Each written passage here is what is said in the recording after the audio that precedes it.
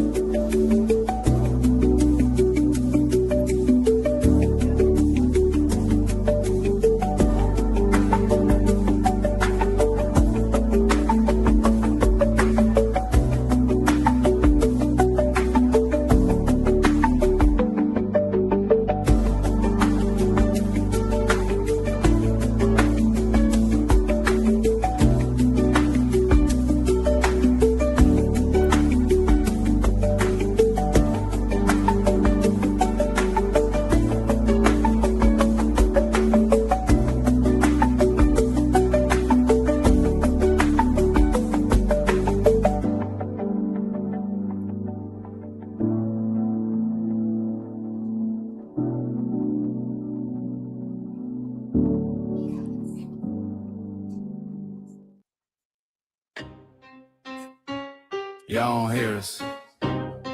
Pull up a seat and motherfucking listen.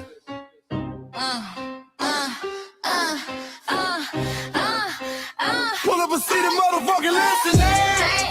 Pack your bag, time to go home. Talking crazy on our soil where our blood and bones grown. This our grind, we outside on it. While y'all fools on the outside looking, y'all show no respect to Black America, so leave.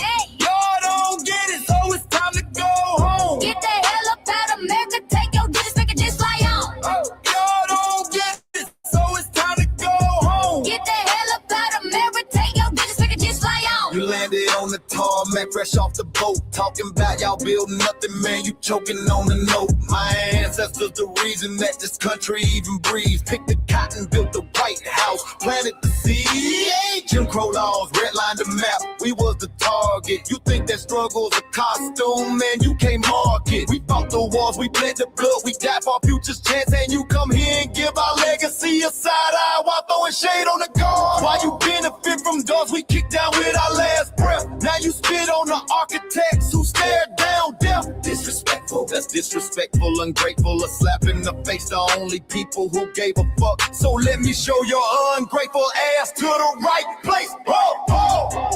Pack your bags, time to go home. Talking crazy on our soil where our blood and bones grown. This our ground and we outside on it. While y'all fools on the outside looking, y'all show no respect to Black America, so leave. Y'all don't get it, so it's time to go home. Get the hell up out of America, take your disrespect, just fly on. Y'all don't get it, so it's time to go home. Get the hell up out of America, take your disrespect, just fly on. Passport, the visa, the privilege to be here. Cause my grandma did march for y'all, so disappear from our land. You cosplaying our pain. Think it's a trend you can borrow, but you ain't inherit the ghosts of our sorrow. We the foundation, the bedrock, the soil and the root. You not no branch on our tree, and unproductive people always cosplaying me. Talking about we ain't do nothing, you lost your mind. We built this from nothing, time after time. From the beginning to now, we been the backbone and muscle. Why you look down on the struggle and cause a whole tussle? That energy style was discussing, it's whack. So let's make it clear, there's no turning back. This land is paid for in full. In blood, sweat, and tears, and dreams deferred. You don't get to come into a house we built from the dirt and telling Black America y'all ain't worth nothing. That's a violation, facts.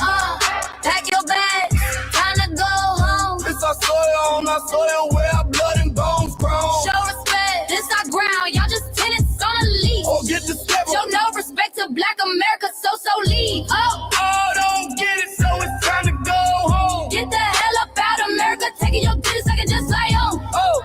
Don't get it, so it's time to go home. Get the hell up out of America, taking your business, I can just fly on. Yeah, fly little birdies.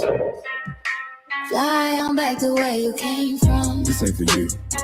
The cell is sacred. We said what we said. It's time For y'all to go home. So fly a little birdies fly. So fly a little birdies fly. So fly a little birdies fly. Not far, far away from here. So fly a little birdies fly. So fly a little birdies fly. So fly a little birdies fly. Not far, far away from here. So fly a little birdies fly. So fly a little birdies fly. So fly a little birdies fly. Far, far, far away from here. So fly a little birdies fly. So fly a little birdies fly. So fly a little birdies fly. Far, far, far away from here. Bye bye little birds.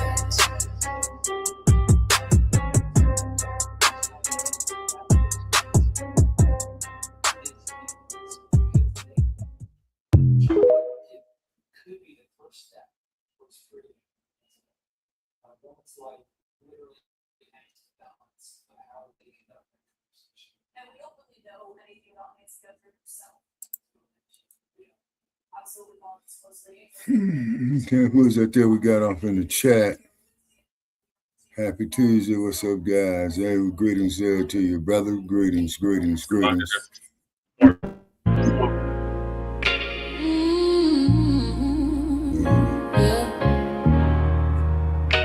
They thought we forgot, but we never forget. This one's for the rules. We built this land from dust and tears, 400 years, and we still here. They write new rules, but they don't see. Every freedom they got came off you and me. We planted seeds, they took the bloom. We lit the flame, they left the room. But we back now, know the skies. The spirits woke, we realize. All we want is what we earn. That sweat and blood, yeah, that table turn. You can't buy culture, can't fake that fight. This is our day, this is our ride. We FBAs. Say it loud, say it strong. We the heartbeat that's been there all along. Foundation of Black Americans, stand tall. We ain't begging for nothing, we built that all. Born from pain and grace, you can see the truth written in our face. We the soul, the sound, to fight the flame. Foundational Black Americans, say our name. They love our rhythm, but they dodge our blues. Use our voice when it fits their news. They take our sound, but not our scars. We the backbone, we the scars. Now the veil is gone, the mask is clear. We see the game, we know it's here. No more silence, no more lies. We lift that flag and watch it rise.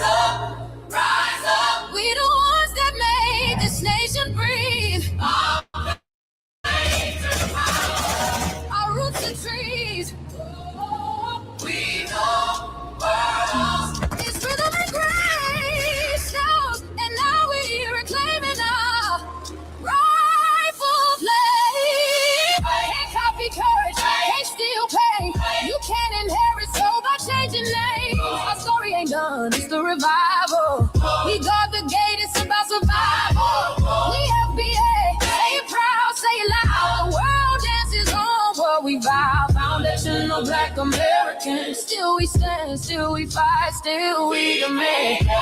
Every block, every song, we've been right here all along. The soul of a people strong and free. Foundational Black Americans.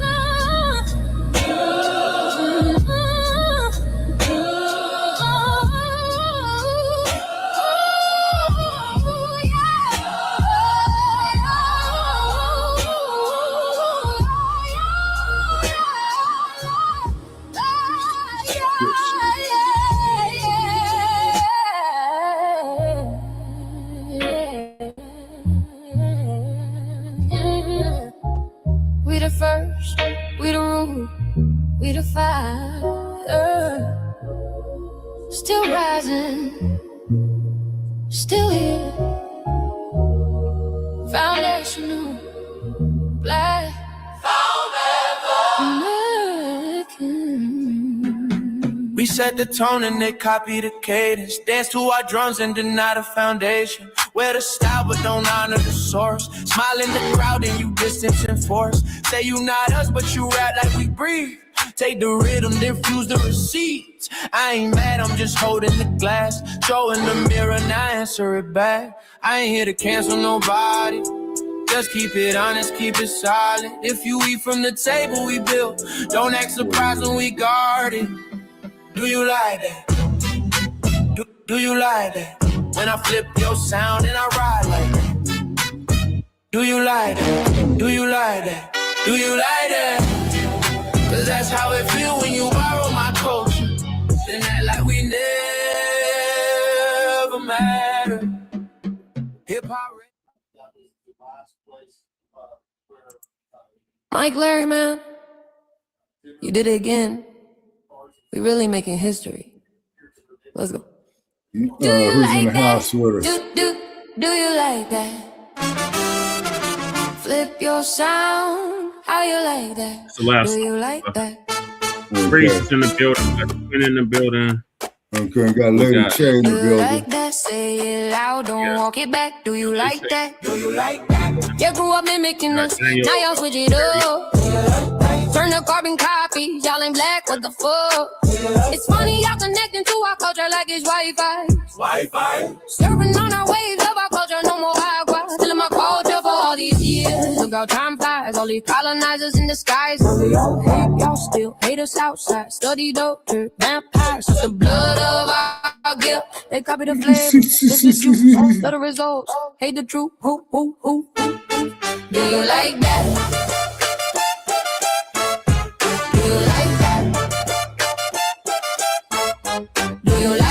Flip your sound, how you like that? Do you like that? Democratic shields, talking points, the road they fill. Fish and chips, agent on the mic, judging FBAs, but ain't you half white? Talking like you one of us, we need a pool face. The agent type, the prune face. Like 50 and Jim, it's a cold game. Throwing stones, cause we build our own lane. I'm joking, kinda, but I mean, smile calm, pressure intact. Y'all proud where y'all from. Where they flag, beat they drum. But when it's us, tone switch fast. Same pride, but it's too much. FBA pride, lineage solid. You can't put this on, can't try it on. Built here, stayed and fought, that's the difference. That's the car. Do you like that? Do you like that? Say it clear, don't twist the facts. Do you like that? Yeah. Do you like that? Do you like that? Point made. No edit. No care.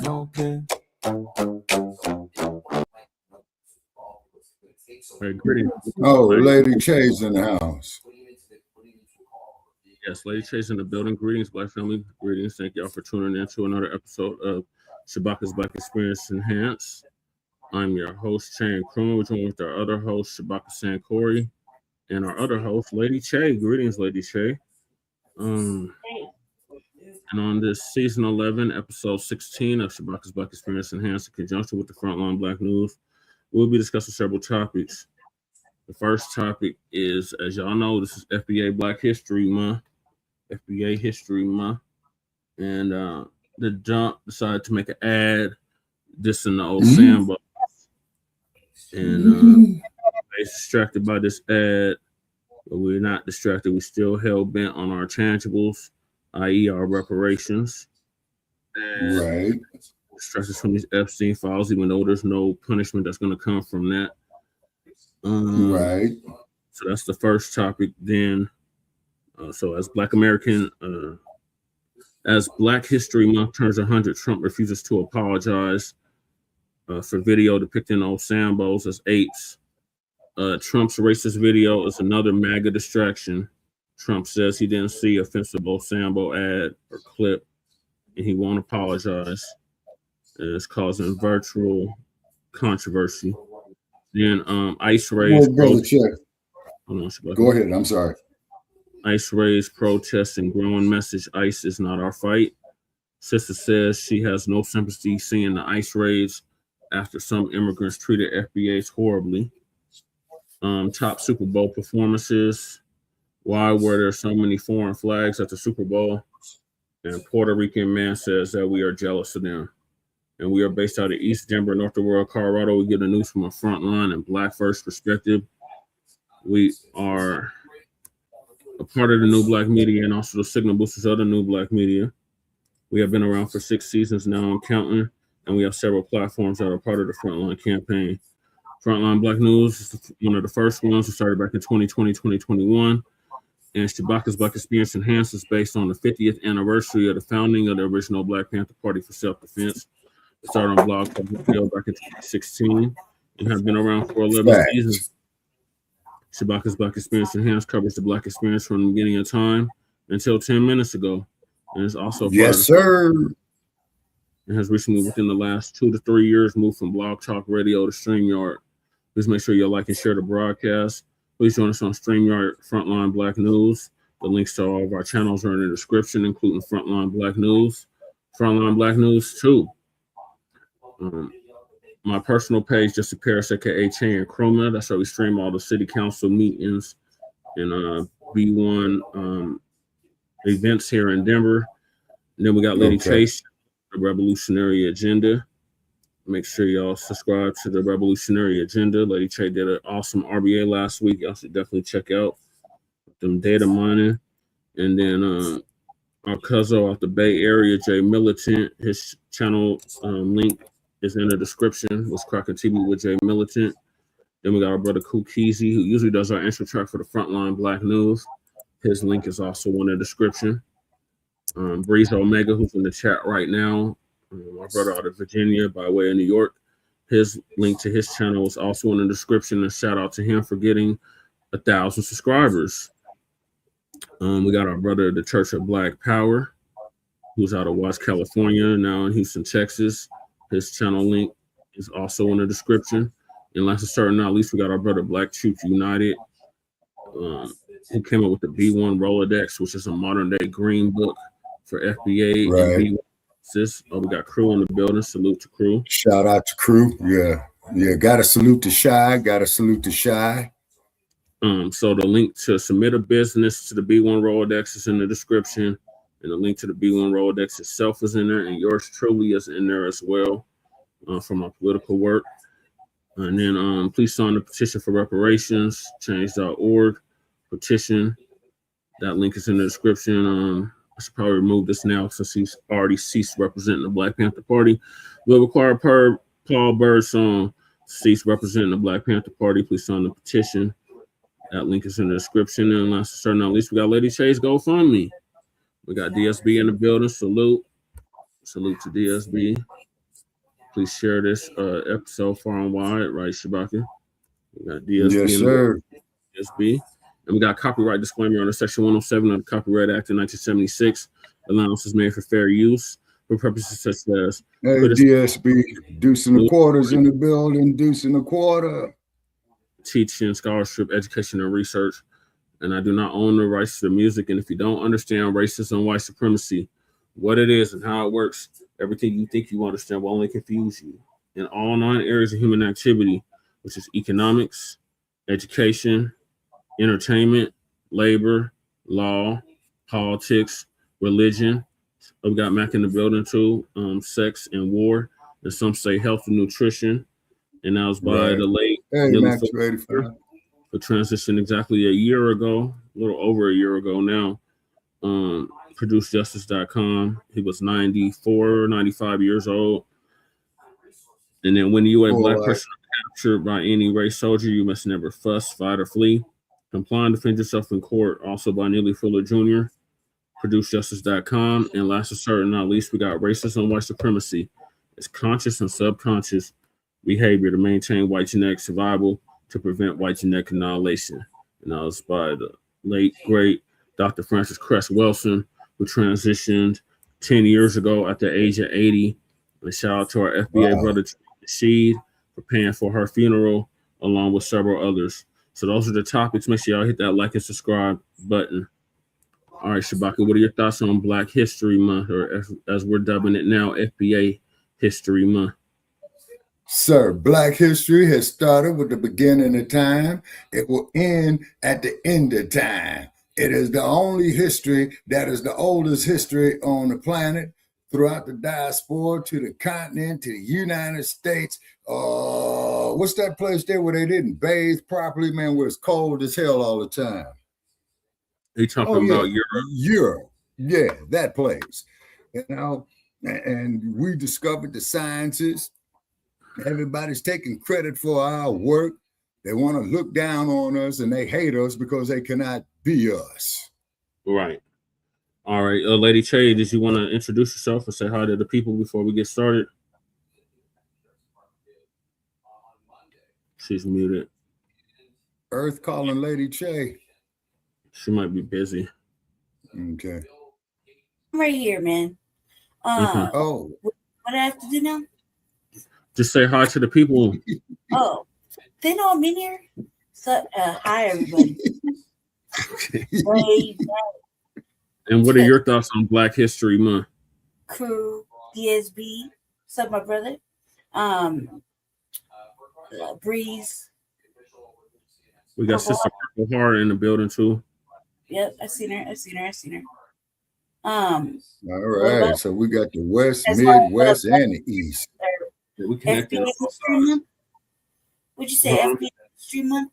Yes. What about it? What are your thoughts? It's not my favorite month, but Black August is my favorite month. I think that it's being drowned out by propaganda and shenanigans versus people just inserting themselves into the FBA conversation when they really weren't asked for their opinion. Who can celebrate it, who can't. We clearly know that it's a FBA holiday. Blackness is 365. Right. 366 on a leap year. Right. So that it's just kind of, I feel like it's kind of drowned out and being overshadowed by propaganda and stupidity. That's about it, really. So yeah, not too excited. I would be more excited if people weren't like using it as a trope. You know what I mean? Yeah, you're right, Lady Che. It's just a fad to these OTBs. Yeah, it's like a trend. Like this is what we're doing this month. That's what I mean by a fad to them, but it's a way of life for us. Right. We live this every day, not just in February. Right. And I feel like that's just so disgusting. Like that, it's only being, they only want to talk about it one for this month, and then the rest of the year they're back to cooning and bootlicking and bed wenching and buck breaking and everybody biggity black this month. And kissing boots and I don't know what else. You know what I mean? Just totally square lame shit that I just can't get with. So. And this is empowering time, but it's been overshadowed by race and white supremacy as usual. Yeah, just seems heavier this year than normal. You know what I mean? Go ahead, I'm done. Okay, thank you for that, Lady Che. All right, so Democracy Now! Is going to give us an update on as Black History Month turns 100. Trump refuses to apologize for the video depicting Osambos as apes. Right. This is Democracy Now!, democracynow.org. I'm Nermeen Sheikh with Amy Goodman. President Trump is refusing to apologize for publishing a racist video that depicts former President Obama and Michelle Obama as apes.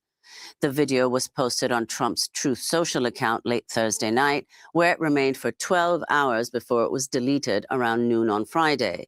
It prompted rare criticism of the president from Republicans, including Tim Scott, the Senate's only Black Republican.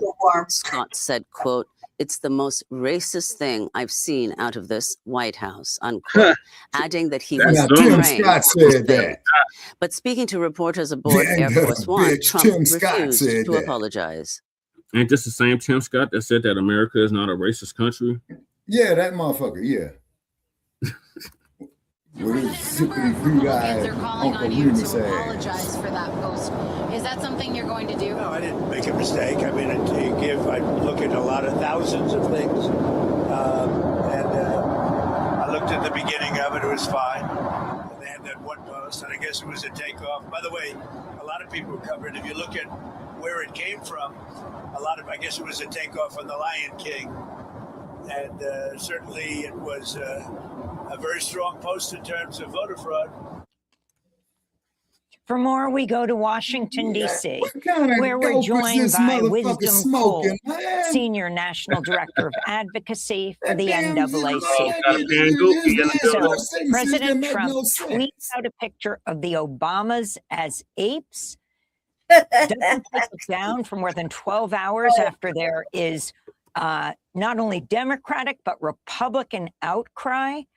Can you respond to him now refusing to apologize for this tweet, Wisdom? This in the middle, we'll just add, of Black History Month. You know, Amy, I have to say I'm not surprised. You know, this is disgusting and despicable display of a racism from President Trump. You know, instead of unifying the nation and celebrating the achievements of Black America has made on the 100th anniversary of Black History Month, he chooses to continue to perpetuate bigotry.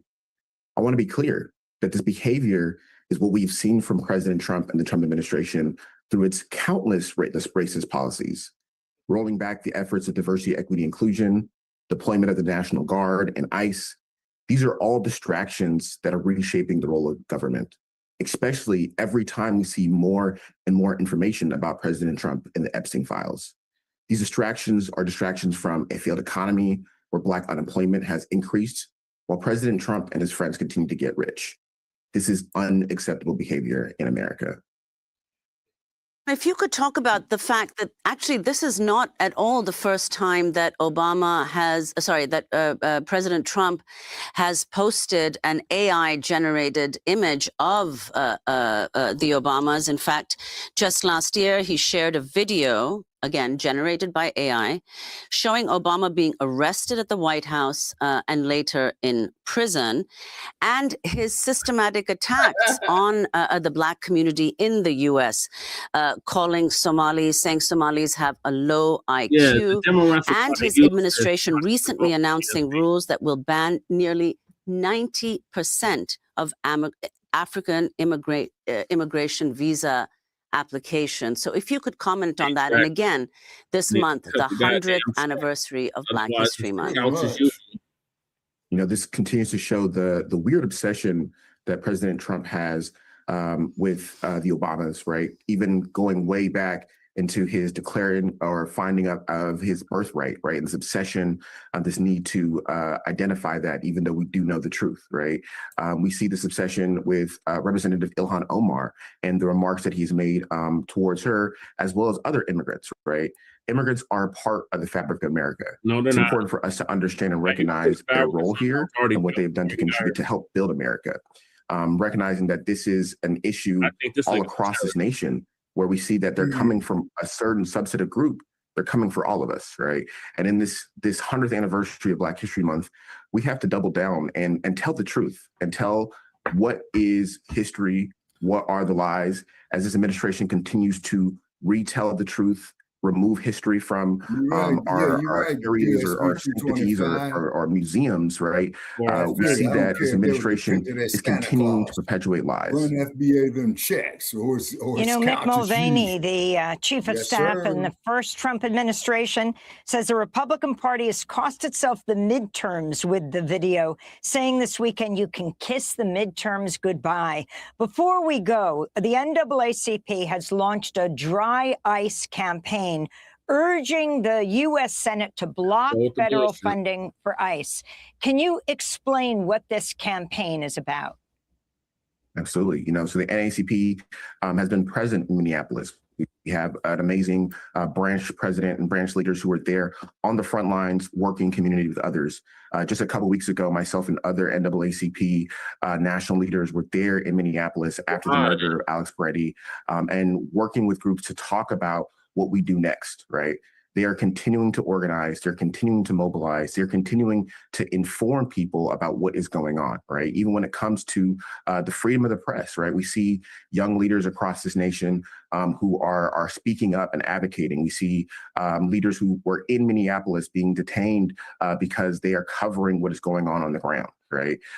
Again, we have to recognize that this impacts all of us, and so we have to work together to mobilize. The NAACP's Dry ICE campaign is urging the withdrawal of federal immunity from ICE agents, the resignation or removal of DHS Secretary Kristi Noem, and the prohibition of federal and local law enforcement cooperation. In addition to that, we want to ensure that there's a mandate for unmasking agents while on duty to promote transparency and identification. It's important that we work together to dry ICE out. This is an agency that is not serving our community, that is not serving our people, that's continuing to separate families, and it is disgusting. They've been separated. And Wisdom, we just have 30 seconds, but I just want to ask you about this Atlantic report that says that immediately after the video was posted on Truth Social, the meme coin Ape Bama was minted. Within 12 hours, more than $4 million worth of Ape Bama had been traded back and forth. Your response? You know, this is another example of how President Trump and his friends are getting rich off of racism, right? Again, as we are reaching the 250th anniversary of America, this country that was built on the backs of immigrants, that was built on the backs of folks who have worked together tirelessly to achieve the American dream. You see the rich get richer and using racism at their hand to continue to do that. We have to make sure that we stop this, we root this out, and that we address this at all levels. That ain't no news, Wisdom Cole, thank you so much for joining us. Wisdom Cole is the Senior National Director of Advocacy for the NAACP. Thanks for watching Democracy Now! Okay, that explains everything. Them legacy organizations are a joke. Yeah, they are. And they got a bunch of tethers running shit. Subscribe to he's a goddamn tether. My tether is off the Richter scale right now. Channel and turn on notifications to make sure you never miss a video. And for more of our audience-supported journalism, go to democracynow.org, where you can download our news app, sign up for our move on to family and fellow soldiers. All right, so what are your thoughts on what that Pan Goofy had to say from the NAACP about this being the 100th anniversary of Black History Month?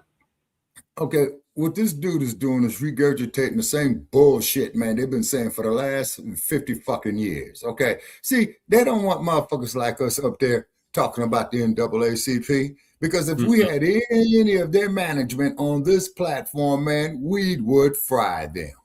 Right. The Negroes and always ask, and that's why they always avoid it. Right. The Negroes always asking for Caucasoid's permission. That's what I call them. Yeah, exactly. They ain't advancing us one iota. Talking about the National Association for the Advancement of Colored People. We ain't advanced one iota. They for everybody but black. Yeah, see, man, take that hat off, man. Never, Shabaka. But sorry about that. I didn't mean to interrupt you, man. But you are absolutely correct, brother Che. You know what I'm saying? And, oh, by the way, not getting off topic, the Raiders hired a new coach. That's a start. No, now y'all need to try to get a first-round draft pick. Yes, sir. And he comes from 3 generations of NFL players and coaches. Hey, crew. Okay. Yeah. All right, Lady Che, what are your thoughts on that Democracy Now! clip? Ray act like we didn't say hi to him in the beginning. He's just shouting everybody out again. Yeah. Hey, crew. When I think about it, I don't know why anybody thought he was going to apologize. The picture is, I ain't gonna lie, the picture is kind of funny, considering the weather and shit and snowy. Them motherfuckers look warm as hell. Yeah. They look warm as hell, like all in a fur coat and shit. Like, you know what I mean? You got to get out of that. But of course he's not gonna apologize. Of course they're gonna make it like a thing, like, you know, they lost the vote. He's, you know, at the midterms and all this extra shit. Of course it's gonna be a thing. Right now, I don't think anything Trump does is really gonna get motherfuckers to not vote for him in lieu of the Democrats. You know what I mean? So they can just make all these random ass threats. It's like that like the first time. Nothing he really does is like impactful. Well, he's not up for re-election. Yeah, his party is. Yeah, his party's like whatever. They're gonna just keep carrying on with the mission at hand. I don't see anything changing from it. Of course, he's not gonna apologize. Why would you expect? Like B said, they're gonna use us to try to get votes. Exactly. Right, but who paid attention to that? Nobody's paid attention to it. The Democratic If Shield, anything- the ones that if always anything- like they finger at us. Fuck We got them the and gang in the building. I would just say, Mr. Anderson. I would just say this. And we got DSB 225 in there. They're not gaining anything or losing anything. He's not going to apologize. And if the Obamas didn't ask him and tell him, like, look, motherfucker, you need to apologize, they don't give a fuck. They already know how he hated Obama. He hated Obama from jump. He's always hated him. So, you know what I mean? So it's not like remember he started that birther. Right. This is not like something that is unnatural or unusual of fucking Trump versus Obama and him say some salacious fucking out the pocket shit or now that he got access to, AI and making memes and shit. This is not beneath him. This is just right up his alley. Of course he's gonna act like somebody else did it. Anything, pass the buck for him not to answer for it. And he's not going to answer for it. He's not going to apologize. They keep bringing it up for the next 3 days, and something salacious will happen, and he'll just keep pushing. You know what I mean? Yeah. Well, I agree with you, Brother Jermaine, greetings. Hey. What's going on, brother? How you be, man? How you be? Yeah, I was trying to join last time, but it wouldn't let me in. I think I had to be a subscriber or something. Oh yeah, I put it on subscriber mode more than likely. Mm-hmm.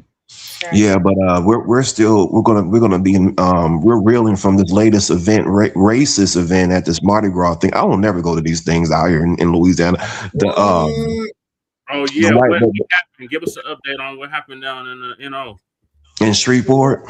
Yeah, we got our own Mardi Gras, but it's nothing compared to New Orleans. Theirs is way bigger. But apparently the white lady was pushing the elderly black lady and her children. She told them to move around, get on. But I ain't never heard of where you could reserve seating at any Mardi Gras event. I never heard of nothing like that. Yeah.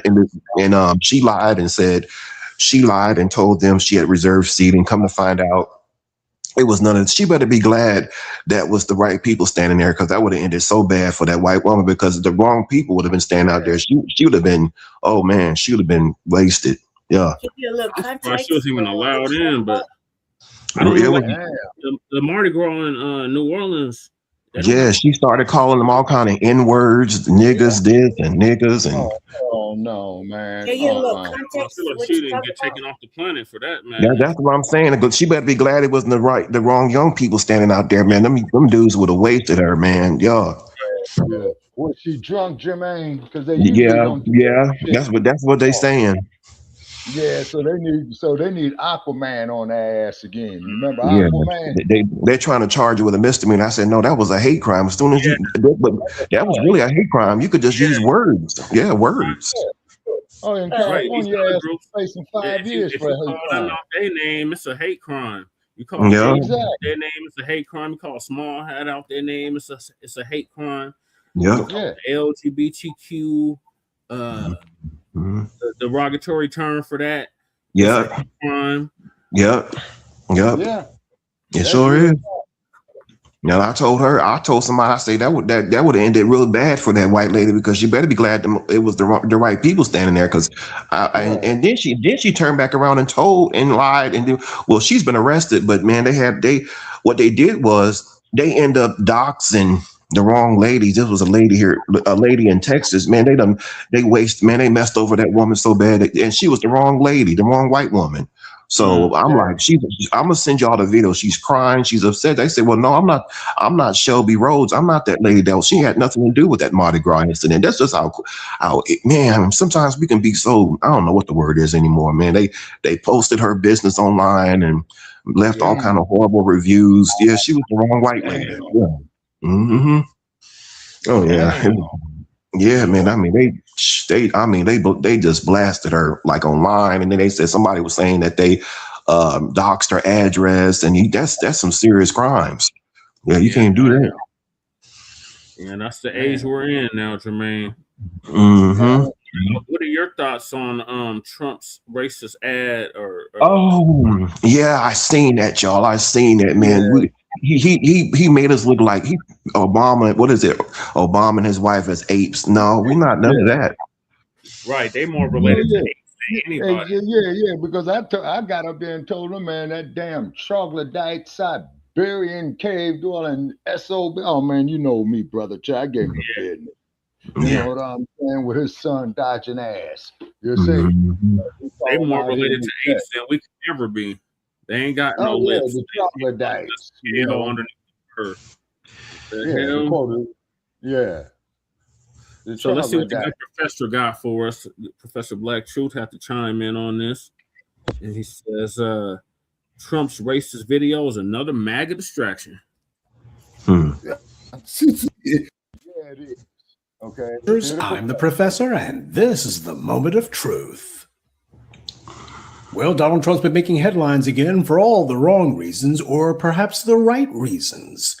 First of all, let's go ahead and get the most obvious point out of the way. What is Trump attempting to do with this latest little stunt of outrage? Well, first of all, with the Epstein files' latest tranche having been made public and people actually seeing who's who and what's what, Donald Trump would love to see the headlines change. He'd love to change the subject even if he has to force it, and that's what he does best. With the disclosure of more of the Epstein files, what's happening is people are actually seeing who the hell has been hobnobbing with the most degenerate elements, not just in American society, but around the world. They're pulling back the curtain and getting a real look at who's been dishing the dirt.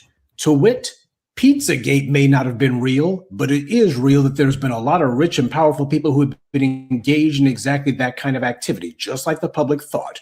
And the public anger about all this isn't going away, but it's not finding an outlet either. The people are angry, but there's nowhere for them to vent. They're not actually seeing that anger translate into action against any of these reprobates. And the sad truth is, it's not going to, certainly not easily, because of course the people who are responsible for prosecuting the criminals were chosen by the criminals.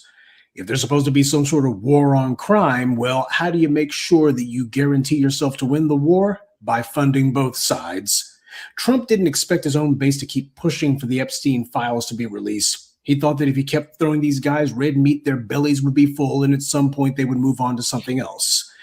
The real threat, however, is not just to have pedophiles and degenerates exposed.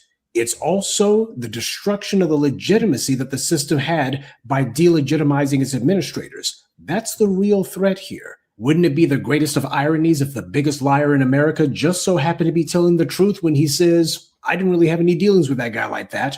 Yeah, but everybody who Trump would depend on, people in his orbit, the people that he made promises to, they all were mobbed up with Epstein. Maybe Trump's hands aren't dirty, but everybody else's certainly are. They all pretended to be ideological opponents, but in reality, it was just political theater. And why were these people who portrayed themselves as being so entrenched and intractable in their own beliefs also so happy and willing to hobnob with a man that they all knew ran a pedophile ring?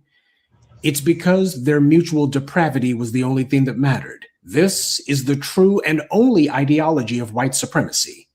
Power and the ability to abuse it with impunity. That's it. That's the only thing that these people actually believe in. And what makes somebody valuable to these kind of individuals is whether or not they're willing to go all out to protect them. That's the devil's bargain that Barack Obama made. When Barack Obama was running for president back in 2008, this country was on the verge of a revolution because of the economic meltdown. And what was it that the first biracial president's job actually was? To dissipate all of that revolutionary energy. Think about it. Barack Obama got more money from these big donors than George W. Bush got in either of his elections. Think about that. W gave the rich all of these tax breaks, tax cuts, more than any president in history. He was hell-bound and determined that he was going to slant the entire national economy strictly in the favor of the rich. He did more for them than any president ever had, and yet those same people gave more money to Barack Obama when he was running, the guy from the opposite party. What does that tell you? What on earth did Barack Obama promise these men that could have possibly been more valuable than what W had already done? And then you look at the fact that none of them went to prison. You look at the fact that these guys got to have the National Treasury bootstrap all of their incompetence. And they got to keep all of their bonuses. They didn't have to lose anything. In fact, they gained from it, courtesy of the nation's first biracial president.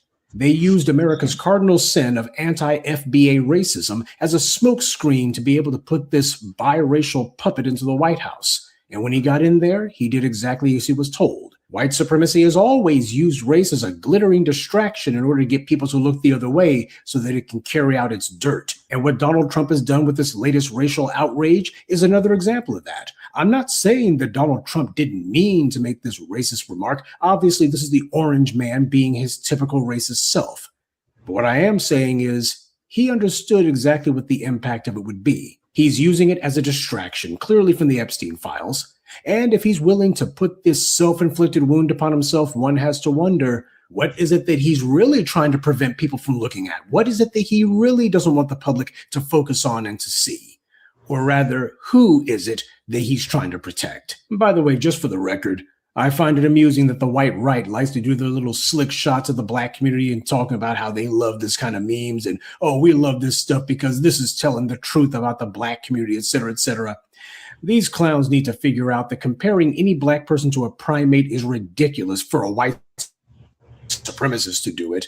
And it shows that they don't care about the facts, only about whether it fits their perverted ideology. As long as you give these clowns their temporary sugar rush of anti-Black hysteria and hatred, they're good for the rest of the hour. I mean, this is the reason why meth is so popular. It's the closest thing to anti-Black racism that they can have in a chemical form. But if these white supremacists want to see who truly resembles a primate, all they have to do is look in the mirror. It was white scientists who established that Black people don't have Neanderthal DNA, but the white supremacists do.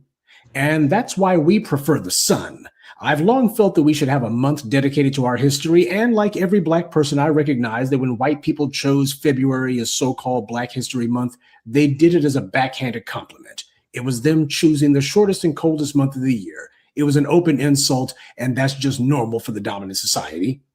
If we are to have a month set aside to recognize our history, contributions, and accomplishments, then it ought to be a month like, say, March or April. Why? Because March is the actual start of the new year. It's the start of spring. Now, April would probably be preferable by many of you because it's a warmer month, but regardless, we could all agree that February is the wrong month for Black history for a variety of reasons.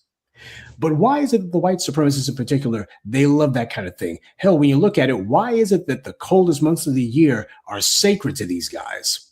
It's because the white supremacist is not natural. Jeffrey Epstein was an excellent example of that fact. But why do these white supremacists, they're heathens, they're cultists, love to go against nature? They don't follow the natural human rhythms of the earth. They instead rebel against them.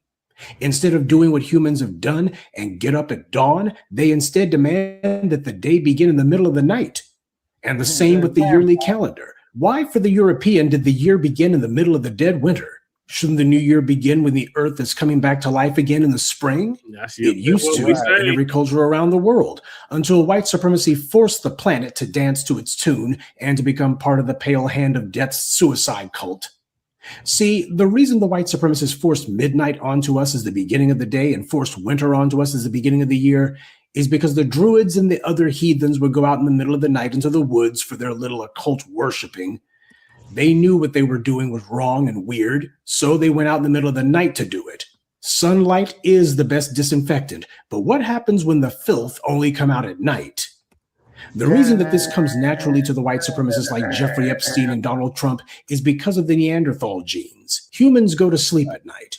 Animals, on the other hand, get up to go hunt at night. That's their favorite time to do it.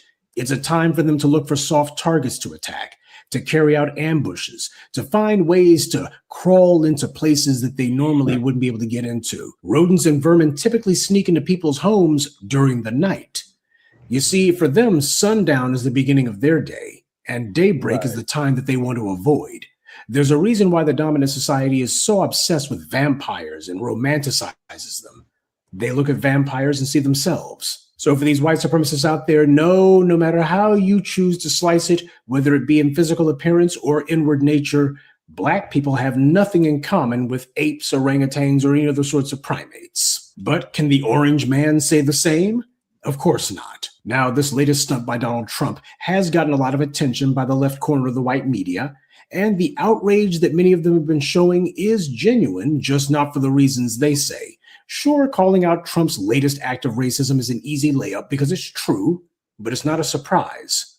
What's missing from the left's outrage is what they're going to do about it. Notice how not one of the talking heads or any of these political bloviators have said a word about that? What's the reaction to this going to be? Their entire response is, well, the reaction is, you need to turn out to vote. This is why we can't have him in the White House. You need to vote. Fine, but Donald Trump's not up for re-election. The reality happens to be, even if the orange man were to resign from office tomorrow, there would be J.D. Vance or some other scumbag who's just as bad as him, if not worse. So the only thing the white left is recommending is playing a game of musical chairs with these racists. That's not a sensible conversation at all, because it's not a conversation. It's a distraction. When it comes time to talk about white people getting killed in the course of protecting illegal aliens, or even when it's illegal aliens themselves who are getting rounded up, when it comes time to talk about any other group's issues other than foundational Black Americans, suddenly the same white left that didn't have any ideas, now they're just brimming with policy proposals. Now they don't just do half a thought, they actually follow through on it. They tell you what a problem is, and then they say, now here's what needs to be done. Suddenly they're putting forward ideas about things they want to do. They're not just tisk-tisking and saying, oh, isn't that a shame? A few Asians got into fights back in 2020. Democrats passed an anti-Asian hate. Are you okay, Lady Che? Lady Che? Yeah, I'm fine. Okay. Yeah, I'm fine. Crime law. A few Asian businesses lost some of their foot traffic during the pandemic. They hurried to pass laws to make it possible for them to get economic help. When the Supreme Court overturned Roe v. Wade, Democrats responded by going to the states and passing statewide referendums. When Clarence Thomas merely hinted that the Supreme Court should revisit its gay marriage ruling, they pushed a gay marriage law through Congress, and they did it during an election year. Illegals are getting rounded up. They pushed for a temporary protection program. White people get killed protecting illegals. They're demanding that ICE be abolished and that the Trump administration has to fire or remove or even prosecute anyone who was involved. Kristi Noem and other spokespeople for Trump said that the white folks who got killed in Minneapolis were terrorists. You got the left saying these guys all have to be forced to resign, probably should be prosecuted. But what they're not doing is they're not merely saying, oh, well, Trump and his people, they were just wrong for that. Anytime you see these people saying that they care about some act of anti-Black racism, but you don't see them pushing policy to punish it and to punish those responsible, then they're just running game on you. Yep. Donald Trump's racism is disgusting, but it's not new, and neither is the Democrats' inaction to it either.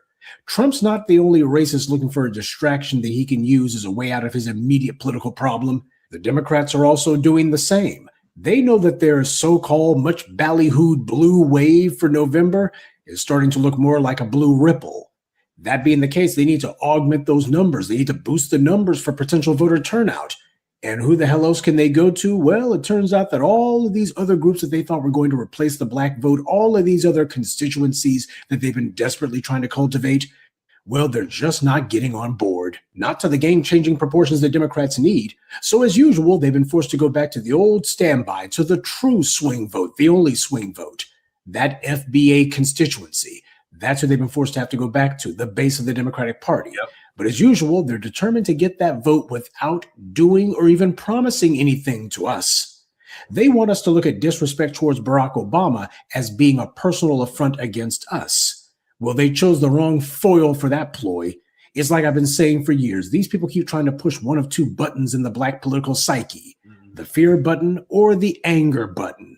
When Black people stayed home in 2016, that was because of anger. When Black people turned out to vote in 2020, that was because of fear. Because after all, Donald Trump was too dangerous to be allowed to have a second term. We can be disgusted by Trump's racism, but we're not surprised.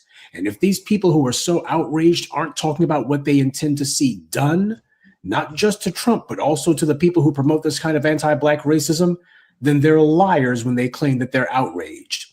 All it took was for people to merely criticize Israel committing a genocide, and you got Democrats and Republicans who began pushing laws and policies to punish campus protesters. They forced the sale of TikTok because it was the only social media platform that allowed people to post the gory videos of what the IDF and the Israeli government were doing against the Palestinians. That's what that forced sale was truly about. And sure, Trump's taken the lead on targeting foreign student activists for deportation, but he's just continuing the policies that Biden started. Biden was the one who set the table for all of that. And now we got talk about an anti-Semitism czar, which reminds me of Letitia James setting up a hotline and a task force when the Stop Asian Hate hashtag was trending. When any other group is saying that somebody's done something that offends them, when it comes to these people on the white left, especially the Democrats, Democrats, they respond with actions. They respond with policies. They don't respond with excuses and lies and claim, oh, well, I mean, we tried, but we just couldn't get it done. Look what's gone on with Trump going after TPS. You got federal judges passing all kinds of orders saying, oh, you can't do that. In fact, you can't do anything. Yeah, these courts and these judges who never seem able to enforce the law on behalf of foundational Black Americans, who never saw a law targeting us that they thought was unconstitutional, who never have a problem rubber stamping all of the asinine strategies of people like Ed Blum and other trash. These same judges, as soon as you got any other group whose rights are being threatened, or in the case of illegal aliens whose unconstitutional privileges are being threatened, all of a sudden these guys can't wait to say, oh, you can't do that. Now all of a sudden these guys do this across the board. What does that tell you? That tells you that this is an organized offense. These are not accidents. There is a clear, unwritten, but fiercely enforced policy that where foundational Black Americans are concerned, we are to be completely and thoroughly ignored, if not just attacked outright. If you're not attacking us, then at the very least, you're supposed to ignore us. And we know this blatant policy of singling us out to be attacked is real because of how consistently it happens, how consistently they do it, with a consistency that we never see at any other time towards any other constituency or on any other issue. That's how you know anti-Black racism is the law of the land. So if you're going to call yourself pointing to Donald Trump's racism as proof that Black people need to get up and vote for the Democrats, then I'd love to know what it is that's going to be done the next time that Joe Biden says some stupidity like, if you don't know who to vote for, you ain't Black, etc. To say nothing of the 94 crime bill and other legislative atrocities. If we're going to be going after Donald Trump on the basis that he's a bigot and a racist targeting Black people, then there's going to be a hell of a lot of other people who need to be punished right alongside him. Right. And maybe that's the reason why you got all these people on the white left who are being very careful with the wording that they use, because they understand that there's really not much you can say about the orange man that wouldn't apply also to the rest of the white left too. Right. That part. Good day and be one. I'd like to take a moment to mention some of our contributors: Gavin Andrade, Rob Mack, Frederica Moore, Alyssa Boutte, and Roxanne Allen. Salute to them and thank you to everyone for listening, liking, and sharing this message. Black empowerment only exists because of you. God damn it, Ruru. Get your ass down off that counter. Sorry, y'all. The kittens want to be active now. But what are your thoughts, Shabaka or Lady Che or Jermaine, whichever one of y'all want to talk about? Once again, the professor is speaking the truth. You know what I mean? And because he came in after Obama, he put in his first agenda. Where's his kittens? Okay. No, they want to get on TV. Oh my God, my boy. He's so big. Baby leopard. He's getting so big, y'all. Look how big his ass is getting. Oh my goodness. Look at my baby. He wasn't having none of that. He's turned into a full-fledged kitty. They went bankrupt, Jermaine. What happened to the Yeah. Where's my other one? Where's my girl at? She right here, Khalifa. You want to say hi to mommy and the family? And speaking of Khalifa, California's about to get drenched. Yeah. Governor Newsom, Governor Newsom's on a tangent or whatever the crap he on. Yeah, the hell with Newsom. The hell with Newsom. He talking about he gonna run for president in 2028. Yo, did she miss me? Did she miss you? That's I can't see that happening. It's not gonna happen, man. Yeah. It's not gonna happen, man. Newsom ain't gonna be the president of the United States. He's just gonna be. That's all they're gonna have to. That's all the Democrats have to offer. They have no answer for Trump or JD. They have no answer for them too. So the only result is going to be Kamala Harris or that goddamn gruesome Newsom. Yeah, she used to be a district attorney. I don't understand how in the world she even. I don't even understand this one. That's how. I can see her on dossier. She started off as assistant district attorney. The whole rundown on that hoe. Yeah, I'm gonna tell you. She started off as an assistant district attorney of Alameda County. Okay. Yeah. At the same time, where Oakland is, right? Yeah. County where Oscar Grant was killed.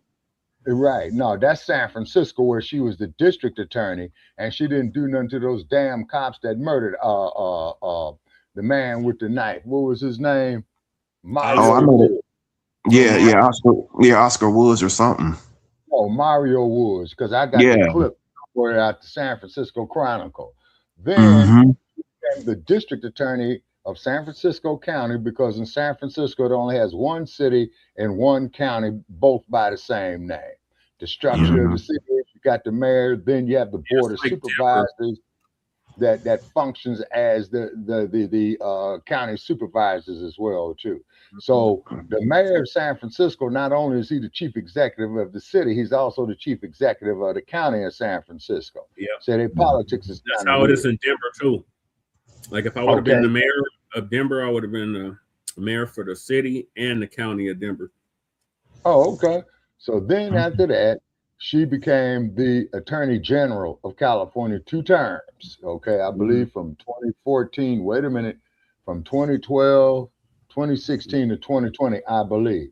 Okay, then after she became the Attorney General, then you had one of the U.S. senators from California either die or resign. I think it was Barbara Boxer. So Gruesome Newsom appointed her to fill out the remainder of the term in the U.S. Senate. Then she got selected to be the vice president by O'Hiden Biden. That is the story that I know of Kamala Harris. Ain't this shit for black people. I'm not going to do nothing specifically for black people. No. Yeah. Audacity to come up to us and have old Sambo up there finger wagging because ain't nobody went out there and voted for her sorry ass. She was probably out getting drunk. Yeah. Remember when she gave her on that JD. And she left the students waiting until the next morning before she gave a concession speech at Howard University. Yeah. I thought y'all was talking about the young brother they killed on the BART train. Oh, that's Oscar Grant. Yeah. At Fruitvale Station. And I made a video on YouTube on it from Fruitvale Station. Originally, that was like about 12 minutes long. And then YouTube started cutting it down to 8 minutes. Then they cut it down to 30 seconds. And I went and pulled all my videos off of YouTube. Okay. So that was my prized video right there, because that video was filmed on the exact platform of where Mr. Grant was murdered. Yeah. Jermaine, there's a whole documentary on it called I'm gonna have to go look it up. Is it still on there? Yeah, you can go look at a movie called Fruitvale Station. That's how Ryan Coogler made a name for himself. He made the movie called Fruitvale Station. Okay. Yes, that's exactly what Michael Jordan plays the dude, I think. Yeah, Michael B. Jordan. Yeah, that was his start. Yeah, that was his start that got him off. And by the way, from what I seen it when it first came out, Jermaine. Yeah, from what I'm saying, Mr. George just turned 30 years old too. Yeah, he's been in a lot of movies. Yeah, and in his 20s and doing all that before 30, that is a hell of an accomplishment. And then the police, they say he didn't have no gun. They lied and said he had a gun. He didn't have no gun. No. Now get this here, Jermaine. You're gonna love this. Shay, you remember when little Nia Wilson got murdered at the MacArthur BART station? I went there and did a video from there. Okay. Yep. So what had happened was John Lee Cowell, I believe, was the perpetrator. We're getting kind of sidetracked, y'all. We gotta try to stay on top. I'm gonna wrap this up here in the next 30 seconds or less. John Lee Cowell, who murdered little Nia, he got captured by the BART police at another BART station, right? So when I saw the 2 BART police officers, and I forgot what station I was at, I said, yeah, man, y'all caught the dude, John Lee Cowell. Oh, yeah. I says, how come you didn't shoot him like Mercilessly did our man, Oscar Grant? Yeah. So they put their hands on their gun and they looked at me, sir, you have a nice day. And I said, Mercilessly was one of those peoples of color. Mercilessly, he wasn't white, Shabaka. He was like Asian or Latino or something. I think the dude was Eurasian. I think he was what they would call a Eurasian. I thought he was Cuban or something. No, he was what they would call a Eurasian, but he wasn't black. And what he did is he committed murder. And then what the hell does he say in his official report? Oh, I thought I was going for my taser. Now, God, if you are a trained police officer, okay, if you got weapons on you, man, you're supposed to see your weapons with your hands. Now, what do I mean by that? You're supposed to know where every weapon is, rather if it's the mace, rather if it's the taser, rather if it's the gun, rather if it's the nightstick. You see what I'm saying? That was pure, plain, special circumstance murder because he was bound and handcuffed when he killed him and shot him. Yeah. The boy that got killed in your state, if I'm not mistaken, Jermaine, or those next state over, Kim Porter, that killed. Who the hell was it that she killed? Oh, I thought that was in Minneapolis or somewhere. Oh, in Minneapolis, yeah. They killed that young boy. They killed him in the car. Yeah, Dante. They killed Philando Castillo in the car, and then they killed him. Yeah, because of a freaking air freshener. Yeah, that was Dante Wright. Yeah, Dante Wright. I stand corrected. And then not to mention the brother that they shot and killed up there, man, in Vallejo, who was in a damn Taco Bell line in his car. Oh, man. Restaurant, man. No, man, they emptied about 4 clips in him. So let's do some math here. What's that there, Che? 1 up and 10 down, right? Yeah. Okay. So that's 10 rounds. So that's 10 rounds of one of them, plus the cop's partner shot him, emptied his clip. That's 20 rounds. Man, that shit there is overkill. Every time they shoot us, it's overkill, Shabaka. Sure is. Itching to use all that military artillery out on us. But we are keeping our black asses in the house. This ICE shit ain't got nothing to do with our black asses. We can't eat it. This ain't our issue. Our issue is reparations.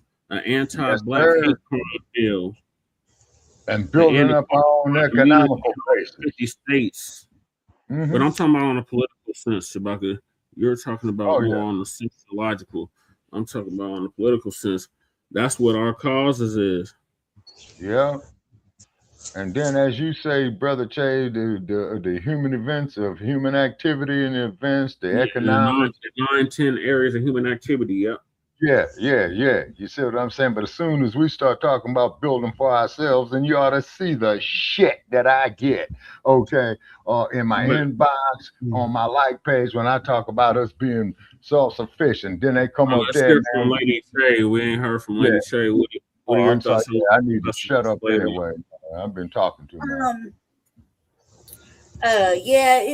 Like I said earlier, it's just a distraction. It's not gonna. It doesn't really mean anything. He's gonna do some more racist shit or whatever. I like the fact that he said that Trump said he's like the least racist president we've ever had. That's what he said. He said he was the least racist, and he said that we built this country and we ain't been getting the recognition that we so rightfully deserve. Go ahead, Lady Trey. Right. I just thought that was hilarious. But other than that, like it's just another distraction. So that's all it is. You can't be bogged down. I know people really ain't paying attention to it. So it's only the white media that's paying attention to it. Yeah. Another distraction. But we're not distracted. We still want our goddamn tangibles. Yeah, that's it. An old bastard like me break me off $100,000 in the tangibles and on the reparations, and I'll be all right. They got to come at least with a meal for me. Okay, well, you still got youth on your side, Brother Che. $100,000 has set me right, man, until I check out. Yeah. And whatever's left over after I'm gone, go to the damn casino, man, and hit the field, man. Then go up there and hit the hard ways on the 8. Yeah. And when you win on both of them, walk away from it. Yeah. All right, y'all. So, have y'all had all y'all can stomach the dump as in human shit? And we want to make that perfectly clear. Sees nothing offensive about his Osambo clip and won't apologize. Yeah. And that Truth Social shit he got is a pretty powerful platform, I don't fuck with it in any way, form, or fashion. Nobody fucks with it, Shabaka, but him. That's what. Yeah, exactly. You know, they kicked him off of all of the social media. Yeah, but you got JD up there, and what's the broad they want to impeach? Christine Nome, I believe is her name. Yeah, Christine Nome. Yeah. The Ice Princess, that's what they call her. Yeah. The Ice Princess. Right, so if y'all had all y'all stomach with that, we're gonna hop right into the ice raids. Yes, sir. That's not our fight. The ice raids protests and a growing message. ICE is not our fight. We can't do it no more. You other groups got to go out there and hold your own nuts. We tired. Right. So Lisa Cabrera, our sister Lisa Cabrera, gonna give us an update on that. Keep Lisa in your thoughts and prayers. She's gonna have surgery, I believe, next week. So yeah. And I like to talk to her fine ass. Family. Good to see you. Yeah, Shabaka, you don't have to wait till after the surgery. Yeah. Hope you're doing well. Well, we're going to talk about, I guess this is just going to be an ongoing thing where our people for the next 4 years are going to have to just repeat over and over. We're not going out to the streets. I think people just don't want to believe it. They don't want to believe that we're not coming out to save the day. We're not going to come out in the streets to be a human shield. We're not going to take the brunt of the abuse from ICE like they're taking now. They're really taking it. I mean, I see them and they don't care how rough they are with the white women either. I have seen them do some really crazy things that I never thought they would do to a white person. But when it comes down to ICE, they don't care. They don't care. I watched them knock around an old white woman. And then there was one that was kind of heavy set a couple of months ago. When I say they slammed this woman down to the ground, I mean, they slammed her hard. I felt it. It was hard. And of course, she got up crying, and everything, and they arrested her. But I have never seen them handle them like that. But you are seeing that more and more now. And I think the problem is they don't like, because, you got all these alt-right people in ICE, and they look at those folks out in the street as traitors. So that being said, they don't care how horrible they are to them. That's why they did what they did to Renee Good, And hey, this is we have told y'all, this is your time to be out in the streets fighting. Our time is sitting on the couch and chilling out. Exactly. Now, you do have some in our community that don't want to believe that we should, be just resting. We need to get off our butts and start raising our voices. I don't agree with that. We have been the biggest protesters in this country since its inception. Nobody has protested bigger than us. And nobody has protested as long as us. We have been protesting probably for centuries now. We have been out in these streets protesting. And no matter what y'all get on here and say, it's just not going to change our minds. The majority of us are not going out there. And those few people that are hard-headed and they want to get out there, you're on your own. You're on your own. And when things happen, I just hope that you can legally and physically fight this system all by yourself. So you want to go out there, go on out there. Make sure you got plenty of money in your bank account for lawyers and everything that you're going to need. But looking for the support, I don't think you're going to get it, especially after people have been saying now for months to stay out of the streets. In fact, over a year, people have been saying stay out of the streets. So I guess you go out there at your own risk. So let me go ahead and share my screen, because you're going to hear people still reacting, because folks just don't want to accept that they won't see us out in these streets. They don't want to accept it, y'all. They don't want to accept it. Please give me a 1 if you can see my screen.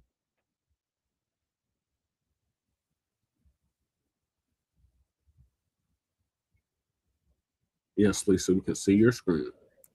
Yeah, thank you. Yeah, Lisa, we see you. We see you, Lisa.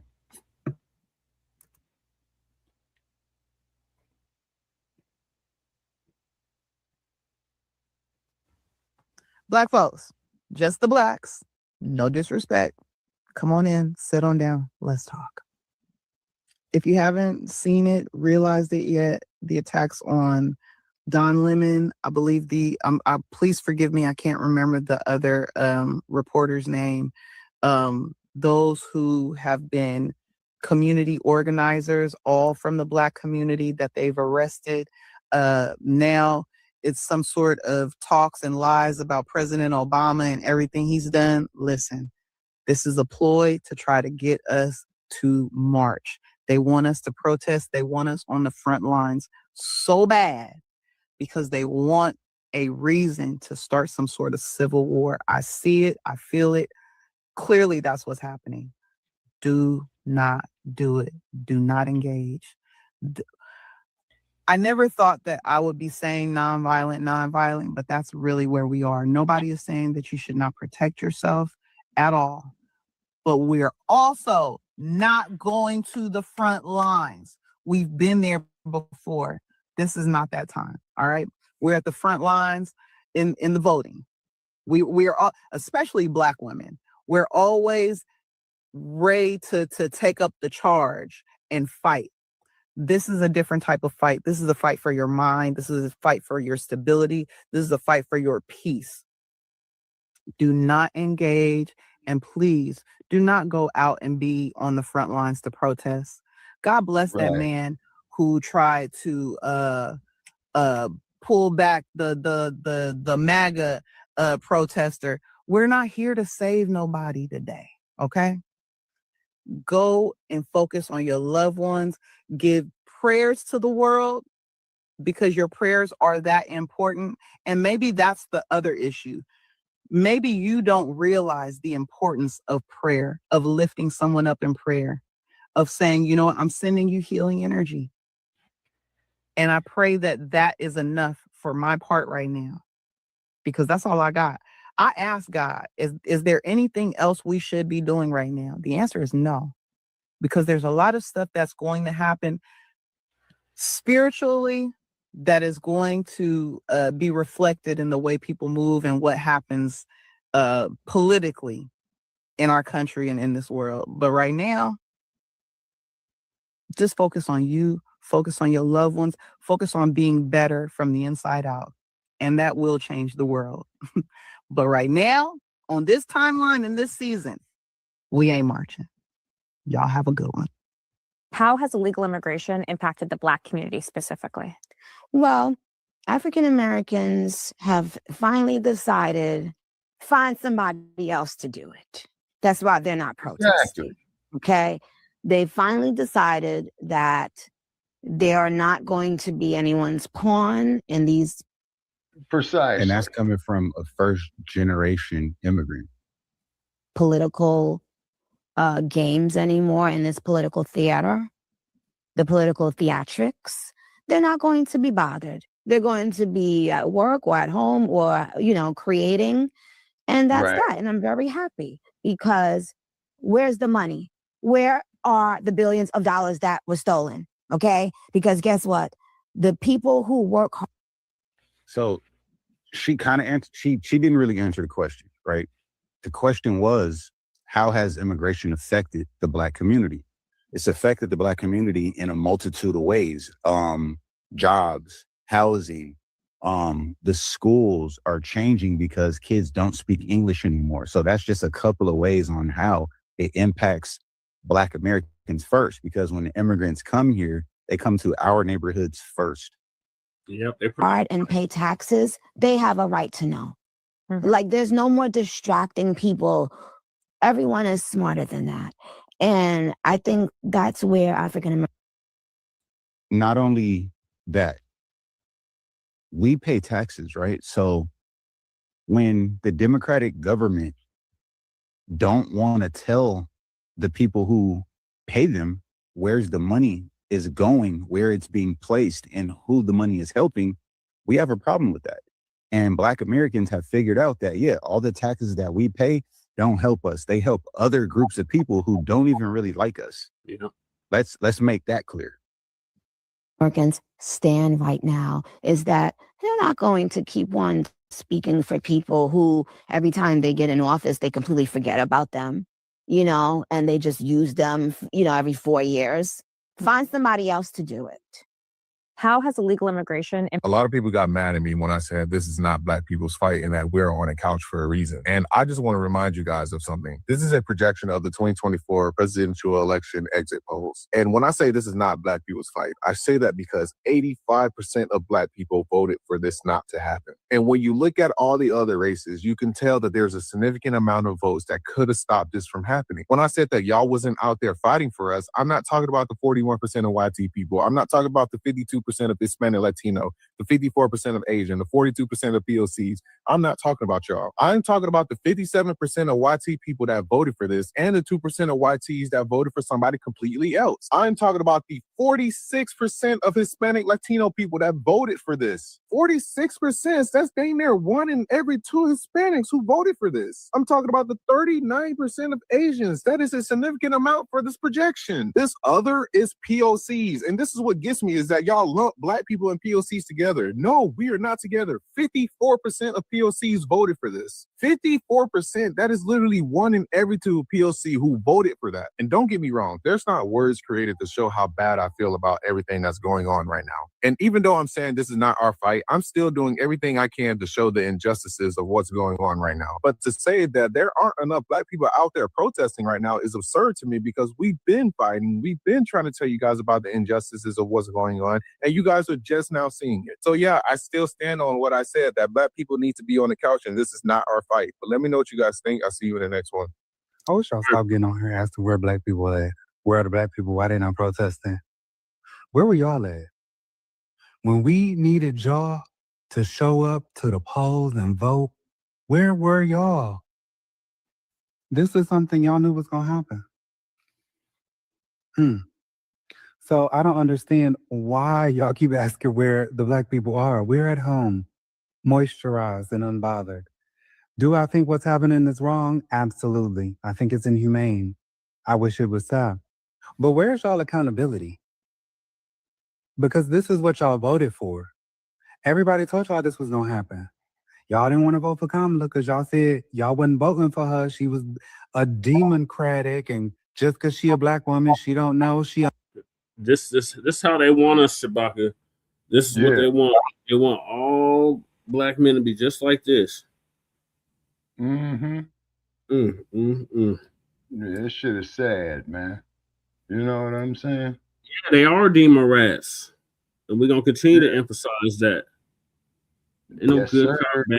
They all bad. They all got to go. Unqualified, and look, this ain't our motherfucking fight. Yeah. What we got? A toddler on the tiring. So y'all go out and y'all protest and y'all march and y'all do what y'all can, but stop asking where the Black people at. Because where were y'all when we went to vote? We was asking y'all to vote like y'all lives depended on it, ours included. Did y'all? Absolutely not. So hang that up, flat screen. I need y'all to make this video blow up, and I'm gonna say this on Black History Month, where it just drives the point home. Black people not protesting in the streets, especially Black Americans not protesting in the streets, is literally saving y'all lives. I You damn repeat, right about that. Black people, especially Black Americans, not protesting in the streets is saving y'all asses. And I'll tell you why. If Black people are in the front lines of these protests, they would have started dropping more bodies than they already were. I promise you. If they would unalive a white woman in broad daylight and a white man in broad daylight, Right. and that's just 2 incidents, right? Imagine if it was a front row of Black folks, how many bodies would have been dropping then? And if they were going to take more, if Black people were in the front lines like y'all wanted them to be, and they were in the front lines and they would have took them bodies out, you don't think them white folks right behind them would have got clipped too? The Mexican folks behind them would have got clipped too? The Asian folks would have got clipped too? When they see Black skin, white people who hate people see red. When they see Black people, when they see Black skin, they see red. It's like a bull seeing a red flag. They just want to just shoot. So Black skin not being on the forefront of these movements right now is saving lives. Rest in peace, Alex Preddy. Rest in peace, Renee Good. And rest in peace, Keith Porter Jr. But my God, today, if Black bodies were in these front lines, way more bodies would have been dropping. I guarantee it. I think I might have a problem because certain things just hit me different. I got on here months ago and I said, Black people stay out of these ICE protests. As protests have ramped up, as bodies have begun to pile up, the entitlement and privilege of other groups of people, as it pertains to Black people putting their bodies on the line, has begun to show itself. And I keep thinking, wow, imagine for a second, the entitlement, the privilege, and quite frankly, the disconnect and the dissonance of people. Because I think Blackness has a weight to it. And for a while, I always wondered what that weight was. And that weight is memory and it is history. The history that this current administration is trying to take away from people. And here's why. Imagine telling the group of people who have been in this country before this country had a name, were the dead last ones to get rights in this country, have been disenfranchised, brutalized, victimized by this country before they even have rights, are the reason some people in this country and other people across the world have rights. Same group of people who fought, died, were tortured, beaten, lynched, hung, all these different things. Imagine telling the people and expecting the people who fought, died, went to prison, had to flee the country, all these things. Imagine telling those people, hey, why aren't you fighting? Where are you in this issue? When the National Guard is going into predominantly Black neighborhoods right now. When police show up alongside ICE, knowing the history that Black people have with the police in this country, that again had slavery, genocide, institutionalized racism. Imagine the expectation and the entitlement. And quite frankly, the psychosis behind the frustration when we say no. Imagine going to the polls and voting for this, knowing that most Black people did not vote for this, and you want us to clean up the mess that you made. And I'm not even trying to get political, but that's just the concurrence of facts of the events. Imagine how crazy this looks for us. And I need people to understand, it's not that we are for these things happening to anyone. Y'all are. We are 14% of this country's population. I need you to really understand that. We are 14% of the population. Right. Most of you, in some way, shape, or form, wanted this. You voted for this. You did all the things that you could for this to happen to people. And now there seems to be no compunction with the powers that be for them to do these things to you. It just so happens that you probably always expected this to happen to us. And now it's not. So no, we're not doing it. We'll be coming out on the other end of it, though, victorious. Have a good day. Yes, I shot another person. Border Patrol shot another person. Yeah, we know. But do not take your black ass outside. You want to know why? Because they've been shooting us for a long time. See, it was supposed to be us. This is why whenever you ask for reparations or a anti-black hate crime bill, they always say, "Oh, stop complaining. We have to help the other groups first. Just be patient." It's not the oppression Olympics whenever you ask for stuff, right? Because it's supposed to be you. If they actually pass laws to protect you from the cops and Border Patrol and ICE and everybody else, then guess what? They would actually lock up cops. But they don't want to do that. They would rather label white people domestic terrorists than actually solve that shit, because that shit is intended to terrorize foundational black Americans. So, we are still not going outside. Y'all handle your own business and hold your own nuts. Black people are saving everyone by staying I wonder home. where the hell he That's got that right. from. The ICE protests, we are saving your asses by not being there. White people. He got it from the new Blacc Media, Shabaka. That brother's definitely tapped in with the new Blacc Media. Mm-hmm. Yeah. Latino people, even though, yes, they're still targeting you. Asian people. Anybody who is non-black right now has a better chance of surviving an ICE protest because black folks aren't there in large numbers. And before anybody gets in their feelings, relax. This is love. This is strategy. This is chess, not checkers. Because, let's be honest, Trump, ICE, this whole administration, they are real-life racists. Not theoretical, not academic. They've already shown us the tape. They will watch black people show up peacefully, singing gospel hymns, holding hands, praying, marching like we're in a damn church revival, and go, yup, riot, tear gas, deploy everything, not because we broke anything, not because we burned anything, not because we looted a target, simply because we showed up.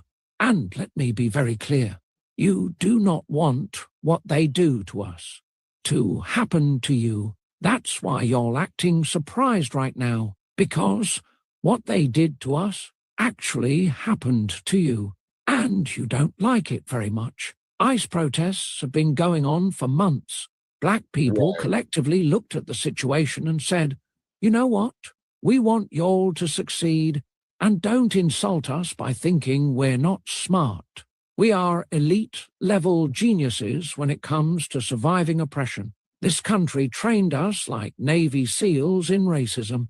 Police have been fascist to us for decades. When we protested on camera, pew-pewing and chokeholding, we were told we were doing too much. When we said defund the police, y'all said, now hold on, let's be reasonable. But now defund ICE makes sense.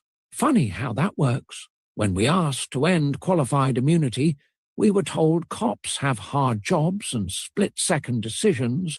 Cool, so do pilots. They still get consequences when they crash the plane. So, no, we're not showing up. Not because we don't care, but because we do. We're still voting, by the way, at higher percentages than you. So stop asking us to show up and get beat, gassed, and shot so you can feel brave for the weekend. We deserve a break, strategically and literally, because when black people show up, the batons come out, the gas comes out, And the nightstick bullets glides get gracefully real. upside your Black head. people showing up to the masses to these demonstrations. Why aren't we marching? Why aren't we chanting? Why aren't we screaming, this system is corrupt just like everybody else?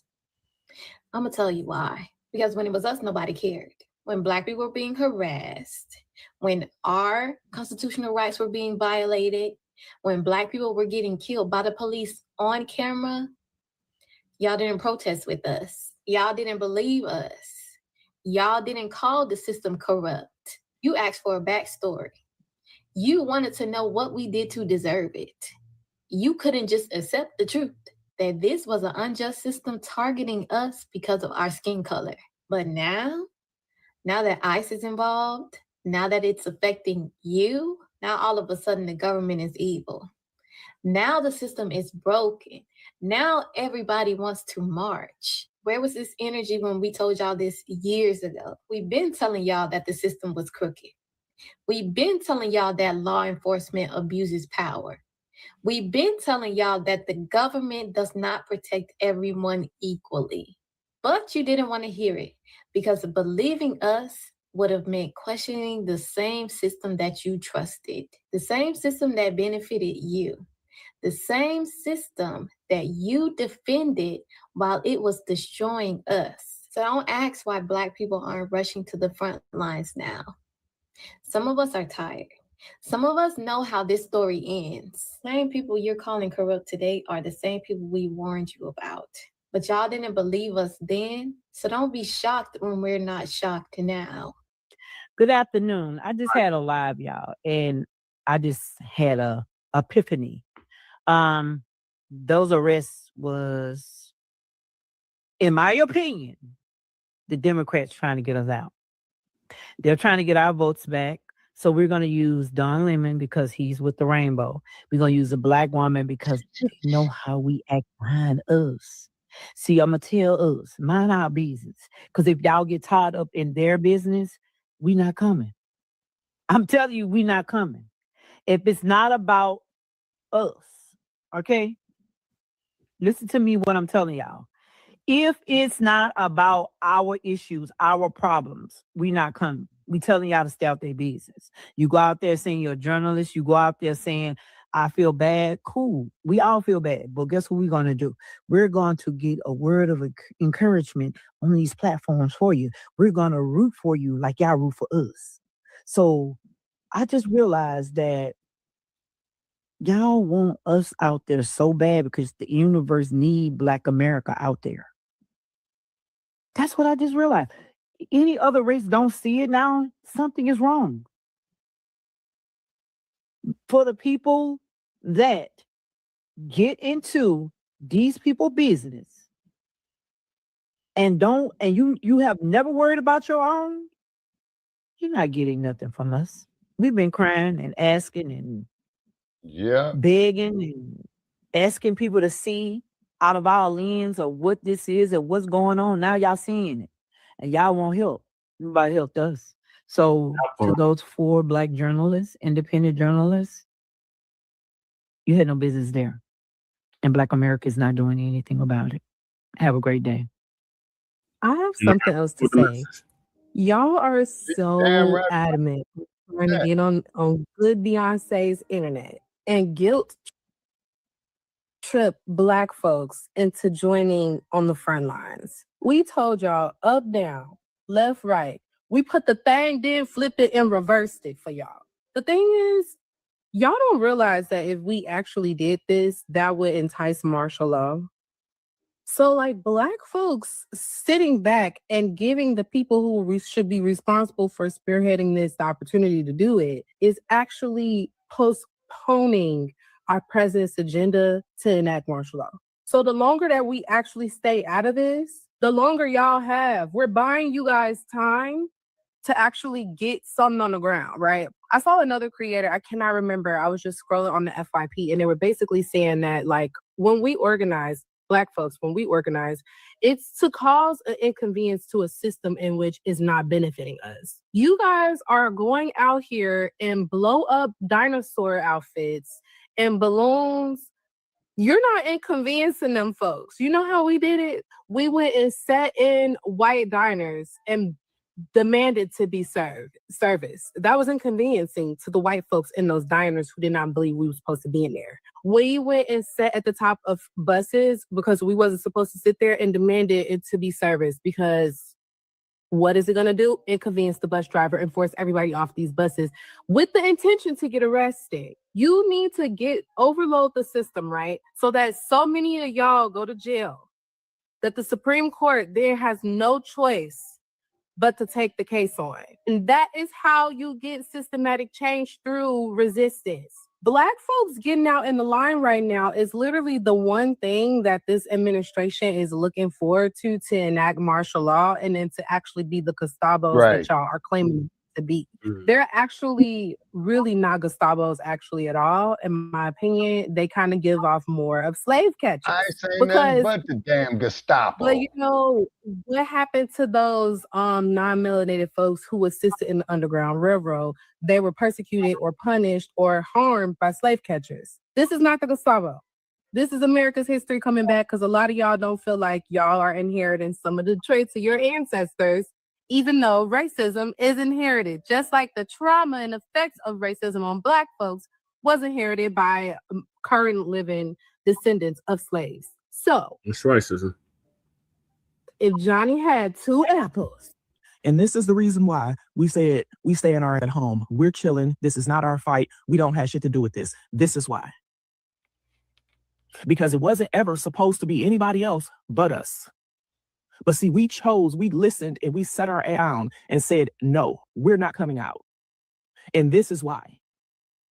Because right now, all they're doing is just waiting it out. I see Jermaine dropped off. They want it to go back to what they call normal. Oh yeah, hopefully. Because us being brutalized in the streets was normal to them. And this is the reason why I will not be tricked into fake ass solidarity like some of you Black folks on this app have been tricked into fake ass solidarity. It's not real. It's a facade. Because this is how they really feel. This is what they want. They want it to go back to not affecting them. They're just waiting it out. So we're going to wait it out. Because no matter how racist, how hateful y'all can still be, even though y'all see how much that is a detriment to your whole existence, and you are still being this hateful and this racist, your reign is over. This right here is major reason why you're not seeing any Black folk on the streets protesting. Yeah, there are a few of them, but that's why you're not having majority of Black people on the street protesting for, what is happening with the, passing of Rene God, this other guy that just passed, Alex Preggy or something. Since all these things have been happening, these guys have been quiet. All of a sudden, they're all on the streets protesting and not seeking for other people to come and join them, especially Black people. This is one of the reasons. And for this lady to be writing this thing and saying, can we have, days where this used to happen? That means she has an ulterior motives. Instead of asking that it stops, she's asking that, can we have those days? Because those days doesn't affect them. They know who it affects. Anyway, guys, I have other clips I got for you guys. I'm going to let them roll. Then I'll come back with more commentary. Kylie belongs to original creators of these videos. Don't forget to like and subscribe. Let's go watch. So we were right. I knew I was, right? But this just proves it. Can we just go back to regular police brutality, please? Can we just go back to when the white people weren't being murdered unjustly, please? What the fuck is regular police brutality? Even with the ICE situation and the mistreatment of people from ICE, ICE has killed people for years. You're outraged, and can we just go back to regular police brutality came after Renee Good and Alex Preddy, who both happen to be white.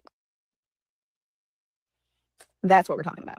So when I pointed out they're killing our neighbors now was very weird considering they've been killing your neighbors, but you just didn't consider us your neighbors because we didn't look like you. Police, ICE, federal agents, whatever you want to call them, have always been murdering people. This isn't new. But it seems to have caught your attention when the victims were white.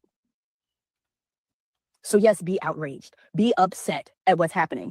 But when you literally say, hey guys, stop killing the white folks and I will mind my business, you're proving a point. Come there, let's meet there. And all of you need to be arming yourselves in one way or another, whether that's physically or mentally. You need to be ready. There is no talking to evil. There's no having conversations and figuring out things with evil people. And I know you guys don't want to think about fellow people as evil.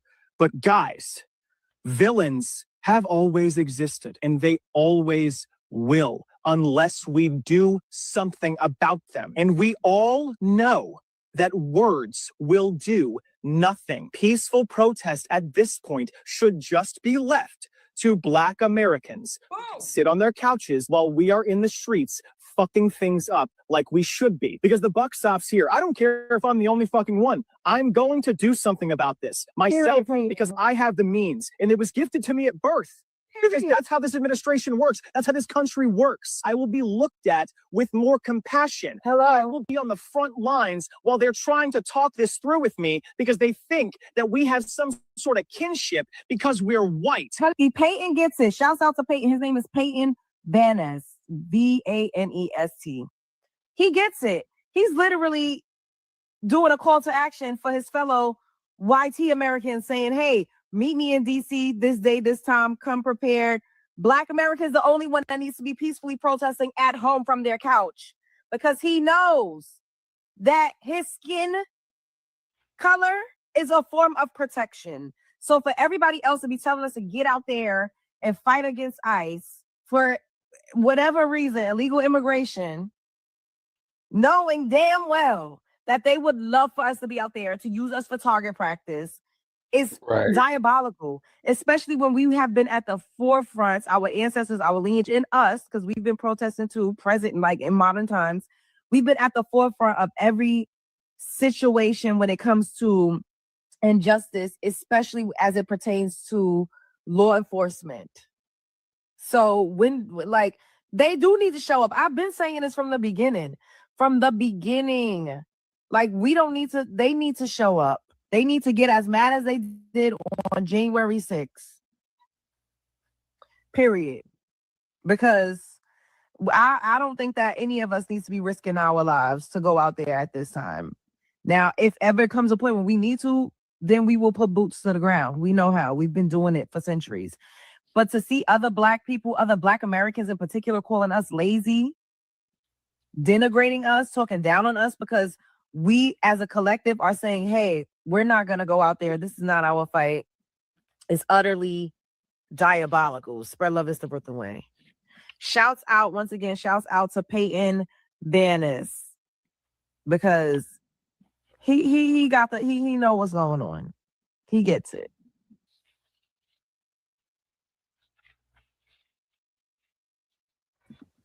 Yeah, pretty much. So there Sister. you go, y'all. It's going to be 4 years of repeating over and over and over. We're not going out in these streets. I guess that's how it's going to be. Yep. You would think after a year, it would have kind of died down by now. It's not dying down at all. It's not. But see, they're ramping up on these ICE raids. And I guess as long as that's going through the roof in the country, they're going to be begging for help. But,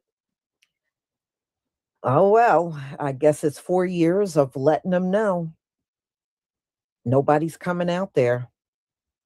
Not from our community. So, y'all, I'm going to go ahead and conclude. Thank you. All right, thank you, Lisa. Good luck with your surgery next week. Right. Updating and informed.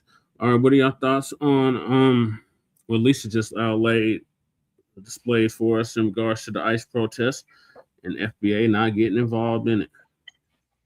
Exactly. Doing the right thing. Perfect strategy.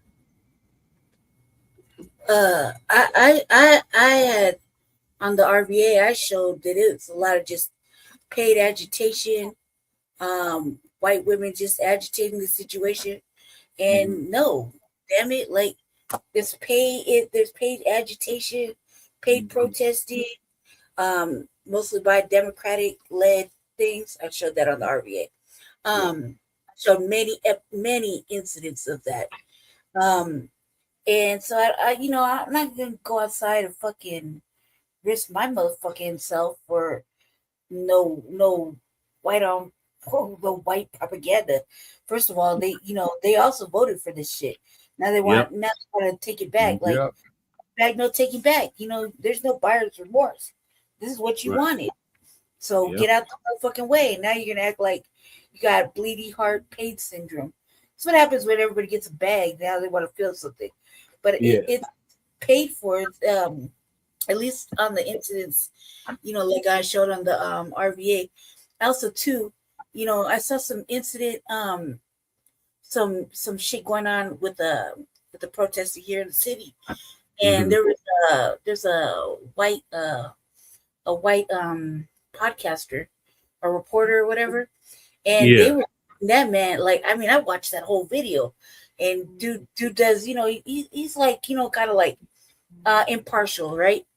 And he has a large following. I was gonna talk about that on city council.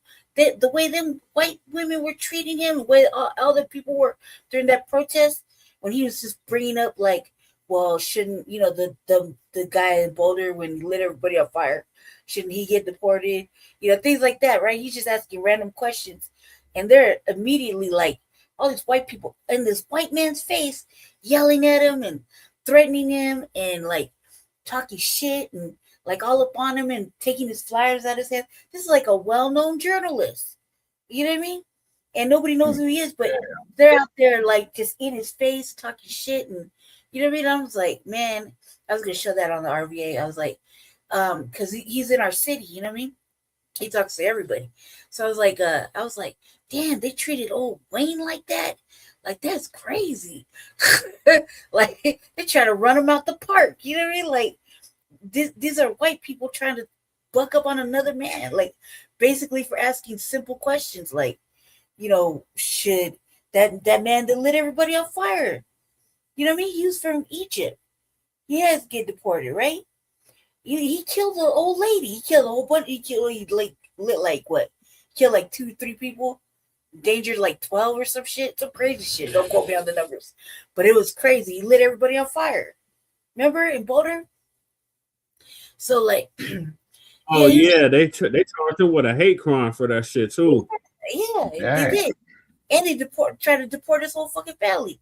He's sitting in there waiting to get deported and in charge. They hit him with like 100 counts, of yeah, he did all kinds of crazy shit. Yeah, he was over there. He lit people on fire in broad daylight in Boulder. Right? Let's just keep that in mind. So spazzed out, I guess. But regardless of that, oh boy, Wayne was just asking random, realistic questions like, should these people get deported? Should these people get deported? Or we just being particular, like things like that. And these motherfucking people were out. At least white people were, first of all, taking the day off of school, bringing their children, their students out there to protest in the city, right? And I'm thinking, who signed off on that field trip report? I remember going to school. We had a field trip form to be taking off from school. That's basically like kidnapping. You know what I mean? So you walk and protest about that. You know what I mean? And it's just none of the little white kids protesting. We got to stand in solidarity. Come on, cuz, like, first of all, read a book and do some math, and maybe we'll talk about it. We got a really high literacy rate, and not, they don't do math, they don't know how to read, they don't know how to do arithmetic, they barely know how to write their name. I'm like, come on, you're taking these kids out there, like, that's everywhere, Shabaka. Really look it up. I take your word for it. I take your word for it. Because Islam said adults are functioning at 6th grade reading level. Like, that's fucking crazy. Yeah, they don't even want the kids to write in cursive no more.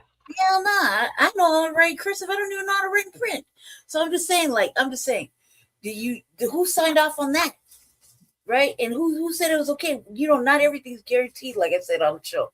Not everything is guaranteed to be peaceful. That shit could turn left, and then who's going to protect the children? And then what happens there? That's a lawsuit, But everybody's like, oh, we got to, because the teachers don't want to go to do their work. They rather protest, so they have all the students out there like, well, ain't nobody here to teach us. I guess we'll just go over there with them. But that's nobody signed off. If I was a parent, I'd be pissed off and I'd try to sue a motherfucker because I didn't sign off for this field trip for my kid to go put himself in harm's way of being tased, tear gassed, thrown on the ground, fucking any of that shit. You know what I mean? Because or the ultimate deportation, killed by the police. Yeah. Right. You know what I mean? Like, nothing is guaranteed peaceful. It could go left at any point in time because all these agitators and paid protesters are out there just getting it crunk. you got like innocent little kids out there following your fucking guidance into what? Mayhem? You see what I'm saying? And they're all like with their little signs and shit. I'm like, hey, come on, man. Go back to school, sit down and do some fucking math. And then we'll talk about it. You know, read some books before you want to get out there and decide you want to throw your life away and fucking be a protesting with nobody. I know good and goddamn well nobody's parents signed off on that. You know what I mean? Somebody said, oh, well, yeah, your teacher's going to take the day off and go protest him. Yeah, go ahead. If that was the case, they wouldn't have put their kid to school. They would have let their kids stay home. You know what I mean? I would. It'd be like, oh, man, your teacher's a flake. So I guess you're staying home. Yeah. Brave your brother and enjoy yourself. Don't let me catch you. Let me find out you left the house. You know what I mean? I'm going to whoop that ass. You see what I'm saying? I wouldn't send my kid to school if I knew that was going to go on. My teacher's a flake. She wanted to go protest for what? She don't even like Hispanic people on a normal day-to-day basis. You see what I'm saying? These are the same people that are racist outside, acting like they're not. You know what I mean? For photo ops and fucking paid money and shit and Twitter likes and whatever. You know what I mean? So to build and promote or whatever the fuck it is, put it on the RVA. But I know I would be highly irate if my little high schooler was outside protesting this propaganda, because that's what it is really at this point. You know what I mean? And to know that in our own state, that because everything's so blue and inclusive, that Trump could go ahead and take away all that federal funding that goes to housing and the most vulnerable. Okay, so now not only am I outside doing pretend pretend solidarity for a bag, but I'm also causing my state to lose funding for the most vulnerable, which is Black elders, veterans, women with children, et cetera, et cetera, et cetera. You know what I mean? The list goes on and on and on. I'm just out there like that. Like, come on, man. And they don't think about this shit. It's all over the news. The funding could be cut for blue cities. But what is everybody outside doing? Acting an ass with a sign. And if you're not on the right side of history, the guilt trip, right side of history. What's the right side of history? Not getting your funding cut for your state? That seems to be the right side of history. You know what I mean? There's people that depend on housing. Elders depend on medical care. You know what I mean? They depend on food. There's all these federal funded programs. FEMA. I mean, and we can just go on all day. But they don't give a fuck. They're out there just thinking they're doing something. Again, every time there's a cause, what do you see out there? White women trying to lead the forefront of shit they know good and goddamn well. They spend all day secretly on some racist shit. You know what I mean? Secret. It's like, it's not even a secret. They're actively doing it. How many times have we seen Karens out there like calling you everything but a child of God? And instead under the breath, they just, in their behaviors and mannerisms, how they talk at you. You know what I mean? They're out there just screaming, yelling, triggering white men to get upset. You know what I mean? And then walking through the park and like, I couldn't believe they were yelling at that man. Like they were really yelling at him. And I was like, damn, Wayne, you're pretty bold. I would slap the bitch. Like, you should raise your motherfucking voice and be like, what the fuck? They were really yelling at him, acting like he was in the wrong for asking questions like, should that man in Boulder get deported? Fuck yeah. Shit. He should, first of all, you should go to the max, super max for that shit. And then, get deported. Like, lock his ass up. He killed an old lady. I think the big thing was, it was a Holocaust old lady. I'm not laughing about that. I don't know why I was laughing about that. Don't worry about why I laughed about that. But you know what I mean? It's serious. They want to deport his whole family. You see what I'm saying? Because he spazzed out. He was asking regular questions. I was like, damn, Jared, damn, Wayne. They're out there treating you like this, and these are your own peoples. If you're not with the program, I guess they got to get up in your face. And I think that for us, since we're so inclined to slap a motherfucker, we might as well just stay at home and watch Netflix and chill. For real, like seriously, because we are inclined to slap a Karen or Ken out they Nikes, just for some stupidity. So I don't think that there's such a thing right now as solidarity. If it was such a thing, they've never shown it, and nobody's paying us to go outside. This is on white, and I say so, and I'm privileged, and I can get that. You see what I'm saying? They're not paying black people to go outside and stand on what they consider the right side of history, whatever the fuck that means. In Black, you know what I mean? During Black History Month. So it's on white, and I say so, and I can get away with whatever. They're out there just lawless and getting things amped up, and I just don't foresee it ending well with us going out there and kumbayaing, and no matter what, like in our city, no matter what the old mayor said, you know what I mean? He's like, maybe we should go. Hell nah. Those two incidences with the lady and that man being, kicked off the island, that was something they brought onto themselves. You shouldn't be in nowhere in history are you allowed to get up in the police's face like that, even if they're basically police, and touch them or harass them, follow them, throw shit at them. You know what I mean? Like they were just throwing dildos at them like 2 days ago. You know what I mean? So I don't foresee it ending well. And it's been over a year. I was shocked that the fucking California stuff was still happening. I would have thought it would have died down by now, but I think somehow this is being incentivized to carry on and continue. And we've been in the house for like a year, so no sense in us going out there now. There's no point in it. We're not gaining anything. There's no tangibles. There's no incentive. There's no benefit. All there is a quick way to get your ass sent to jail or bumped off the island as well. So I suggest not. And also, too, I would also say that for us, we need to be more mindful of our children because they're preying on them. You know what I mean? I showed that on the RVA too.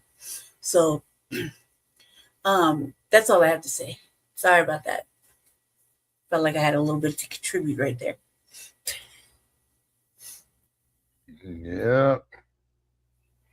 Yeah, and what it is that we stay our asses at home, let them go in there and deal with their thing, you see, because that there just be an excuse, to do us in. Right. So I got another clip on the subject, and then we can get to the Super Bowl halftime show. Right. So a lot of people are paying. Sista says she has no sympathy seeing the ICE raids after some immigrants treated FBAs horribly. Paying attention to this, situation with ICE, and a lot of brothers and sisters are not only saying, "Hey, that's not our issue or problem," but they're also remembering how a lot of the immigrants in general have talked real down to FBAs and also other Americans. They called us all kind of names about the way we work and all kind of other things, like they doing us a favor by coming over here. I want you to hear what this sister has to say, because let's go ahead and expound on that. You see, I'm talking to all Americans, okay? Taxpayers. This is why I always say with ICE and DHS, this is not our fight. Let them do their job. Because if y'all see and hear the things that these people say about America, especially Black America, the things that they say, they talk about our American kids like they are zombies. They act like they not even worth getting a job, going to school, nothing. And I keep trying to tell y'all, they never liked America. They are here to use us for our resources. And I'm glad people that look like me is not out there marching, because the way they talk about us, I saved every clip, I saved every comment, and it's thousands of them, thousands. And I'm telling you, what they said to me was way worse than what black or white in America had ever said to me. They even wish me unalive because of ICE when I ain't got to do with it. The way they talk about the American people is beyond me. Remember, Americans, and I know there's people that's from wherever the ones that talking like that is at, that been here for many years, and I'm sure they agree. This is not our fight. Let ICE do what he do. They made it to the point now I have no sympathy. The way they spoke to me, no sympathy. None. Now, I ain't gonna wish it, and I ain't gonna pray for it. But when it happens, it happens. I have no sympathy because you don't have none for America. How dare you talk like that about our little American kids? You know, you have people who fled their homeland and they don't realize. Let me go ahead on cue President Ramaphosa real quick. When you run away, you're a coward. And that's a real cowardly act. They're cowards. They flee their homelands. They don't stand and fight. They don't stand and build.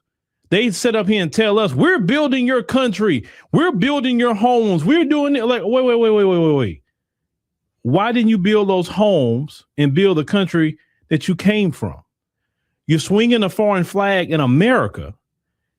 But yet when Donald Trump and them want to give you a ticket to go back to the place and you waving the flag, right? You don't want to be there. You're fighting not to go. In LA, I'm looking at some of the live streams. They coming out protesting and they're swinging a Mexico flag, not an American flag. Not saying, hey, man, I contribute to this country just as much as anybody else. I'm an American. No. They're not swinging an American flag. They're swinging foreign flags. And like I said, I don't know what is it in their heads that say that's good optics, but that's people that don't understand optics either, right? Because they never had to. If you want to stay somewhere, then you say, I'm a part of that nation. You don't be swinging another country's flag, because that makes the people of this country say, oh, well, yeah, you need to go back over there then. If you want to swing that flag, you know what I'm saying? I wouldn't dare go to no other country and be just swinging the American flag everywhere I go. I'm swinging the American flag. No, if I integrate into that country, then I'm gonna say, hey, this is my new flag. I'm an American, sure, but this is my new flag. I'm here. I want to respect that nation. Now, number two, what this sister has said about immigrants in general, not just one group, have called Americans lazy, and for sure FBAs lazy. Say they'll do jobs that nobody else would. No. You do jobs for pay nobody else would do. Make sure you say that, because if these jobs were paying the right wage, people do these jobs. Like, you're not doing a job that nobody can't do. And if Donald Trump was to deport everybody tomorrow, do you think America would not function? You came here to a country already built. You came here to a country where the civil rights and freedoms was already, people fought and died for. You came in after all the work was done, literally. All the fighting was done. And now you just plopped in, got a job, and living a good life here, but you didn't fight for that life here. You didn't. And the people who fought for it, you got the nerves to turn around, and then a lot of them will come in this country and say, yeah, I don't agree with Black Americans getting reparations. Why are you even talking about it? If anything, you should support it, because you should say, hey, I know if Black Americans didn't do what they did, I would be still stuck in my homeland in squalor. Because let's call it what it is. It's not the best of the best. It's not the top of those nations coming here. It's not, because the top of those nations are staying in their homeland. Let's call it what it is. And not every person in their homeland fleeing either. They're standing there and they're dealing with it and they're trying to figure that thing out. But what this sister said that she has no sympathy is because we have seen on jobs how some of you have done. You'll sit up here and work with the white man to try to get us fired on jobs so you can bring in your cousin, so you can bring in your brother, your sister, your uncle, your aunt on the jobs. You think Black folks didn't see all that? We the reason you're here. And when you get here, you side with the people that's always historically been against us. Because if it's been up to those people, you wouldn't even step foot into this country because they didn't want you here. Facts. They don't want you here now, obviously, as you can see, right? And what that sister said, we're not participating in it. You don't see a bunch of FBAs out there gaffling people up. We're not wishing it on nobody. It's the truth. I ain't wishing nothing on nobody. Because you know what? I got other things to do. I don't be worrying about, I hope this happened to somebody. No. I got 1,000 things to do. Most FBAs got 1,000 things to do to be worrying about what's going to happen to somebody else. But if we see it, we're like, some people like, you get what you deserve. I'm going to be honest with you how a lot of some people feel. Some people feel like you got what you deserve because you were so disrespectful. Some of you were anti-Black racist. The second group was been like, hey, you didn't want to work with nobody. You didn't vote the way you should have voted in the election to protect yourself. So I don't want to hear it. Number three, there's a group of people that say, hey, yeah, you need to move around because when all these men are running on these construction sites, that's opening jobs for other men to come do those jobs. Because sure, they kicked out Black men out of those jobs and brought in immigrant men to do these jobs because they would do those jobs for less money than what Black men would do it for. And that's why I tell these brothers, pay attention to all this stuff with ICE and all of them running from the job. You better go get them jobs. You say, you say, wait a minute, I know exactly where it's at. Let me see if I can get on. Shoot. And they probably hire you on the spot because they don't have nobody. And you'll probably get a lot of overtime because they're going to be working shorthanded. That's kind of like the three people that at least, and then, of course, the folks, they want you gone because they worried about their numbers. They worry about their numbers, and it's too many of y'all, having too many children. So that's definitely the folks. That's not what we own as Black Americans, but the folks, that's what they're on. And if a lot of it with them racism, sure, they'll say it's the law, but a lot of it's racism. But this is a example. I want this to be an example to all of you who are not the folks. You see what happens when you side with them. You see? Just what if in another universe that y'all actually listen to FBAs in this other universe and y'all actually work with FBAs, all of you who are immigrants, no matter what community you come from. Imagine what America would have been if all the immigrants and the FBAs would have worked together. In that universe, this wouldn't be going on. In that universe, actually, we would be running the country. Talking about just as a collective. They would actually be the minority. But you did not want that. You thought that I'm going to side with them because they seem powerful and they'll give me a job and this and that. And the FBAs are the weak ones. The FBAs don't have nothing to give me. But in the end, you didn't choose righteousness. And that's what that is. And I say, let this be an example to any immigrant that come into this country. You come here and you say, let me forsake Black Americans. Then you will always get your just due by these folks. Because understand, the folks know when FBAs are not messing with you, it's free game. They know this. This is why even those who are from the diaspora, those of you who say, I ain't trying to fool with y'all Black Americans, this. And then when they start going after y'all, it's open season because you don't have no backup. We are the only people that have actively challenged white supremacy and have won many battles. None of you have won a single battle against white supremacy. Not a one. And you really think that you're going to step in the ring with them? They're laughing at you at that point. Because you don't know how to not even swing the right punch. And if you do that, you're not going to connect and they're going to laugh at you. It's too easy for them. But you thought you were better. That's why a lot of Black people say, I'm cool.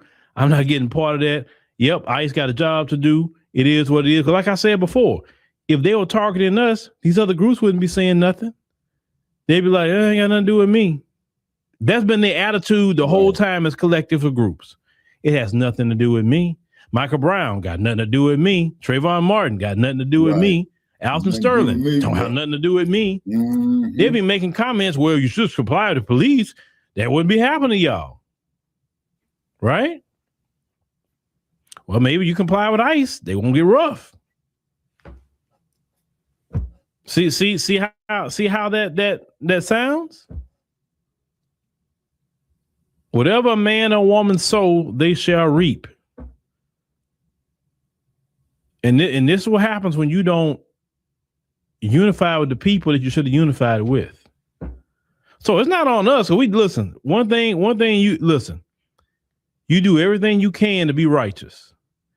And if people don't want to accept your help, and people want to go side with those who are unrighteous and full of sin, if that's the life they chose, then all you can say is this: I've done what's right, Lord. My conscience is clean. See, our conscience is clean as Black Americans. All this stuff we've seen, we don't feel bad. We don't have nothing on our conscience about it. You know why? Because we tried to prevent that. We did everything we could to prevent it. And all those people shunned us. And now they're going to see, because it's just getting started. Oh, it's just getting started. They're really going to see. And the folks themselves is going to see too, because they're going to suffer. It's just not one group. The folks going to really suffer in this administration. You will see.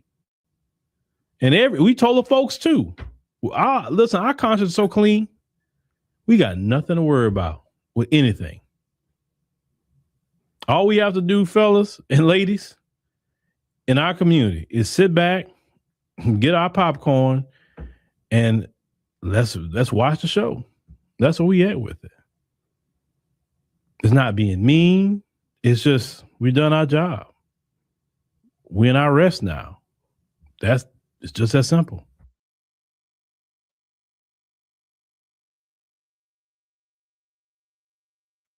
Well, Uncle Phil, yeah, you definitely got a point on that there, sir. Yeah, so what are y'all thoughts on what Uncle Phil just laid out for us?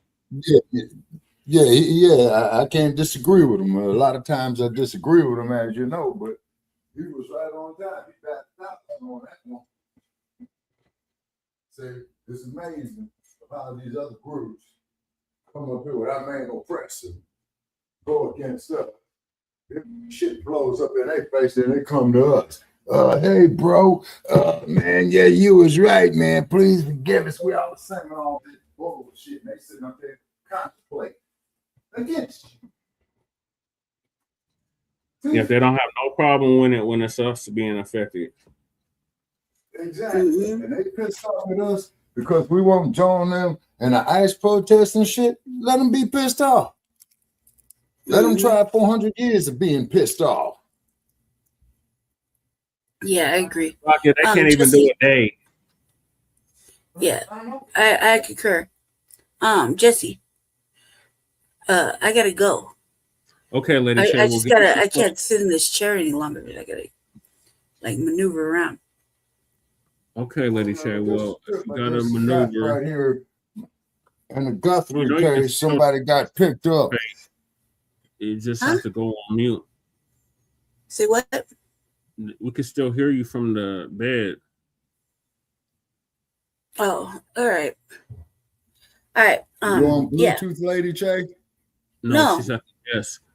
I'm sitting at the desk. Oh, And my hips so split you on out. a desktop computer as opposed to a laptop, right? What the? Yeah, I'm not This is the desktop. Bad Bunny show. Oh, Yeah. okay. Yeah. I'm on Yeah, talking you to can do a Mike. lot with a desktop. Hell, you Yeah, can do no, 10 I'm at a times desktop. more than a laptop. Mm-hmm. Right. Yeah, okay. All right then. I'll see. All right then. Shit. All right. All right. Yeah, just take the mouse with you, and then you can do it from the bed. All right then. Carry Or on. with a Bluetooth, because I lay in the bed all the time with the Bluetooth on. Yeah, she don't have a Bluetooth What? like I do yet. Oh, okay. Because I'm on the Bluetooth now. How do I sound? You sound loud and clear, Shabaka. All right, so Okay. this All is right, not now, our fight. This with ain't a got bunny nothing to do rabbit. with our black asses. And yeah, we're just gonna continue to emphasize that for the next 4 years. Mm-hmm. You're not getting no sympathy from us.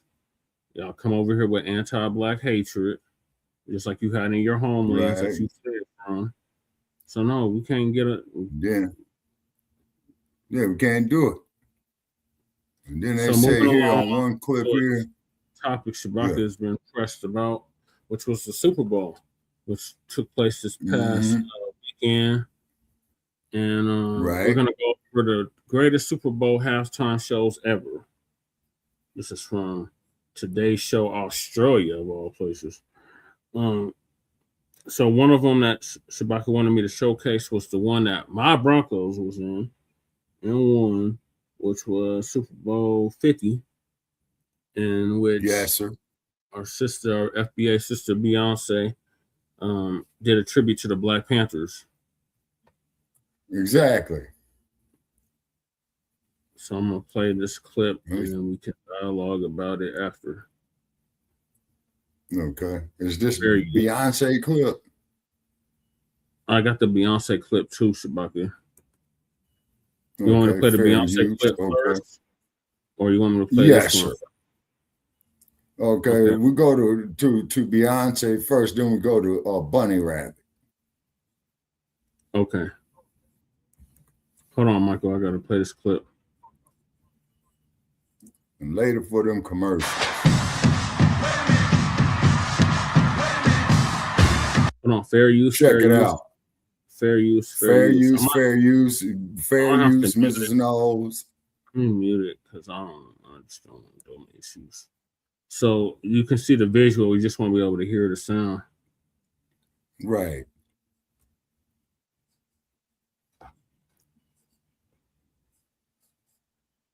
So There that's she is. her and her entourage and the black crew. leather pieces. Mhm. And the black berets. Mm-hmm. And the power sign. Yep.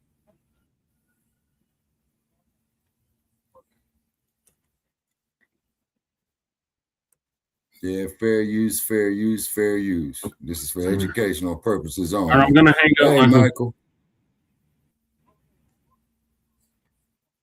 Okay. Okay, thank you, Michael. I'll check it out. Damn. Oh, shit. Yeah, she was fucking it up. Yeah, Bunny Rabbit ain't got nothing on that. Nope, not at all. And then let's look at all the heat that she got for doing this. Mm-hmm. Well, it must have took them 3 months to rehearse those moves. Yep. And got the X up there for 50. Mm-hmm. But that could be interpreted another way too, if you know what I mean. Yep, Malcolm X. There go Bruno Mars. Yeah. Yeah.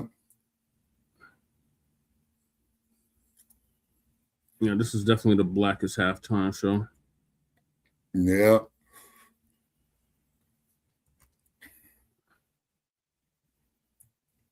Well, they got to be in shape for that. Mm-hmm. Then the choreography for it too. Yeah.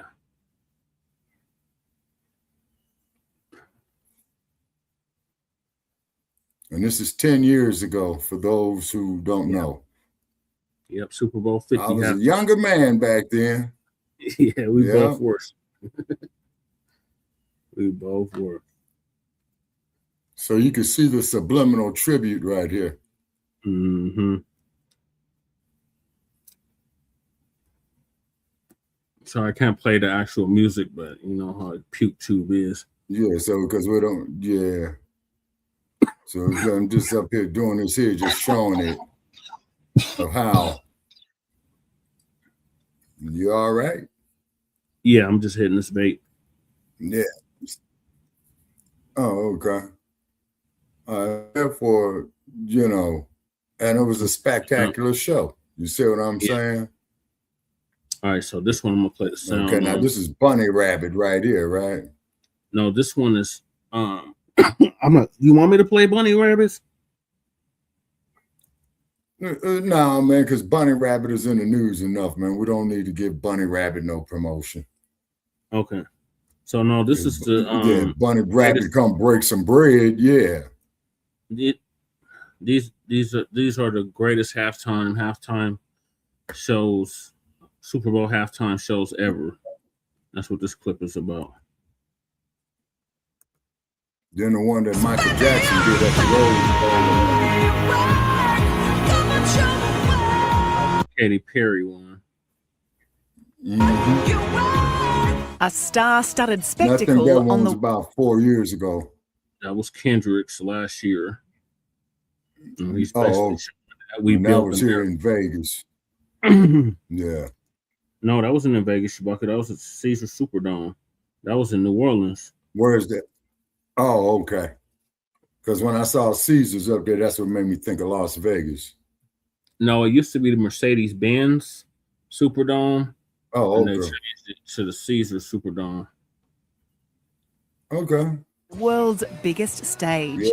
The halftime show has delivered some of the most watched and talked about musical moments in history. Yeah, I'm all right. I'm just But for the past 2 years, one power couple has stolen the spotlight. Taylor Swift and Travis Kelce made headlines with a passionate on-field kiss after the Chiefs tied. I don't have to see no more of them. It's just a queef that ain't going nowhere for a long time. Yeah, And that was took here in home Las his Vegas. third Super Bowl ring in 2024.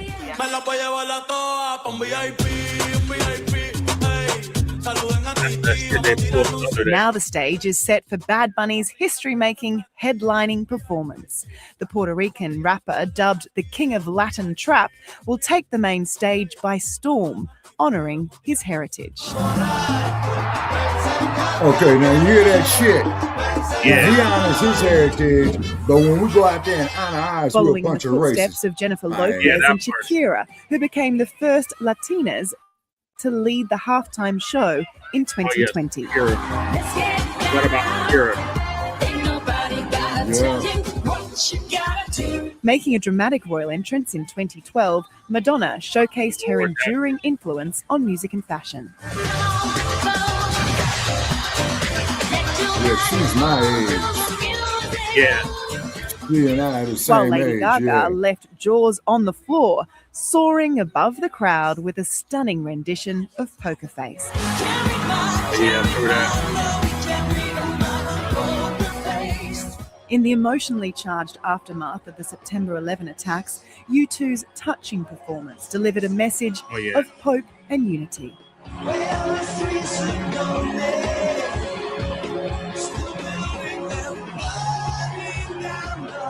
Queen Bee is no stranger to the Super Bowl stage. Oh, yeah, that's her second one. First surprising fans with a Destiny's Child reunion in 2013. That was the first one. Oh yeah, to me that was her best record right there. Then put a returning with ring on it. Coldplay and Bruno Mars for a memorable mashup. Yeah, the white dudes fucked that up. They didn't need him. While Yeah, but R&B Bruno had Mars, its he moment did in put on a hell of a 2022. show. Yeah, Mary J did too. Mary J. Blige, Eminem, Snoop, and 50 Cent joining one. Dr. Dre for a mind-blowing medley.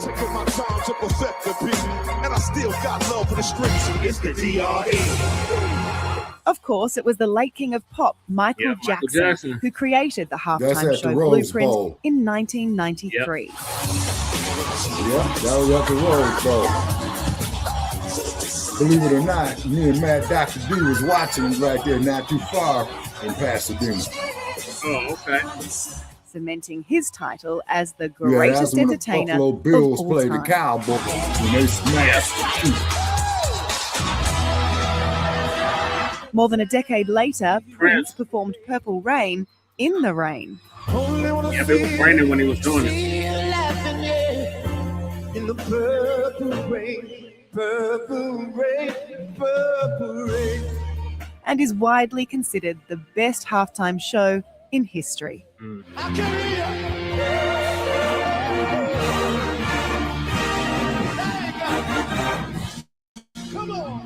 As far as the most memorable moment goes, Oh yeah, Janet Jackson. Janet Jackson Oh, and Justin yeah. Timberlake take the cake for all the wrong reasons. Now, why did he do that to her, disrespected her like that? I don't think he was You know, expecting in it. some jurisdictions, that's a sexual assault. Yeah. Yeah, I don't know why he did that. They kept saying it was a wardrobe malfunction. Mike Larry. But fuck Justin Timberlake. I never liked him anyway. Yeah. All right, so Shabaka, what are your thoughts on the greatest Super Bowl halftime shows? I would have to give it to Beyonce, followed by Michael Jackson. And the then reason Prince. why I'm saying, and then Prince. And the reason why I'm saying Beyonce is because the coordination that they had in the choreography, man, was a masterpiece. Yeah, it was. And it was paying homage to the original Black Panther Party for self-defense. Exactly. 50th Super Bowl, 50th anniversary, 50 miles away from Oakland. I don't understand why the fucking Panthers lost because the quarterback name was Newton with number 1. Because we had to send Peyton Manning off for the ring, Shabaka. Yeah, his only ring. Yeah. Yeah. He couldn't retire ringless, Shabaka. Well, I give Peyton Manning his respect. He was significant in the NFL. Right. Him and his brother, you know? Yeah, Eli. Yeah. Lady Che, are you still with us? Okay. Yeah, Yeah, as Michael's asking how you doing. As far as the Super Bowl thing is, I'm not really like into football, but I let's say I'm not into football. I liked the Janet Jackson performance, and she was wearing a pasty, wasn't she? I mean, that shit was like a terrible. Yeah, that was in 93. Yeah, her and her brother were on the same show. That was in 93. Yeah. So I thought that was good. Aside from like the controversy of it all, I mean, they practice these wardrobes like endlessly before they even come on. So shocking, all right. I thought that was kind of like whatever. As of recently, I would have to say I like the Kendrick Lamar one because we were fine following him. Oh, I'm hanging in there, Michael. Thank you for asking. I like some of the Beyonce stuff is tight, but I obviously liked when Snoop was crip walking at the crip walking always going on at these full events. What else? From the LBC. I really don't watch it. I catch clips or whatever. So I like I didn't I sure as hell did not watch. Okay, Shabaka, did you play any sports in high school, military, or college? If so, what position did you play? No, sir, I didn't. No, sir, I didn't. I was taking up another art at that time, shortly after I left college. And I'm not going to say which art, but connect the dots. Yeah. You know? And then I injured my hand real bad, and Sifu said, it's all over. You know, concentrate on your hand. Yeah. Dang. Yeah. But the thing is, though, is that these Super Bowls, they do these Super Bowl halftime shows, they put a lot of money off into it, and they get top of the line sponsors. Is because what has happened since Beyonce is that the Super Bowl halftime show itself is a venue all by itself. Okay, Kendrick Lamar was real and honest about the FBA standing on business when he said they are not like us. He was right. Yep. The only thing I didn't dig about the Super Bowl that Kendrick Lamar did is that you had, oh Lord, you had what's his name, Samuel L. Jackson. Yeah, coming out there with that Apollo Creed shit, man. No. Well, who else we gonna get the check from, Shabaka? Yeah, well, I'm just saying is that Samuel L. Jackson didn't have to do it like that. He could have got the same message across. But, good Lord, that reminds me of Apollo Creed, which was pure fantasy, although I dug all the Rocky movies. Yeah. And he patternized himself after Ali, and you ain't never seen Ali come out there with no Uncle Sambo shit like that. Yeah, but somebody had to play Uncle Sam to represent the government and look like what's owed and whatnot. I mean, that was a whole play on words right there. You know, I didn't watch the shit, and I saw the clips, but I just put it this way: I didn't even know who Oprah was until they said he was going to play the Super Bowl, and I was just like, why? Like, you know what I mean? But I had the same thought process as most people. They said they couldn't understand it. I would have liked to see Ricky Martin. Yeah, I would have liked to see him a little bit.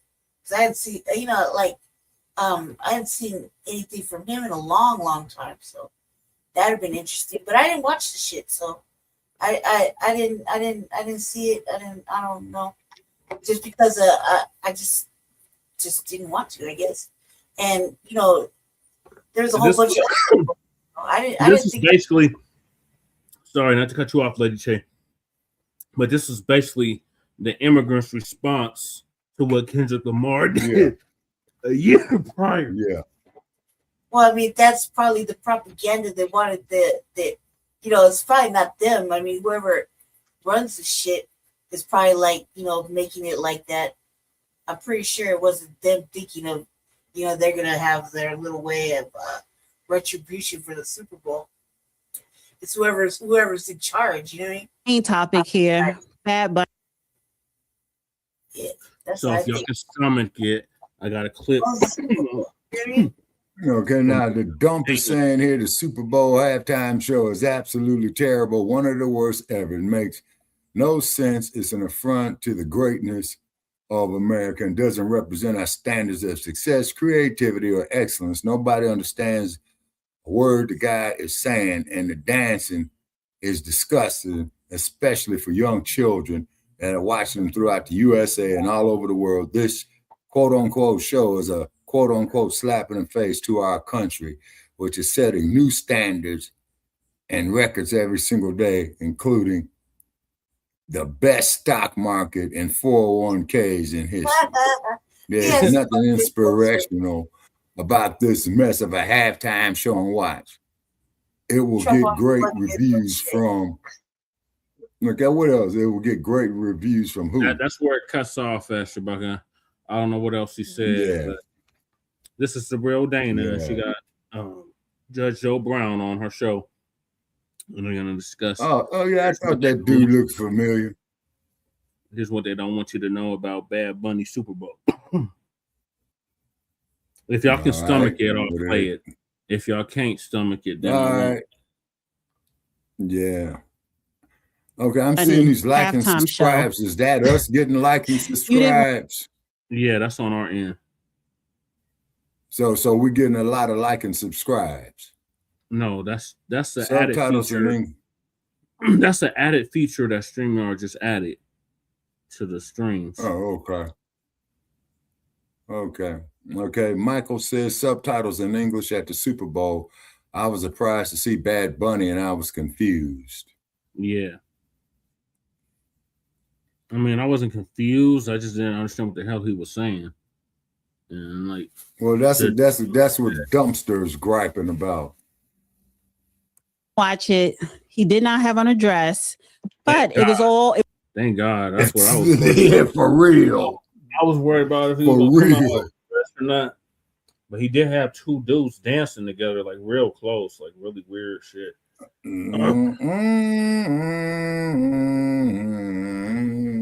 Well, it was all in Spanish. It was all about Latino culture, Hispanic culture.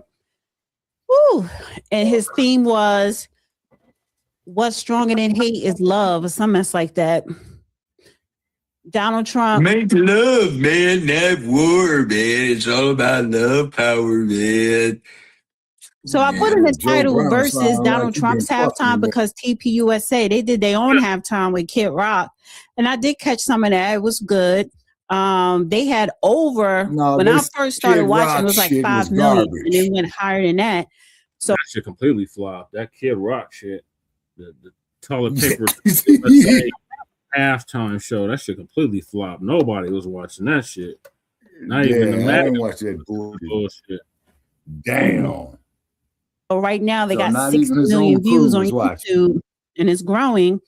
So, but Donald Trump posted this about Bad Bunny halftime. Subtitles in English he so says, that the fans could the Super Bowl understand halftime show was absolutely terrible. One of the worst ever. Michael. It makes no sense.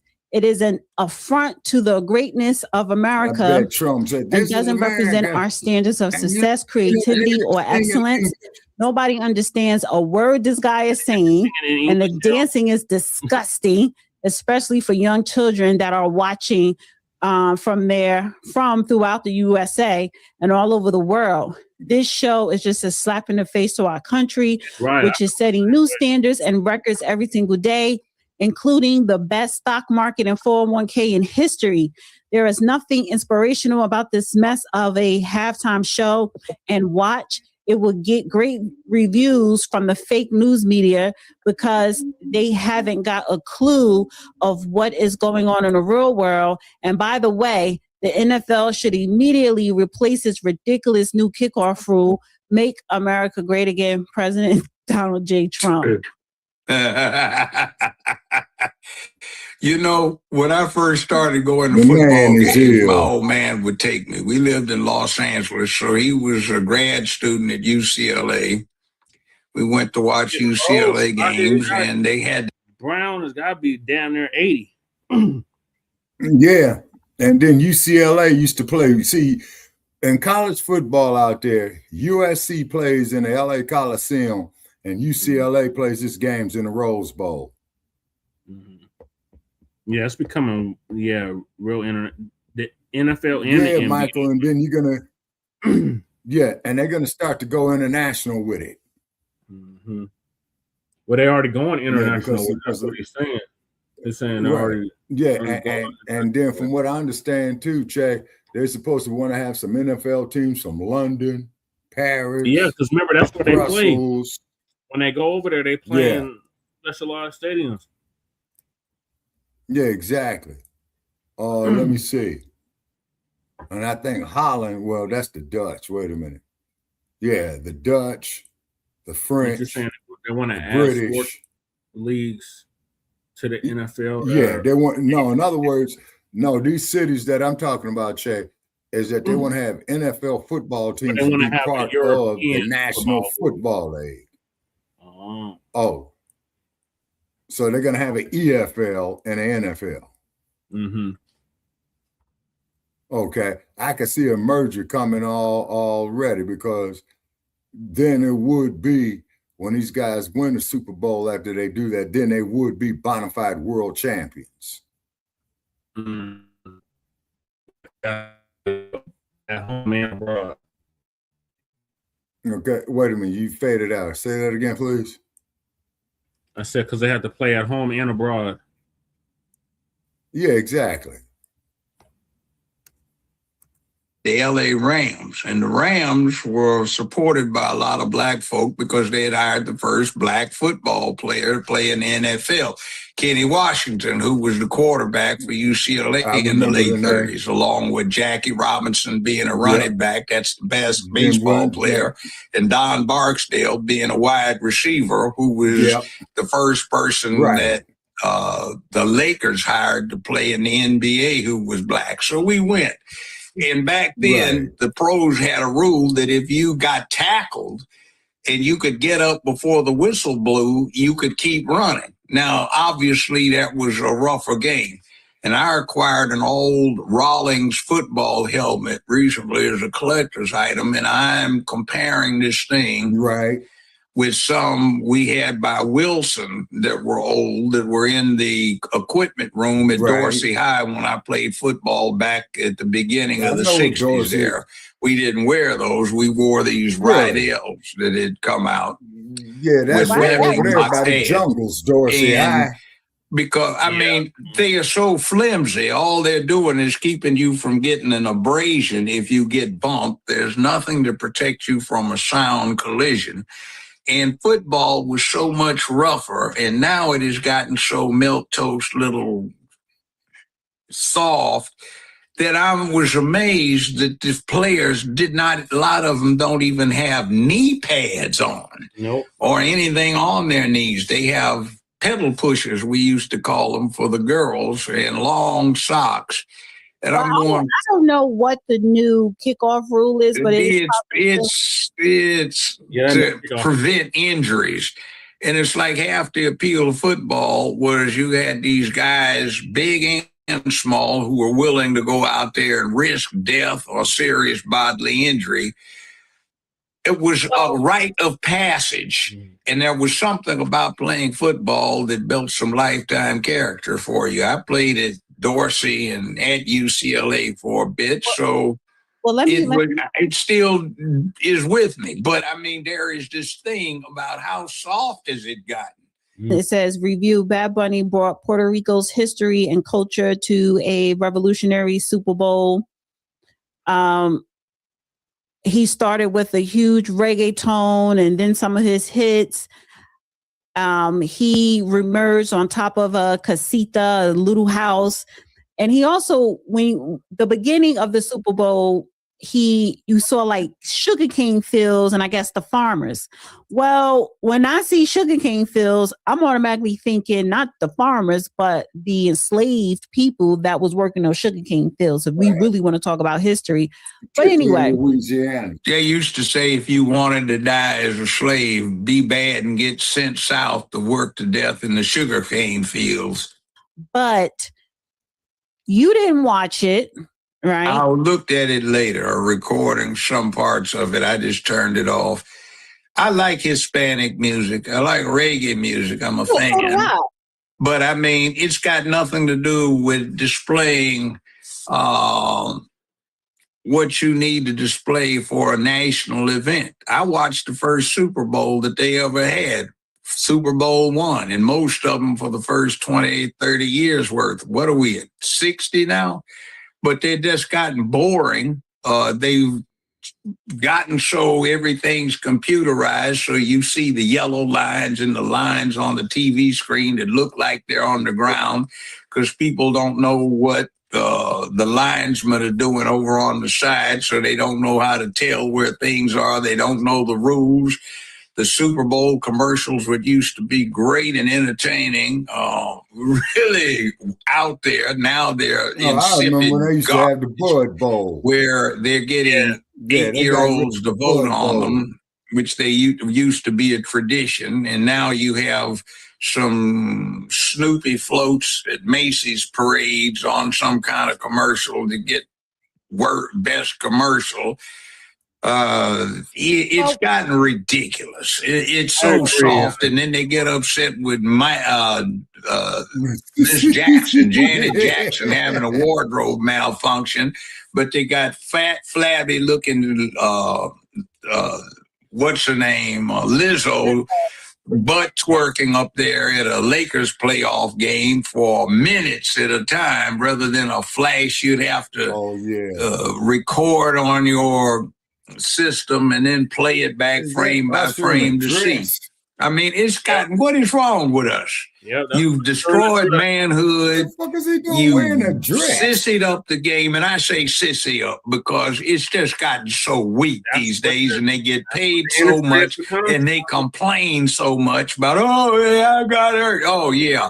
Coaches used to say, walk it off, son, get back in the game. But they don't now. So, I mean, why look at it? Okay, fine, but we're focused not on the football game. I know. Well, let me say something about that. I was in Miami airport, and I had to go to 3 different terminals to find somebody that could speak English. Now, I no habla español muy bien, que comprende mucho. I mean, I have nothing against the Spanish language, but it is not the language of the country. Right. I have nothing against Oktober Deutschland. Sprachen Sie Deutsch? No, but it is not the name of the language that we use for this country. Ne parle français bien. I speak a little French, but it's not the national language like it is up in Canada. Same with Italian. A whole lot of stuff. So why are they doing this? And I have to ferret out the garbage and say there is a plot. And it's got to do with trying to keep control of this country in terms of illegal immigrants, in terms of compromising national security, in terms of California, New York, New Jersey, etc., are going to lose at least 6 congressmen by 2030, which will cause their iron grip on this weird rainbow cult pushing that they're doing to dissipate to an extent. And I'm saying there's a plan here, and I don't want to be part of it because I don't like it. Get your freak on in your damn bedroom, but the rest of this stuff, you know, it's like anything else. We forbid people teaching Christianity, Judaism, Islam, Buddhism, Hinduism, Confucianism, etc. in our schools and public places, but they get to teach rainbow. So here's the thing. There was nothing rainbowish about the halftime, and that's what people thought that he was going to do because he has been seen before, pictured wearing women clothes, dresses, and stuff like that on red carpets. But it was very Latino and Hispanic heritage and family. It was a wedding that took place, yada, yada, yada, right? I don't have a problem with the dancing. I don't have a problem that it wasn't in English. We've had other performers during halftime that sang in Spanish as well. It's just that it wasn't creative enough. I'm sorry. And if you are going to sing in Spanish, you know, make it be creative to where even though you can't speak Spanish, like you said, you still enjoy it because you could feel what they're actually talking about. You could feel it. I didn't really feel it. Right. And I think that Chris Brown would have been a better choice, and I hope they pick him next year. Also, I wanted to highlight this because you brought up the immigration, right? Because it is political, because I'm saying fake rage is our keyword slogan today, because everyone was in a hoopla, Bad Bunny. The Grammy speech when he was talking about we're not savages and anti-ICE, and your whole halftime performance is about Puerto Rico, even though it is part of the United States and including America with all the other South American countries. He was shouting them all out. We're different. But after the halftime, the anti-ICE commercial here came on. I mean, not anti-ICE, the ICE immigration commercial came on. Nice. Because he keeps talking about love, love, love, love, love. We all need to come together and love one another. That's all well and good. We still I believe in borders. We still have a border. And ICE went back to work 6 a.m. Monday morning. That has nothing to do with the illegals that are here. So all the reggaeton singing, ass shaking, speaking in Spanish, singing in Spanish, that has nothing to do with the fact that if you are illegal, you need to be deported. Right. If I might offer for the big picture, the Super Bowl halftime entertainment at one point got very interesting and adult oriented. It was interesting, like I said, office linebacker, the Budweiser frogs. Yeah. They were fascinating, very creative, very entertaining. Yeah. The commercials were better than some mainstream productions I'd seen. All right, now you don't have Budweiser frogs. You got that freak-looking boy in a blue sports bra and blue panties in a bubble bath advertising Budweiser and some other things, but you can't get away from the fact that dude was in a dress and you associate that in your mind. But let's say they had that boy in the blue bra and panty set trying to advertise something that was associated with masculinity or family values, it just wouldn't work. That's like what Subway did as a franchise when they brought that guy on with the glasses. Yeah. He was in pretty good shape where he lost all that, several hundred pounds worth of weight eating Subway sandwiches. And then we find out later he's in penitentiary now for child molestation. So you see, you bring somebody with a bad background, you try to make them into something wholesome, it doesn't work. And then you find out what is going on. Well, see, there have been too many opportunities for us to discover what's been going on. I mean, belatedly, people are all worked up about the Epstein stuff, which right now is just minor potatoes in a big basket of French fries that have to do with more important things to the country's well-being, and it's a distraction. So they're taking somebody that's got a reputation for being in a dress, and they want to take something that is a respectable part of the American culture and make it the whole thing. And they want to make the whole game, which used to be the girls wanted to look at the guys, you know, and they had a song from back in the late 30s, if you want to be get along with the beautiful girls, you got to be a football hero, you know. And the military looked for football players, and everybody kind of looked up to them as the big masculine guys on campus, and that's what the Super Bowl was about. The girls got to watch it like guys used to watch beauty contests, which they don't have anymore. Well, let me bring this up because it's just like, what's happening here? Well, here's the thing, too. So they were asking the football players, the guys that were playing in the Super Bowl who were a part of Seattle and the Patriots, about the halftime, and majority of them never heard of Bad Bunny. So I want to play a couple of clips here. Well, we ain't trying to promote Bad Bunny. Shit, Bad Bunny drops bread on us, yeah. To hell with Bad Bunny. What's your favorite Bad Bunny song? I already got one. Sorry about that. I don't know who that is. I never heard of Bad Bunny. I don't know who that is. I heard performing at halftime. Yeah, I don't know who that is. I don't know no Bad Bunny song. Do you think they made a mistake? I believe so. I ain't never heard of bro till now. I don't have one. I don't listen to him. I don't know any song. I don't know his Oh, what the heck's it called? I blanked out the name. I don't think I have one. I don't know Bad Bunny song. That's a tough one. I don't have one. I don't really listen to that, but I can't lie. I really do not know any. I haven't listened to any songs. I don't know any, to keep it G. I just tuned into Bad Bunny this morning because is it DTMF? DTM2. Like your second favorite. I don't think I like Titini Pregunto, Seda, and Moscow Mule. What is it, Monaco? The one with Cardi B. I can't remember the name. I don't really listen to Bad Bunny. It's the one that goes, boy. You see what they're doing here? Oh, I know them. That's because. You see what they're doing?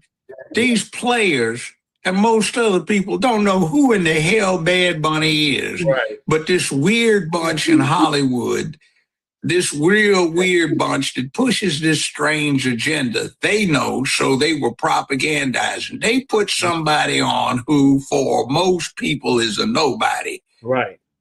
And they pushed him like he was somebody. And it was to push this agenda. Yep. That's what I'm talking, precisely what I'm talking about. Now, he might be a fine guy, but you don't come across that way with me when you flounce around in a dress and you start playing that other rainbow cult nonsense. You see, I'm bad-mouthing the rules of football, but these young guys can't help it, and I'm sure they're dedicated to the sport, but they're missing something. It's the opportunity to really put it on the line and face danger. And if you go through an era, an eon, where you face real live danger and you come out and you survive in one piece or basically in one piece, you are one hell of a guy for the rest of your life because you have had a, get this, rite of passage. Yeah. In other words, it was very dangerous. You put yourself in it and you survived it. That's part of the greatness of people coming back as veterans. Maybe they'd come back mutilated or in a box, or maybe they weren't found. But if you survived, you had been thoroughly tested. So we are depriving the boys of the opportunity to be really vigorously, dangerously tested. And spending a night out in the woods is not a rite of passage. That's BS, because you didn't put it on the line where you might get seriously hurt or killed doing it. They're in cane fields. Why in hell would the descendants of anybody who was doomed, condemned to working in cane fields celebrate it by having a festive event centered on it as a backdrop? That is absolutely stupid. And that's some crazy crap some fool in Hollywood came up with. We're going to celebrate this exciting history where the Negroes on the Puerto Rican islands that were held by Spain, they worked out here in the cane fields. Oh God, can you just see the impact? Yeah. Because there were no Negroes in his halftime. You could probably count it on one hand. Oh, they're Negroes in Puerto Rico. They brought a lot of them in. Listen. The colorism in the Latin community, in the Latin countries and Hispanic islands, the colorism is very deep there. So I'm talking about this halftime. He didn't have a lot of dark skin or Afro-Latina looking people in his halftime. So when you think they have them in Puerto Rico, but you're right, they didn't display any. Yeah, he didn't display a lot because he's light-skinned himself. But the fact is that you're calling them Negro, they don't consider themselves Negro. No, they don't. Wait a minute. They never did. One of the most interesting black comedians, a woman, personal friend of mine, very good personal friend of mine. She is paper bag brown and gorgeous. She's one of a group of 14 siblings. They all have the same mom and dad. And they range, if you saw the group of them, from white, blonde-haired, blue-eyed to so dark they look like they just got off the boat. And they all have the same mom and dad because that's the gene pool in Puerto Rico. Puerto Rico was one of Columbus's first stops. The Spanish Empire ran Puerto Rico, and that's how we got the term Negroes. They were bringing in Negroes from Africa, they called them that, as slaves, because they found the Indians that were indigenous to the area refused to do slave labor. They'd starve and die. So what went on is we have this bit where Puerto Rico was a center of the Spanish slave trade when it came to the Caribbean. It was. And we acquired That's why they called Puerto it the Rico rich by port, Judge. and force of arms from the Spanish Empire in the Spanish-American War in 1898. Right. A lot of them came to America. They lived in Harlem. You've heard there is a rose in Spanish Harlem. That's what that's got to do with. A beautiful Puerto Rican woman lived in Spanish Harlem. During World War I, the Harlem Hellfighters, which was the biggest division in the U.S. Army, 18,000 men, was composed equally of Caribbean blacks, mostly from Puerto Rico, and black folk previously from the American South. They got sent to fight with the French by General John J. Blackjack Pershing, who got that nickname Blackjack because that's why he commanded black troops and was friendly to them. He said, I don't want these black troops to be under Southern bigots, so I'm sending them to be a sop to the political diplomatic scene, but they'll work under French officers who will be able to relate to them more thoroughly. Now, that kind of thing is, there is a compadre thing between Puerto Ricans and North American continental black folk. But to come up and sit there and do what he did is a disservice to everybody, because as you see, you don't see any dark-skinned folk. You go to this district, the administrative district, and they've got St. Thomas is there. The American Virgin Islands are there. They operate under the administrative district of Puerto Rico.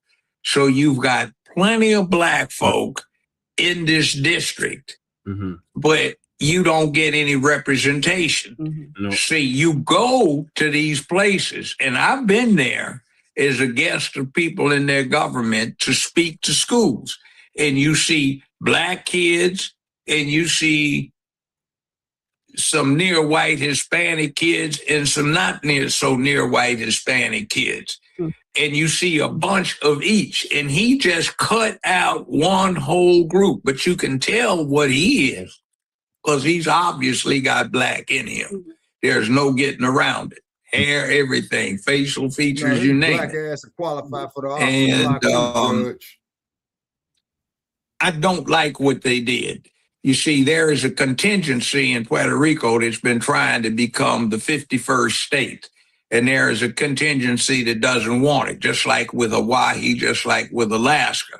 And this is a political statement where it cuts out a huge swath of the Puerto Rican population, doesn't deal with them. It deals with this detailing of the cane fields. And interestingly enough, historically, the ones that look like what you're seeing, they didn't work in the cane fields. They were the overseers, or they were the owners. They were the Spaniards, or what passed for Spaniards. And the Negroes that they're not showing were the ones that were out there slaving in the cotton fields. And like they used to have a saying in America, "Oh, you big bad mouths are gonna sell you south to die in them cane fields." They didn't have cotton. See, so they didn't have cotton. it is a negative thing for every. No, that's not what he's saying, Shabaka. He's saying if you were a disobedient slave in the South, meaning the Southern United States, they would send you down to Puerto Rico to work in them cane fields. Yeah, because harvesting sugar cane is a hell of a lot harder than doing that cotton. And then out of them sugar cane fields, now out of them sugar cane fields, I'm gonna show you, give you a few names that came out the sugar cane fields. You Hold ready? on, Shabaka, we haven't finished the video. Okay. Everybody that actually had some slave ancestry, a horribly negative thing. It's like Jews, for example, celebrating Auschwitz. It would make no sense, unless somebody was saying, we want to, just discredit the Holocaust, so we're going to put this in there. So like Jews rejoice on the good times they all had brought together in the ghettos and in the concentration camps. which is BS. That's what they're doing with this. And if you don't know what you're looking at, you go, oh my God, that was so sensitive and inclusive. Oh my God. Right.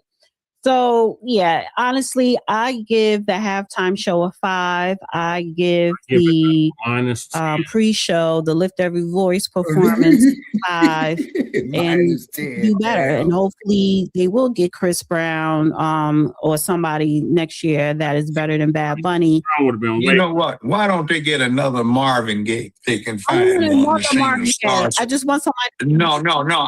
Look. Why don't they get another Marvin Gaye or somebody who can do something creative with the Star Spangled Banner to show our slant on it?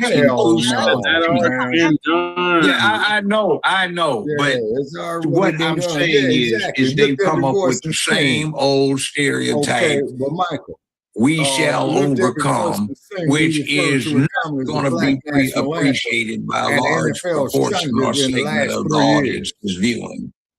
In other words, the song itself says, oh, pathetic Negroes, they've suffered so much. Did he see Super Bowl 59? That was already done. Like, what the fuck? God. Oh, lift every One day somebody will come in and bless them after. And white folks didn't stand for it and got mad at black folks who didn't stand for the national anthem. Yeah, that's already happened. Yeah, that would have been in that goddamn stadium, and them crackers came to me with that shit, man. There's gonna be some ping pow. You know what I'm saying? Yeah. They've suffered enough. Hell, get up off your ass and do something to satisfy your own circumstances. That's like Marseillaise, the French national anthem. That's like the one that the Germans have. It's get up, move, and save yourself. Egalitarian, fraternity, equality, inequality.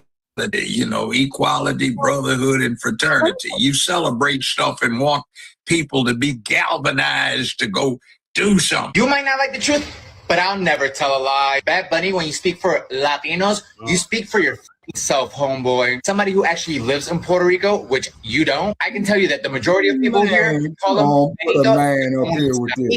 communists. So when it comes to Bad Bunny, two things can be true at the same time. You could be an amazing musician and make great music, but you can also have garbage ass political views. And what's happening with the Super Bowl is nothing but a political stunt. In Puerto Rico, Bad Bunny is part of the political party that wants independence for Puerto Rico. He has extreme leftist views. Think AOC with auto-tune. And I want to say that as a gay man, please stop pandering to the gay community. Very inauthentic. And you being a role model for boys pushing hyper-feminization is something I don't.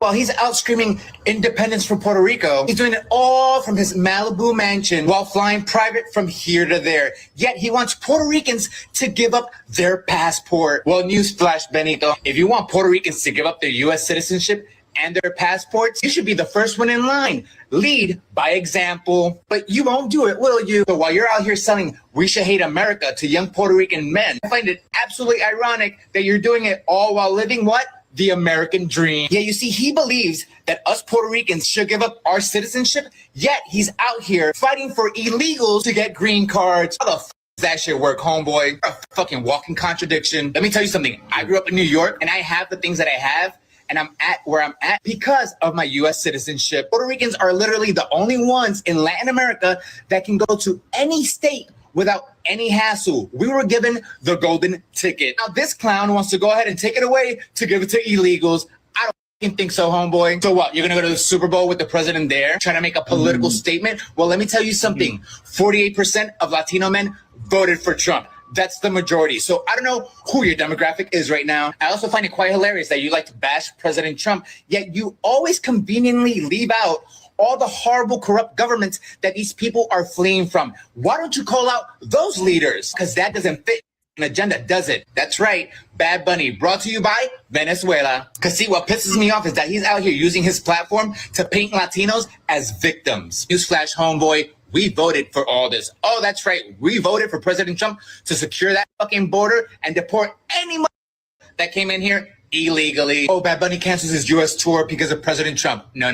This is not against President Trump. This is against your very own fans. Let's call out the hypocrisy, homeboy. Your millions come from American banks. You get paid in American dollars. Your Nike and Adidas deal? Oh, American companies. Your luxury lifestyle, all built on the capitalism that you pretend to hate so much. And your money being stored in American banks. You're out here wanting to play revolutionary while at the same time collecting capitalist checks. Don't be a hypocrite. And don't ignore the Puerto Ricans who have built a life in the United States. Not to mention all the Puerto Ricans serving in our military. So you can continue to cancel concerts over President Trump, but President Trump isn't the problem. No, it's your hypocrisy that's problem. As a great artist can be an absolutely terrible political influence. Both can be true at the very same time. You can't gaslight me, homeboy. But now I want to hear from you guys. Do you think it's hypocritical of Bad Bunny to perform in the United States while he actively demonizes the United States? Let me know in the comments below. I'd be having my lawyers on your ass for defamation of character within the next 2 hours. You was just saying too many F words for me. Now, yeah, but love it. See, by the way, he can get away with saying the F words. What do you think they'd do to us on YouTube? That's why I'm saying, if like, we did? yeah. Yeah. But he's on YouTube. The whole thing's filled He's with. on TikTok, and so but it's just posted on. Well, he just said that, but Michael, you got anyhow, a TikTok channel. Look here. Yes. Let's see if we can get him on the show. I like him. See, I ain't got nothing against gay folk. It's that politics that some of them have. That rainbow bullshit, where it's a cult, a theology of Bad Bunny bullshit. So anyway, I love that. Yeah, because he's reminding. No, you don't have TikTok. I don't blame you. I have a TikTok channel, man. I spend most of my time arguing with a bunch of stupid, ignorant ass motherfuckers, man. And I ain't got time this is for that why I am bullshit. against celebrities. I haven't had one argument since I've been on TikTok. I just got back on Jay, it. that's all what the fuck I was doing on TikTok was arguing with a bunch of motherfuckers. And they said, yeah, Shabaka, we heard of you, man. You bad news. And I'm like, man, fuck you. You know, as long as you spell the name right. Yeah, no, I haven't had no arguments yet. I got back on TikTok with the end of last year. No arguments yet. Sir. You're going to have to walk me through if I'm going to try that bullshit again, but I got to get another phone. Yeah. Because this peanut whistle I got, man. Yeah, this TikTok peanut whistle I got, man, is garbage. Yeah. Because you got to download the app. Then they want to, then some of that shit, they want to see your ID if you're going to monetize. Man, you crazy as hell. I ain't showing my ID on none of this bullshit. Participating in politics or voicing their opinion in politics. Like, come on. It's not their opinion. They get told what to say and when to say it. Exactly. That's one of the reasons I Puppet retired string. after 15 years. It was, excuse the language, fuck you, Hollywood. I'm not going to get up and help you publicize that rainbow bullshit. Right. You kiss my ass. My Then I man. said, no, they probably My like man. it. But anyway, my man. I quit. Oh, we need So, you see, that's what they're doing. These guys love the money. They're young enough not to have done other stuff in their lives except their entertainment. So that becomes something they're too thoroughly addicted to because they don't have any other way of making it other than entertaining. So I think he make appearances like that, Shabaki. He just show up on Dana's show. Okay, I got an email address she's putting up there. I'm going to email her. They get told what to do, what to say, when to say it, where to say it. And they push it because it promotes the agenda of those weirdos out in Hollywood. Right. Been saying. Yeah, you ain't lying about that, Judge. You got some weird motherfuckers out there. He ain't lying. Okay, so I have two more topics, but I'm not going to be able to get to them because I need to continue Frontline Black News from last night.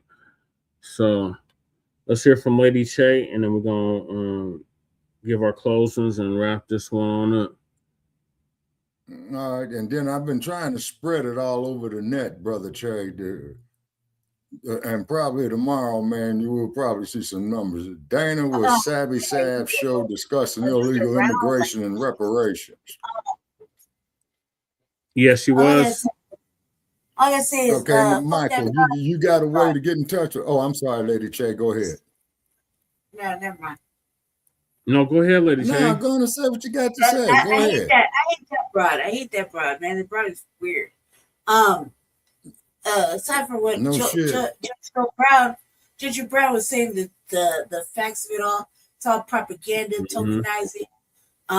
You know, it's obviously some sort of distraction or message, you know, to do whatever. There's some of the subliminals, you know, he broke it down with the cane and whatnot, and you know, aside from that, you know, it's just tokenizing. It's whatever. You know, they showed an ICE video, ICE commercial afterwards. I mean, yeah, they got they did. But it's all about whoever you know, does the Super Bowl, whoever's in charge of that. You know, they know what they're doing. They're obviously incentivized to create that kind of bullshit. Yeah, that nonsense that is gonna cause people to talk about it. I mean, look, we're talking about it. I mean, not really, but yeah, we are. But you know, I think that even if he wasn't in a dress or not, nobody, like, of course, FBA is not really gonna be hip to his music all that much. You know, he's not it's not like, you know, somebody like that we would listen to on a regular basis. Not because we're being, you know, prejudicial or anything. It's just that it doesn't come across as music that we'd be interested in, or the optics of it all. You know what I mean? Like, I'm not interested in watching a grown ass dude with a mustache in a motherfucking dress. You know what I mean? Right. But I can kind of dig what Brown was saying. You know, I heard about the Grammys and whatnot, or you know, the little awards or whatever, and I heard what he said, but it doesn't even matter if that other little TikToker said he lives here and he's doing all that. You know, like Puerto Rico is what, part of the United States via treaty or whatever. You know what I mean? So no, it's part of the U.S. territories, like the Virgin Islands and Guam. They're here. It's not like U.S. territory, Lady Che. Yeah, it's not like, you know, like they're like, you look at them like Tejanos or Chicanos, right? Like Hawaiians, dude. They're just here. So, you know, they're out of sight, out of mind. You know what I mean? 90% of it is like, we're not even really paying attention to them unless they feel like John Leguizamo and they had to say something. They gotta always put themselves in the mix of things, you know, like he does. For example, I'll give you an example as for him. He's always got to have an insight, like he's like Fat Joe, you know what I mean? Like, so aside from that, like, you know, it's one of those non-relevant type individuals. You saw the football players didn't know who the fuck he was. Just like most Americans, regardless of lineage or not.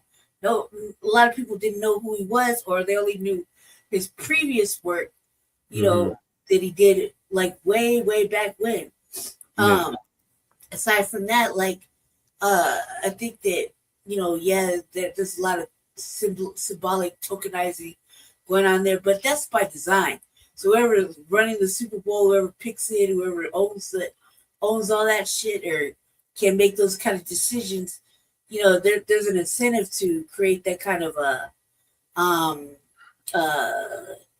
drama, especially with the way the Kendrick Lamar Super Bowl was received via the whites. You know what I mean? They acted just like how we're acting. They were behaving just how we were behaving with Kendrick Lamar. That's how we're behaving with old stupid Bad Bunny. You know what I mean? Like, just like how they were behaving. Like, we didn't understand it. We didn't get it. It was a waste of time. Just the same scenario. Just this time it's in a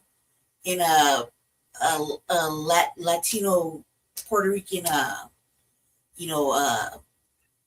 theme.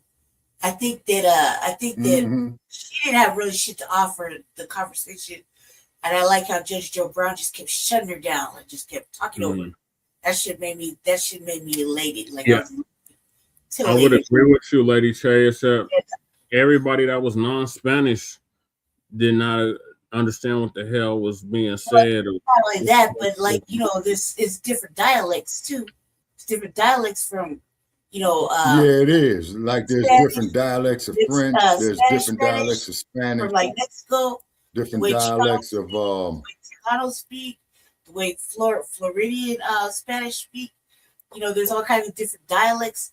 Different dialects from Venezuelans, to El Salvadorians, to Dominicans. You know, Puerto Ricans got their own little dialect, their little sauce or whatever it is. So, you know, unless you're like really interested in reggaeton, which, you know, contrary, you know, like, man, last time I listened to reggaeton, I think I was in Florida. God knows how long that's been. You know what I mean? Yeah. But it's not that I'm not opposed to it.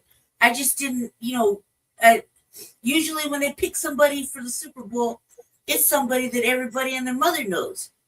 You know what I mean? Right. Like everybody knows Chris Brown, everybody knows 50 Cent, everybody knows Snoop, everybody knows Beyonce. People know Queen Latifah, everybody knows Michael Jackson, Janet Jackson, Prince. You know, Timberlake, fucking whoever, right? Everybody knows who those are because they've been listening to their music all year long. This is like, who all of a sudden, you know, who's this? And nobody's following Billboard like that because who's listening to the radio? We're up on listening to streaming, you know what I mean? On like different platforms. So, you know, this is kind of like, it's kind of like a radio's going the way of the dinosaurs at this point. Well, yeah, but even so, like, you know, especially like when you got to create your own little playlist, like for example, Spotify, Pandora.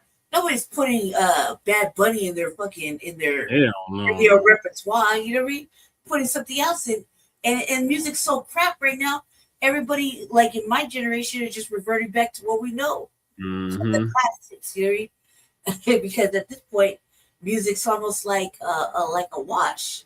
And that's not on our fault. That's the way they intended it to go, since it's not owned and really operated by Black folk. It's really operated by the whoever. You know, I don't want to say. And a lot of things changed in '96 when Bill Clinton introduced the Telecommunications Act. Right. About a lot of the radio. I feel like the Super Bowl, did it make it better? Who knows? I didn't watch the shit. I didn't watch any of it. I didn't see I didn't want to watch the Super Bowl. And not only that, but didn't watch go back to the whites in their Turning Point show. They had Kid Rock. Kid Rock is a motherfucking dinosaur. He's an old fucking racist dinosaur. Like, God, they couldn't find any other white people to entertain them. Like country, like alternative rock, even some olders. It's always gotta be. Is fucking Kid Rock the spokesman for, you know, music at Turning Point? I mean, I just want to ask the question. For MAGA, they should have like, had he's always doing the RNC or he's doing the fucking Turning Point. Like, you can't find no other artists. Like, they should have had Lori. What is his damn name? Lori Alexander. He's a MAGA. He's a black MAGA. Yeah. They should have had him. Lord have mercy. What I'm saying is, all the white alternative or white Christian rock or white country, you know, surely they could have had anybody else other than fucking old ass, fucking wrinkly, fucking dinosaur ass Kid Rock. I mean, goddamn, like, who's listening to him? Nobody listens to him. Might as well write that off. Like, I've seen him already now in like three venues, the RNC, fucking the like showing up for Trump during, you know, whatever, throwing tantrums. Jelly Roll. They should have had Jelly Roll perform. They could have had anybody up there. They could have had any kind of decent. They could have had Jen Lee up there. Any other the one. Remember what was the dude's name that the niggas for Trump? What was his name? That fool. That I know just who you talking about. That idiot. That dude's he was down there from Georgia. That dude's the heir to the car company. Fugiano. They could have had him perform. He's black, cuz. Well, the white boy. What is the Oh, white the boy's white name? one. Yeah, the white one. Yeah, the white one that kind of co-opted, stole his name and shit. Yeah, I forgot. How about John?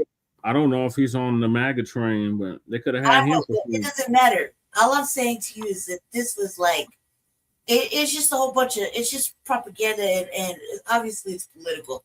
There's always political type of scenarios without anybody really knowing. They're trying to be subliminal about it. But this climate with what's happening, you know what I mean? They got to make a little statement beforehand during an award show, et cetera, et cetera, et cetera. Then they got to act out on the Super Bowl, and everybody's supposed to be like, oh. It's like how he said, you know, go out and stand in solidarity and get, you know, maced and all that extra shit. So I just felt like it wasn't worth it, and that's all. I hear nobody talking about this shit. Like, usually after the Super Bowl, there's a lot of chatter. I don't hear no chatter about this shit. I want to know what the chatter is on their end of the spectrum with the Latino people, how they really felt, because they could have felt like, you know. Well, if you're up to it, Lady Chain, if you can stomach another 30 minutes, I can actually play what they had to say. Yeah, because it's getting late, Jesse. Like, Jesus Christ. It's getting late. I know it's getting late, Lady Chain. So, like, all the way late. This would be the last video, y'all. Because Lady Che said she want to hear what they had to say. No, I didn't. I don't really give a fuck. Fuck them. I don't care. Everybody get it. Yeah, really. I just wanted to. I got a few people who want to come on. Have a conversation. I didn't really mean it. Jesus.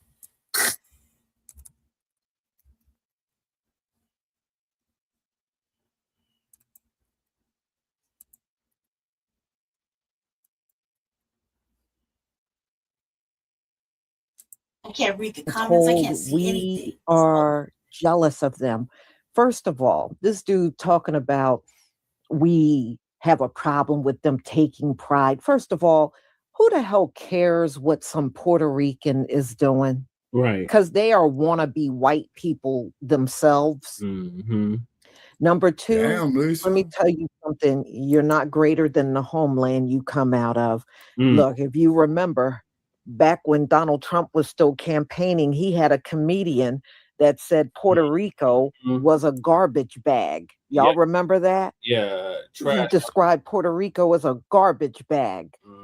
So at you right there just proves that y'all have not done anything to make that island better. You haven't done nothing. If you pull up pictures, y'all, you can still see homes with tin roofs, homes with blue tarps, because they have not had roof repairs from the last couple of hurricanes that rolled through there. All right. That dude and didn't Donald Trump go there and toss paper towels at y'all, and y'all scrambled around trying to catch what Donald Trump was doing? That was very insulting. He was shooting paper towel, and y'all just stood there and took that crap off of Donald Trump. Trust me, if you were a room, if he really thought you were white, he would never have done that to you. Okay? He did that because he sees you as beneath him. I mean, that dude, instead of shaking your hand and giving you the paper towel, that would have been the right thing to do. He decided he didn't want contact with you, so he tossed those paper towels around. Really, because like put that in alignment. Now here we are. You but I'm are not saying citizens because of a law. I don't know what to say. That was passed. I don't really. Puerto Rico is a U.S. territory, and they had to pass a law to make Puerto Ricans citizens. So they are not constitutional citizens like we are. They're not. So laws can be rescinded.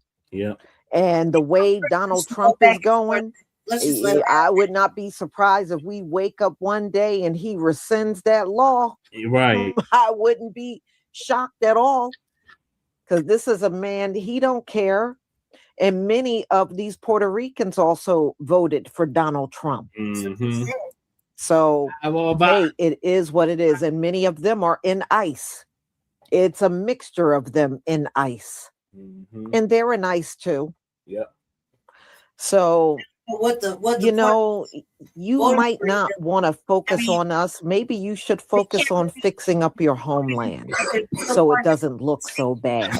You know, I know it's hard to keep up with those hurricanes rolling through and tearing the place up. Plus, y'all have earthquakes. And I've seen some houses that are, you know, slanted because of several of the earthquakes that went on. And number two, on those islands all across the Caribbean, whenever they have a storm, y'all, they always got some homes or buildings collapsing because they don't mean. Yeah, that's nature. Not on an island. Not on an island, Shabaka. No. Tame. Nah, they've had some hellified earthquakes down there, Brother Che, and also in Haiti too. Right. Yeah, they have in the past, Shabaka. But if anything, I don't really think they really have done anything to really bother us as much as anything else. But right now you just gotta let them have their little moment. You know what I mean? It's not like I said. You becomes kind of like stupid when you got Fat Joe and John Leguizamo making statements of they built things and they contributed to things before foundational Black Americans. That's when it becomes like kind of like, okay, now we got to put you in your little place. But I don't really think. I think that just can't really say too much. They can come and go, whereas we're just we're here. They feel privileged to do all that. They done whitewashed their people out. So go ahead. It's whatever, you know what I mean? As long as it doesn't affect us. I think that deporting them to Puerto Rico is like what? They can come back. Like they that law is in effect, Lady Che. Yeah, now, if he rescinds that law, they can't come back. Yeah, but I think they're getting deported to like El Salvador or some shit. You know what I mean? It doesn't really matter to me either way. Like they voted for this, so they were really on the boat. Talking about they would vote for Trump. So that's what the Cubans were saying. The Cubans. Yeah, it's a white Latino world right now. So just let it play out. As long as it's not really affecting us, they don't really give a damn about us. It's practicing anti-Black racism, just like we're practicing anti, like whatever, like sitting on the couch and minding our own business. It drives me crazy. I got a question for you and Shabaka. He said, "What do you say to liberal NFL fans when they tell you we are stressed from work, and why is Colin Kaepernick making statement when we are trying to have a good time eating hot dogs?" What do you mean, like? Because he took a knee? Basically. Well, that's just I don't know what to think about that. Like, I don't know about football, but I felt like he was like, making a statement there racially. Mm-hmm. Yeah. Got his hair all out and shit. So I mean, I was with it. Yeah, he was standing up for the victims of police brutality, which are predominantly and majority Black. Right. I felt like he was making a pretty profound little statement there. Regardless, I don't watch football, but I think people need to respect black people, period. Especially Black Americans. Right. And they're standing up. They just want us to entertain them. Yeah, it's not supposed to be a controversy, man. Catch the fucking ball. Just shut up and throw the ball. Right, just but shut up and run the ball. But what I'm saying is, everybody acts like these particular players can't have their own opinions, thoughts, mind, or fucking feelings about certain things, especially if it Well, bothers it all them. depends on but it all depends on what their contract is, Lady Che. Like what was her damn name? Laura Ingraham told LeBron James, just shut up and dribble. Right. That's like the old girl say, telling which is Janet kind of Jackson cold. not to have an opinion and just sing. You know what I mean? And this is a black looking person, you know what I mean? Saying this to Janet Jackson, come on, please. Yeah. Well, you know what I mean? So it's like, you know, I think that motherfuckers should not have an opinion when somebody's making a statement they feel compelled to make, you know what I mean? And or get punished for it. Did he get punished for it? Yeah, that's what Shabaka said that it's part of their contract. They can't say certain stuff. They can't see. You see, Lady Che, they don't have standard contracts. Yeah, but he didn't ruin his image by doing anything like that. There's plenty of motherfuckers that do way worse shit. They beat their wives. They fucking flash guns at the strip club. You're right. They do reckless shit. Yeah. Look at Aaron Hernandez, what he did. Here's the difference, Lady Che. Majority of them, if not all of them, is white. What I'm saying is he shouldn't have got punished for it. You know what I mean? Because he made a statement or a stance. He took a stance on the subject that was in his own opinion. You know what I mean? Like, there's way worse motherfucking football players. Like, look at old Diggs, man.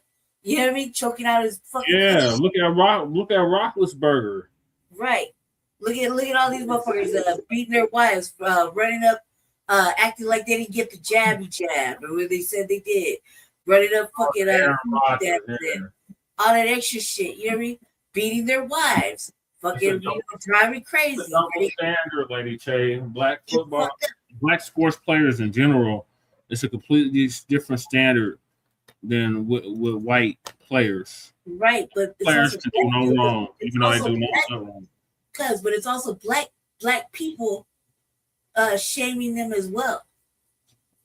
Oh, that's them house niggas. That's that field. That's that house versus field niggas. The Negro Affection League. The Negro Affection League. I don't want to disappoint you, Bob. That bullshit. I hear what you're saying, Lady Che, but they don't see it that way. They just see it like, oh, you're being disrespectful because you have the audacity to take a knee.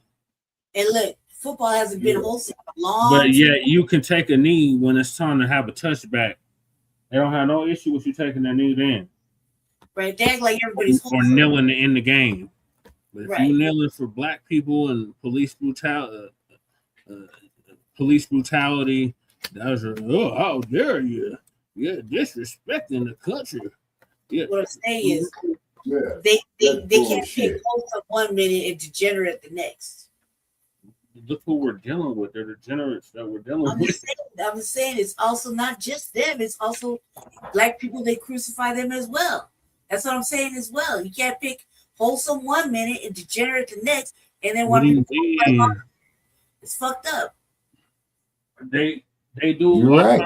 Up shit, and they don't get charged. They don't get the same treatment. They had a whole rape. And Michael says that was raping women and choking them out and beating them up. They still let him like Aaron Rodgers. Was that Aaron Rodgers?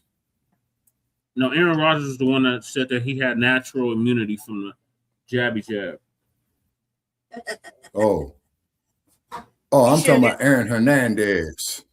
Yeah, Aaron Hernandez. Yeah, that was that Puerto Rican. Yeah, who beat his wife. Mm-hmm. And then he wind up going to jail, and I heard he got smoked. Yeah, I think he got taken off the planet. Yeah, I think he got kicked off. You know. Basically, Chase is a double standard. Yeah. Black player does wrong, all hell done broke loose. Look how they did Michael Vick just for fighting dogs. They care more about dogs than actual black people getting killed and Kaepernick taking a knee behind it. Yep. Yeah, and sacrifices. To see, Kaepernick did what Ali did. He sacrificed his prime years. Mm-hmm. Yep, he did, Shabaka'S, and a lot of them do. And the average age for an NFL player, what, 24, 25? Yeah. Michael says liberal NFL fans pay what now? He said they pay more attention to something. Liberal No, pay $120, including hot dogs, soda, fries, etc., to go to these games. And he's agreeing with you. Yep, Aaron Hernandez. And he's saying you're 100%. He's saying we're both 100% correct. He said the tickets and beverages are too expensive. Yeah. And we work hard to watch Colin Kaepernick making a political statement. That's what they say. He's saying that's what they say. He got that dirty.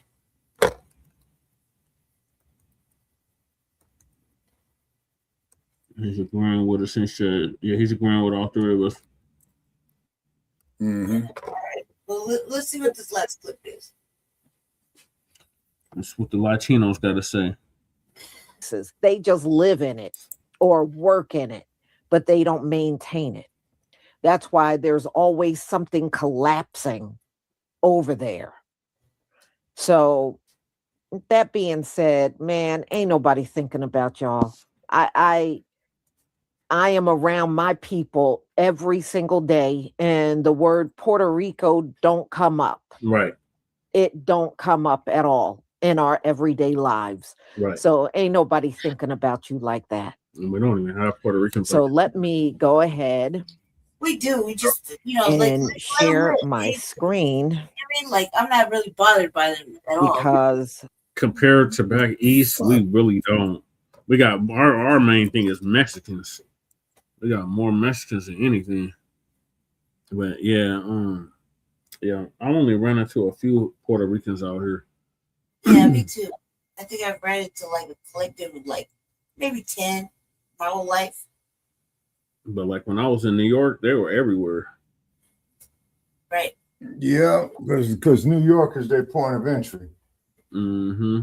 Just like San Francisco is the point of entry for the Chinese coming into the United States.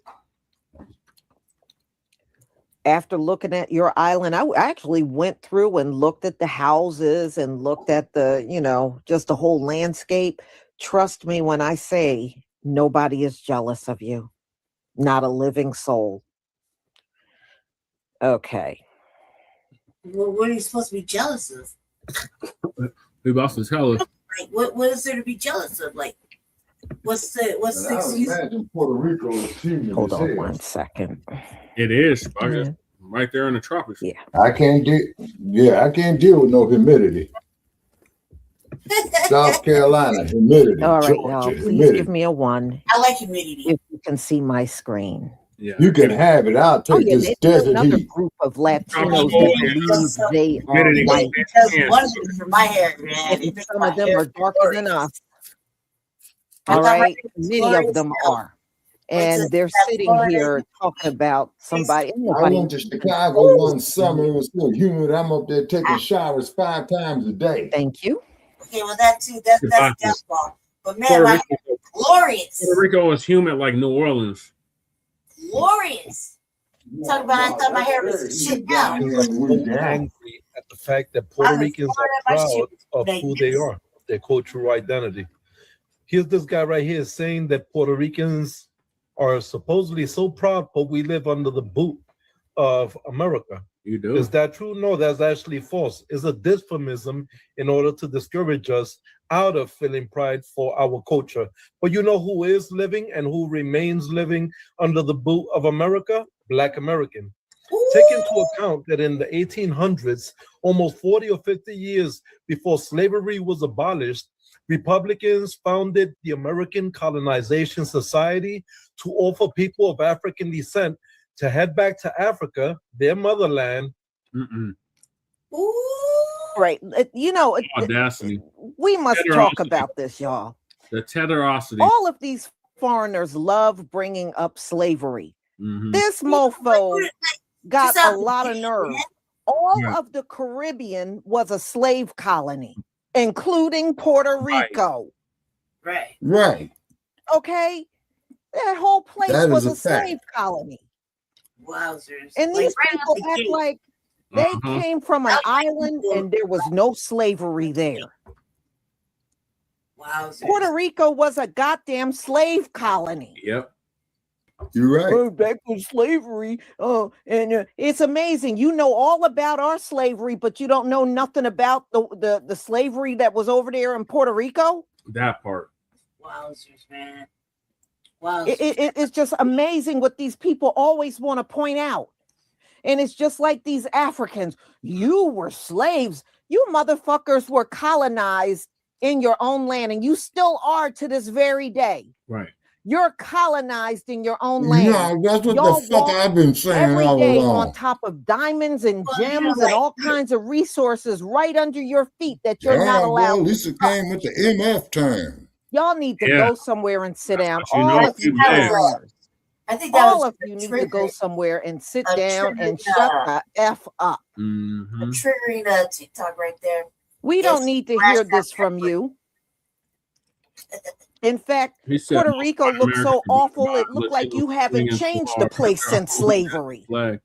That's how bad it looks. When the American flag, because America is not Calm Puerto down. Carry on, man. Play the video, please.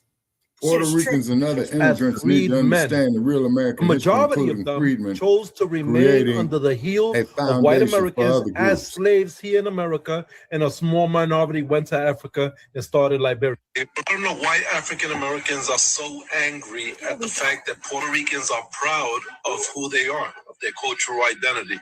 Here's this guy right here saying that Puerto Ricans are supposedly so proud, but we live under the boot of America. Is that true? No, that's actually false. It's a dysphorism in order to discourage us out of feeling pride for our culture.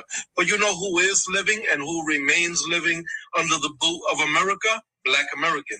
Take into account that in the 1800s, that's a almost fact. 40 or 50 years before slavery was I abolished, can't disagree with them on that. founded the American Colonization Society to offer people of Yeah, African and that's where descent Liberia to head came back to from. Africa, their motherland, as I want to hear it. I want to hear what he's saying. All right, and let's be real. Puerto Ricans that look like him, y'all, are recent. Yeah. See, they got mixed up with the Spaniards. These folks have not even been here but for a few centuries. Yeah. All right. He's not an original person in Puerto Rico. He's not. Nope. He's the mix. A mix of this, a mix of that. Yeah, these people are recent. They don't have no longevity on the earth. Right. They didn't exist until the Spaniards came around. Yep. After that, that's when they existed. Prior to that, there were nobody that looked like him over there. All these groups are recent. All of them are. All right, carry on. freed men. The majority of them chose to remain under the heel of white Americans as slaves. It gets to a No, he's point. right. That's that house nigga syndrome. What Black American is thinking about Puerto Ricans? I think they're doing this after the Bad Bunny Super Bowl performance, which they saying we hating on them and we so jealous. And I'm like, no, I didn't even watch it. I saw clips and I didn't understand what he was saying, and I just wasn't entertained by it. That doesn't mean I was hating or Black Americans are hating because he was Puerto Rican. We don't speak Spanish, and we don't. That his music is just not my cup of tea. Go to the And if barrio y'all wanna go East there, I saw LA. this, You'll learn some video, Espanol. and I'm so grateful to this creator. I gotta thank you for her name. So I'm gonna try, once I figure it out, I'll like type it in the comments. She told us where the Super Bowl halftime originated, and do you know that it was Black Americans who created the idea, the notion of the halftime show? In Living Color, the Wayans brothers was the first people to have a segment during the halftime. Before that, it was like marching bands. It was like nothing substantial that anybody wanted to see. There were never any performances. They did in Living Color, like skit show, entertainment piece. Background noise. And then from there, the ratings were through the roof. I got background. After that, they had Somebody does it, Michael ain't Jackson. That is what started to happen. I don't have a, she so you want to does. say that we're under the boot of white No, Americans? she's but got y'all the don't fucking do background noise. First of all, we're thriving in this country. Do we deal with oppression and all of this? Absolutely. Shit, black people Donald ain't Trump thriving was in this throwing motherfucker. Lady, rows are of you crazy? fucking paper towels at y'all head. Black So people ain't don't come up thriving here in talking this about, motherfucker. we Are you don't out your care goddamn mind? about you people. I don't think about Puerto Ricans. Black Americans, will y'all sit up here thinking about Puerto Ricans? Because of that one comment, you think saying we thrive through oppression, Shabaka. That's what she's saying. Huh? She said we thrive through oppression. Yeah, everybody triggered What's now. Oh. Yeah. 50 million of us is sitting up here mad that y'all are prideful. Be prideful. Everybody and their mother keeps our name in their mouth when we literally just be minding our business. Like I'm just scrolling, I'm at Big Shack, and I'm reapplying my lipstick. Lineage-based cash payments, Then I see this nonsense. reparations I was for like, chattel slavery, are we anti-black hate crime bill. What is it that these people are smoking? We do not care. But you see how he used that one comment as a chance to try to denigrate us when literally we created this whole fucking shit. Without Black Americans, you wouldn't even be using the word pride. We the ones that coined being proud of yourself. We are the ones that made it cool to rep your set. Yep. Don't ever forget. No, I don't know who's jealous of Puerto Rican. Who even thinks about that? That's what I'm saying. Like, could y'all tell me? Maybe it's something that I don't know, but we don't talk about anybody unless they bring us into removing it. qualified immunity. Okay, could you specify on that, Michael? And when we finally enter the chat, y'all say, "Oh, moving qualified y'all are immunity. xenophobic. Y'all are mad. Y'all are thinking about it." Oh, Y'all okay, wanna be yeah, censored absolutely. So bad in a world that has never censored you, but you want to know who's always been censored? Mr. Proud Puerto Rican, Black Americans. I don't know what Culturally, what have you but really done in the world on a global scale that has reshaped, innovated, and changed the way we do things?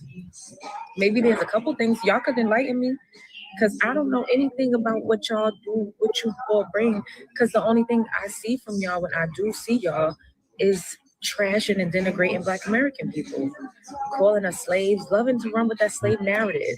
If we're slaves here, what the fuck? Who do you think? Sister, why don't you ask Teofimo Lopez about our history? What y'all think about Because this? Shakur Stevenson got his mind right. With them rights and them lefts. Considering that the majority of post Puerto Rican women have abandoned the Puerto Rican household and integrated themselves into Black America, which is, to me, is an existential threat to Boricuas because it's making its way to Puerto Rico and is disrupting the society. It's basically creating animosity, racial. There we go with that colorism and anti-Black racism. Now, what he's saying in a sense is true, because there are couples around me where it's a Puerto Rican woman with a Black man, or a Black man, or, or a Puerto Rican man with a Black woman. That is going on a lot in certain parts of the country. But in the same token, if you don't have no complaints about the Puerto Ricans that are hooking up with white people, though. Right, that part. You notice he ain't bringing that up? Yeah. The only one he's concerned about are the ones that are hooking up with our people. He ain't concerned. He ain't bring up white people because his people also, they're with white people too. He ain't got no concern about that. See, that's okay. So that's what La Raza, improving the race. But just listen to him. So what he's really doing and what he's saying, because I'm reading between the lines, he's jealous of Black men. That's what it is. But let's go on. A lot of deflection right here. Well, Lisa, the whole goddamn world is jealous of Puerto Black Rican men. men or Why the Dominican fuck you men? think they treat us the way they do? I like Black men. Yeah. Why?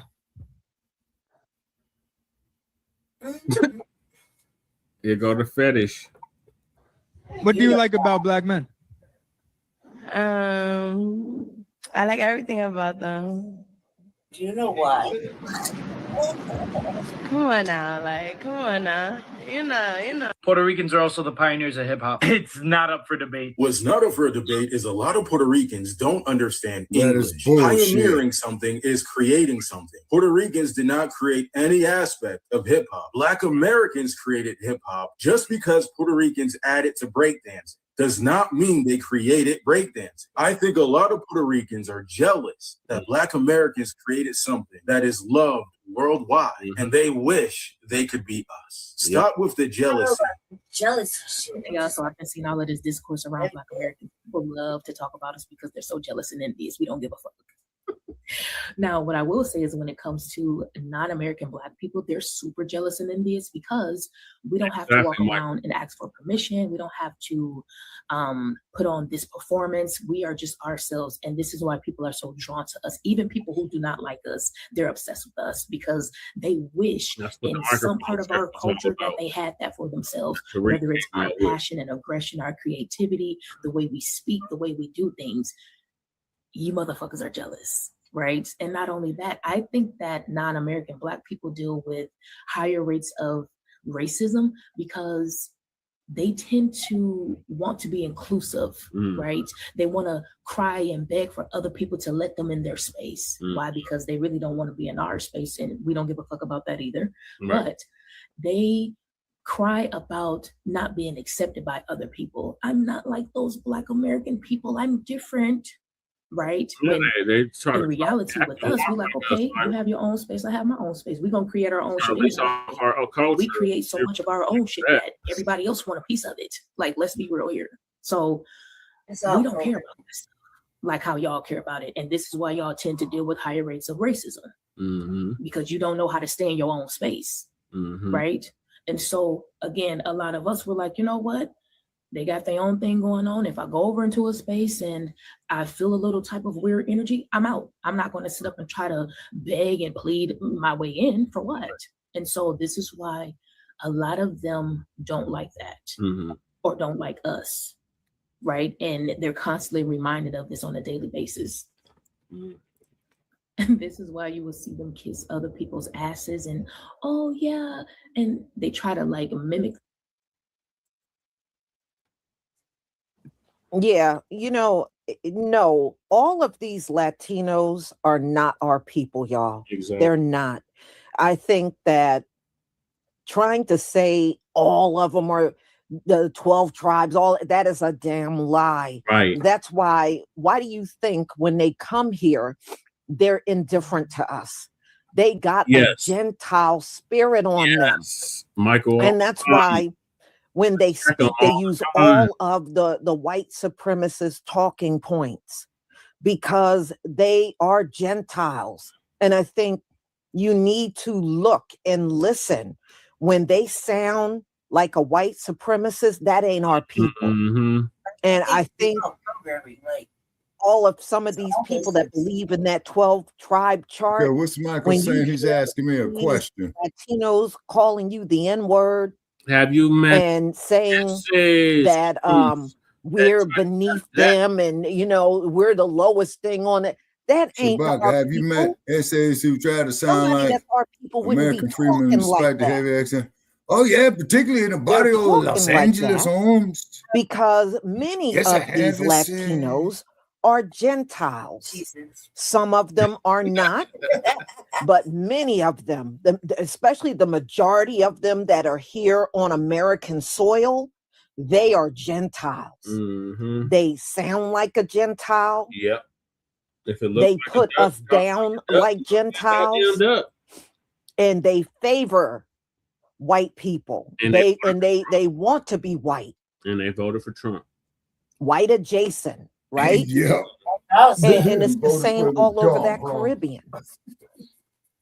So no, when somebody shows you who they are, believe them. Yes. When these Gentiles come out of their face and they're talking crap about us, that's not my brother or sister. It's the same question, Shabaka. That's not my brother or sister. I don't care what that chart says. Anybody that talks disparagingly about my people, no, that ain't my brother or sister. What I was saying, you're now, not. if you still want to claim them, you have not at black. it. I ain't really. What I tell them is, you're not black. You wish you could be black, but you're not black.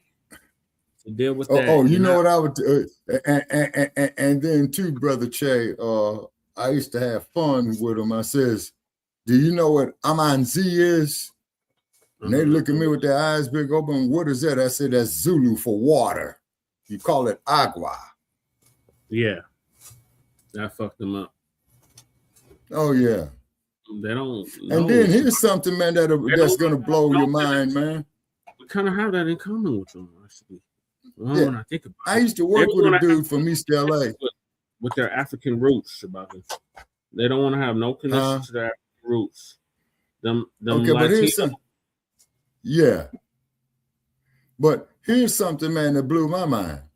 I remember I was looking at a map of Africa when I was at work one day, and I used to work with this dude from East LA, right? Mm-hmm. And I'm looking at the map of West Africa, and I see something there that says Rio de Oro. I asked the old boy, I says, hey, man, what does Rio de Oro mean? He says it means river of gold. I said, wait a minute.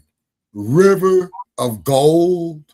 Yeah. He said, yeah. I said, thank you. So you mean to tell me, based on what this man told me, that they had on the Spanish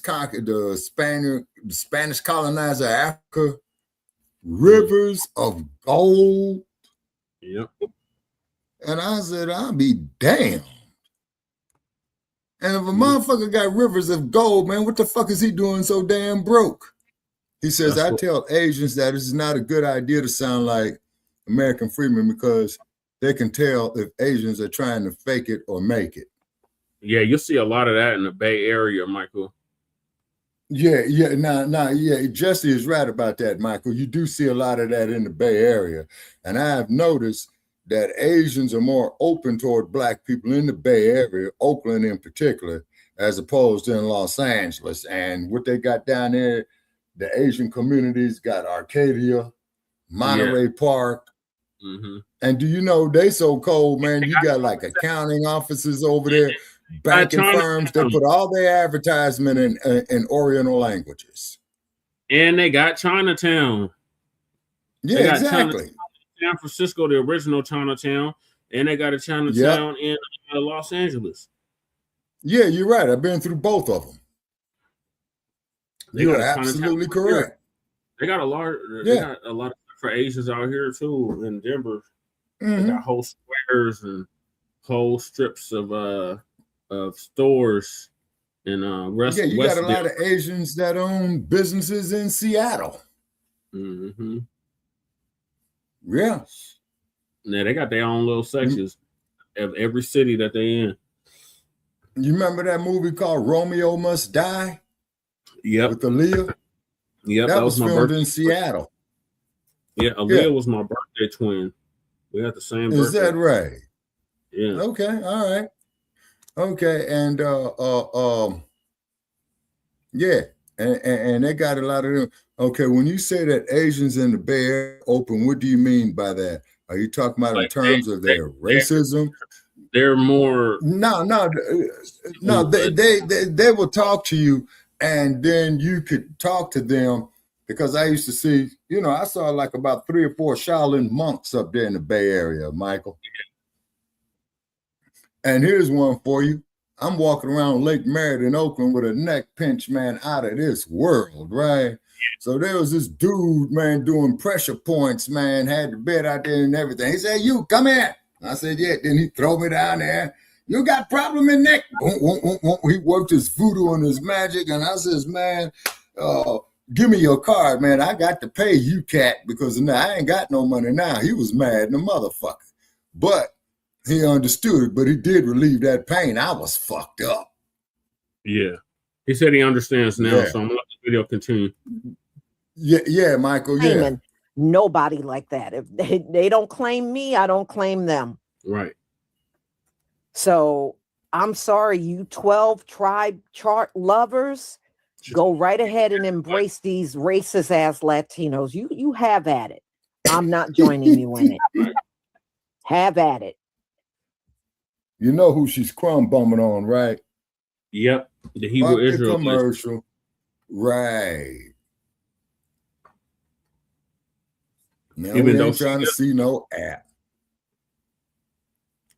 She's your one way into certain spaces because they know deep down inside that you're an other.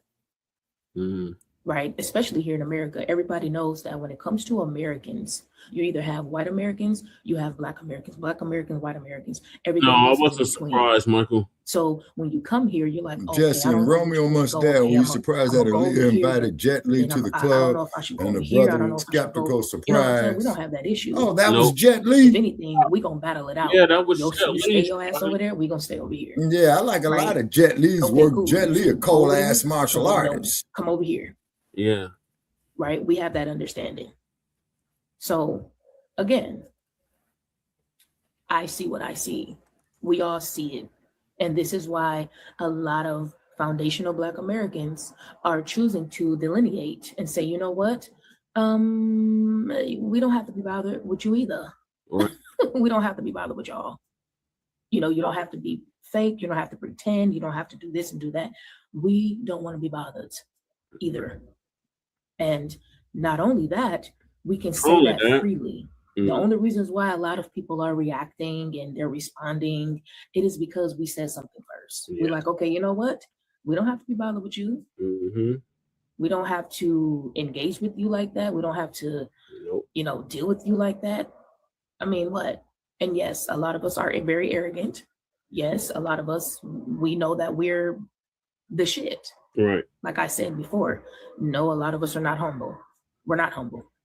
Right? And then we express ourselves. See, a lot of the times other people, they like to wait and then express themselves through like what they've gained financially, right? But a lot of Black American people, we express ourselves through our creativity, the way we speak, our music, the things we create. That's how we express ourselves, right? And it's a way of not like, aha, look at what we doing. It's like, no, bitch, we're doing what we're doing. Like, this is just, it's lineage to us at this point. Whereas you have to wait till you get to a certain point, and then you're like, okay, now I can flex. Now I can do this. We don't have to do that. Right. Right. You could have a poor Black American person right now who is going to keep their hair done. They're going to keep a clean house. You feel me? They're going to, right, love on themselves right, as if they're a millionaire, no a billionaire. at all. Whereas other people, they allow other people, right? Non-American Black people allow other people to make them feel less than, and then they feel like they have to overperform in order to be like, okay, now I can talk my shit. Now I can say this. That's your way of asking for permission. Whereas you can see an average poor Black American person that say, you know what, I still think I'm the shit. Can't nobody tell me nothing. And okay, he's asking all me I the have to same do is question. continue to do whatever I'm doing, and that's not me being in a certain position is not going to stop me from loving myself. Whereas you feel less when you don't have what you need to have, or when you don't, or if you're trying to copy. Michael's asking the same question he asked us, right? A lot of y'all feel less than. We don't. We just be like, okay, well, shit, let's create it. I'm telling you right now, if Black American people can create money, we would have been already, creating our shit. Like, okay, boom, that's how we do it. Boom. Shelly did a little small no questions, right? Whereas you have other people. So wait, let's see what they're doing. Okay, they see that to work like this. Okay, I thought it was pretty decent. Okay, now it's like this. Okay, that's their energy. We don't. It's like I'm not surprised when Jackie Chan works with fucking and a lot of people hate to admit themselves, but we are the shit. Like, we know that already. And this is why a lot of talking us about rush hour. Like that. Yeah, I was surprised at all either. Natural to us. You notice when people well, sometimes they play well. They have to overdo it because they're not used to it. A lot of us, it's just Romeo how must we carry die, not rush hour. We don't have to overperform and do all I know. I was talking about because Jackie it's natural to us. Oh. Whereas with y'all don't have that. So this is why it's fluctuating. And a lot of y'all copy a lot of trends. So if something is popular over here, you're like, oh yes, you know, that's me. Then when it died down, then you're back to confused and trying to figure out your own identity. Well, as far as being confused about your identity, go get stopped by the Los Angeles Police Department. They'll remind you what you are. You know, no, we don't have to follow these other groups. And as far as they take pride in themselves, ain't nobody thinking about you.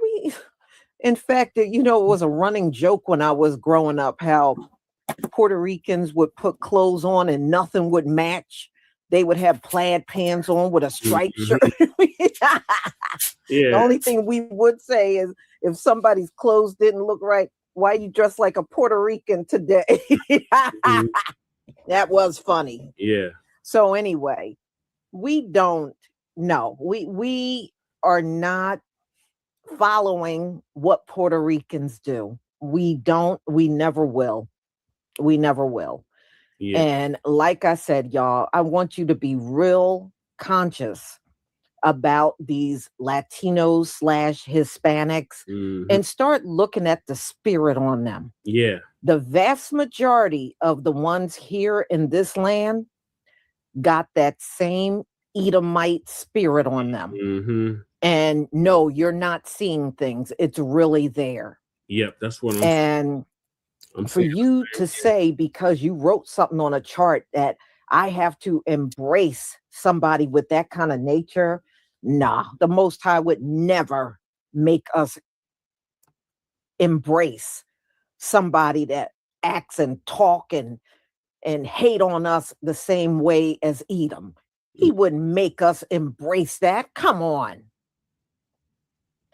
So anyway, y'all, I'm going to go ahead and conclude. And I don't have to listen to this delusional guy not another second. So y'all, thank you so much for being here. I deeply appreciate it. And look, one thing we do know, the fact that we stay on their minds rent-free, it just goes to show you we really are in these final times because everybody wants to reveal to us how much they can't stand us. And it's almost like as time goes by, it just gets more and more amplified. So y'all have a wonderful night and I'll be back. Tomorrow, we're going to talk about the Turning Point USA halftime show. That was nothing but a Chris big Rock, flop. that shit was straight garbage. So we will talk about that tomorrow. Kid Rock. Shalom, family. Yeah. Shit Rock, Kid Rock. Yeah, Rockhead, whatever what that motherfucking name is. You know. But anyway, so I take it this here concludes our Shabaka'S Blacc Experience Enhanced for today. Okay. And what is the air date, Brother Che, for the logs? It was 2/10/2026, but now it's 2/11. It's BK Day. Okay. Okay. 2/11 or bank robbery day, whichever way. Oh yeah, February the 11th. Okay. Is the air date of this episode. So we appreciate everybody tuning in to Shabaka'S Blacc Experience Enhanced in conjunction with Frontline Black News. We thank all our commentators and those in our chat room, such as Michael and what have you, who we had. We thank Lady Che and Brother Che and Krumah, aka Jesse Paris. And we're out of Denver, Las Vegas. We get people from the East Coast, the West Coast, out of the South. We thank Brother Jermaine updating us what's happening down here in Louisiana. You know what I mean? And they did harvest a whole lot of sugar cane in Louisiana. Yep. And you know, and what else is made from sugar cane besides sugar, y'all? Whiskey, Jim Beam. Exactly. Yeah. You got a whole lot of dudes that capitalize off of sugar cane. Let me give you a few names here. Old Granddad, Jack Daniels, Johnny Walker. Who's the other one down there? It's a big one with the whiskey. Corbell, if I'm is it Corbell, I believe. Yeah, Corbell. And keep in mind, shout out once again to the chairman of Montgomery and Aquaman, who really put in some work. Well, that's that youth on his side. And them good old boys down there with their boats who didn't want to. We'll have the 3-year anniversary in August. Oh yeah. And then so them good old boys and their wives out there, they filled up with that false courage and for the old granddad and Jack Daniels and all them. And they went out there and hit the man who's doing his job, saying, hey, you can't put your boat here because we got the riverboat coming in. Right. And they probably called him the N-word. But the work that got put in on those drunken bastards. There's old saying, folks. How many barroom fights have you seen where the dude gets drunk enough to fight? Too many. Get there, get filled up with that joy juice and start talking shit. See, you have to understand. A drunk mind speaks a sober tongue. See what I'm saying? Yeah. So instead of having a drink, why don't you tell a motherfucker what's on your mind? Like, hey, man, I don't like your ass. Fuck you. But no, I gotta sit here and get drunk and get me some false courage, man. You know what I'm saying? Gotta have me a little drink. There was a dude that I knew in the neighborhood who was so fucked up. He got in my car. Hey, Shabaka, man, we need to go to the liquor store. And I say, man, you drunk already. And when have you known me to ever go to the liquor store? Yeah. I mean, you there and drop you off, but I sure in the fuck ain't waiting for you. Right. Oh, man, you need to have a drink. I don't. What I need to do is go up here and try to build my motherfucking business to keep a roof over my head. That's what the fuck I do. Okay, right. Shabaka, Michael says Shabaka. Philip Scott has been thinking about moving to the Bay Area, California. Do you recommend him to do it? Thanks. Hell no. The cost of living up there is too fucking high. And when that motherfucker goes across that goddamn Golden Gate Bridge and that Bay Bridge, man, that San Mateo Bridge and that Fremont and the Dumbarton Bridge and the Richmond Bridge and the Golden Gate, and when his ass starts getting all them damn tolls in the mail, man, from crossing them damn bridges, man, he'll get the hell out of there quickly. And plus that, San Francisco is too congested. You got too many people living in the street, pissing in the street, shitting in the street, sleeping with the damn dog, that man. Shit reminded me of New York. There's rats in the subway, rats in the BART station. All that shit. Because San Francisco is like the New York of the West Coast on hills. It's too damn cold. The hills are too motherfucking steep. You better get you a regular mechanic for your transmission and your brakes, is because you drive a car in San Francisco, man, you're going to wear out some brakes and you're going to wear out the fucking transmission. Right, you're going to wear all that shit out. And they got them goddamn hills. There's hills every goddamn Hell yeah, the hills are so steep, man. They got stairs in them in Chinatown. Yeah, I've seen that shit. I've walked up there. I've seen the shit. And I mean, man, them hills are steep, Michael. But they got auto mechanic and brake shop places all over that motherfucker. Why? Because they know that you're going to wear out your brakes. Then you're going to wear out the rotors. Then the brakes ain't going to stop, and you're going to go down here and probably crash into a cable car. Yeah, because there's fucking hills everywhere. Yeah, so I see why they invented the cable cars there. Yeah, that's why. That's why. Yeah. And keep in mind is that they got what they call wheelhouses. It was a big ass brother that they built it on. Yeah, and they got wheelhouses for the cable cars, and you go inside of there, man, and these wheels is big, man, like the size of your bedroom, and you just see them turning, just turning. And they have a little tour guide that tell you, this is the cable for the cable cars on Powell. This is the cable cars here on California. Cable cars, Shabaka. They don't even have them. Yeah, they did. No, the only one that they got left is the one that starts at Market and Powell, I think, that takes you over there by Jury Deli Square. That's the cable car when you see the advertisement for the rice-a-roni. Rice-a-roni. The San Francisco treat, the dude hits the bill on the cable car. And then when you go down there by Ghirardelli Square, you got a good plain view of the bay, Alcatraz Island, and the Golden Gate Bridge, man, will be to your left. It will be west. Yeah, be west of you. Yeah. And you be down there on that bay, and the first song gonna come through your mind is sitting on a dock of the bay, wasting time.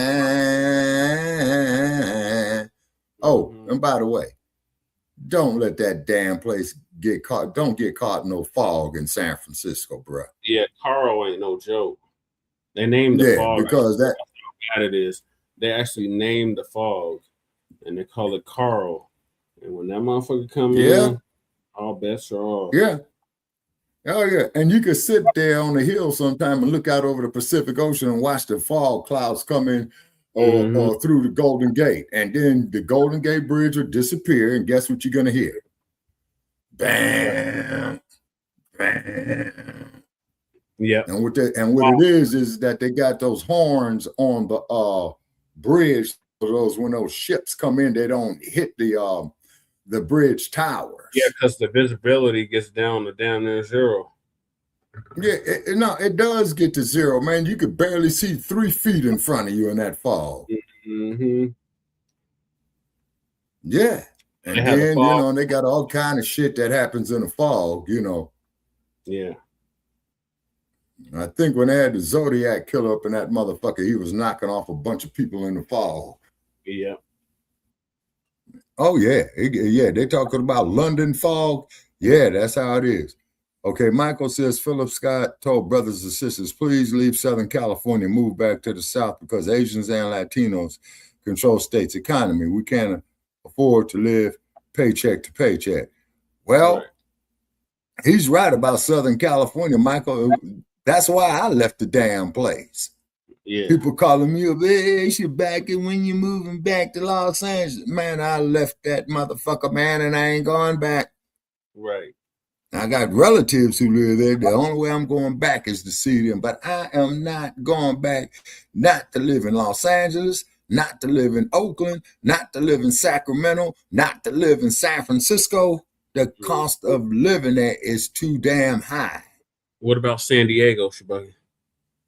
Okay, I only been through San Diego once. It's beautiful down there by that beach they got.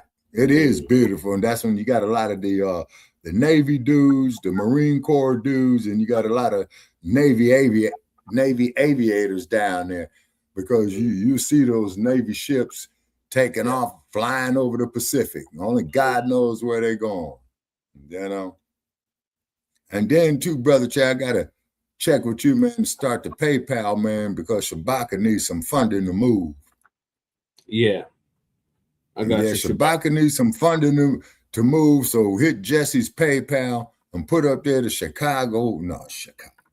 Shabaka's Moving Fund.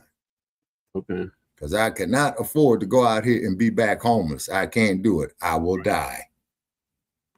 I don't have the youth for it no more. Right. And we just can't allow that. Yeah, and then we'll give you receipts, and then we'll have ad space for sale too for it if people want to make donations. Okay, what you moving, with your merchandise, and we will mention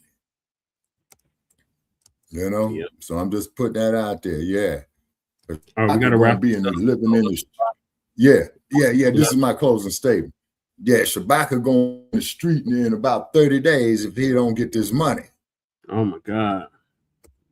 Yeah. I need $3,000 to breathe again. Jesus. And then, because I got auto insurance to pay, repairs on the car, plus moving expenses, you see. But if I can get that $3,000, man, before Malcolm X's birthday, then I'll be all right. Yeah, you need to hit up our boy, what's his damn name? Billions, godson. Yeah, and then whatever he's got going on, we'll mention him. The one that's running against Isaac Bryant. Okay, in California? Yeah. Oh, okay. Okay.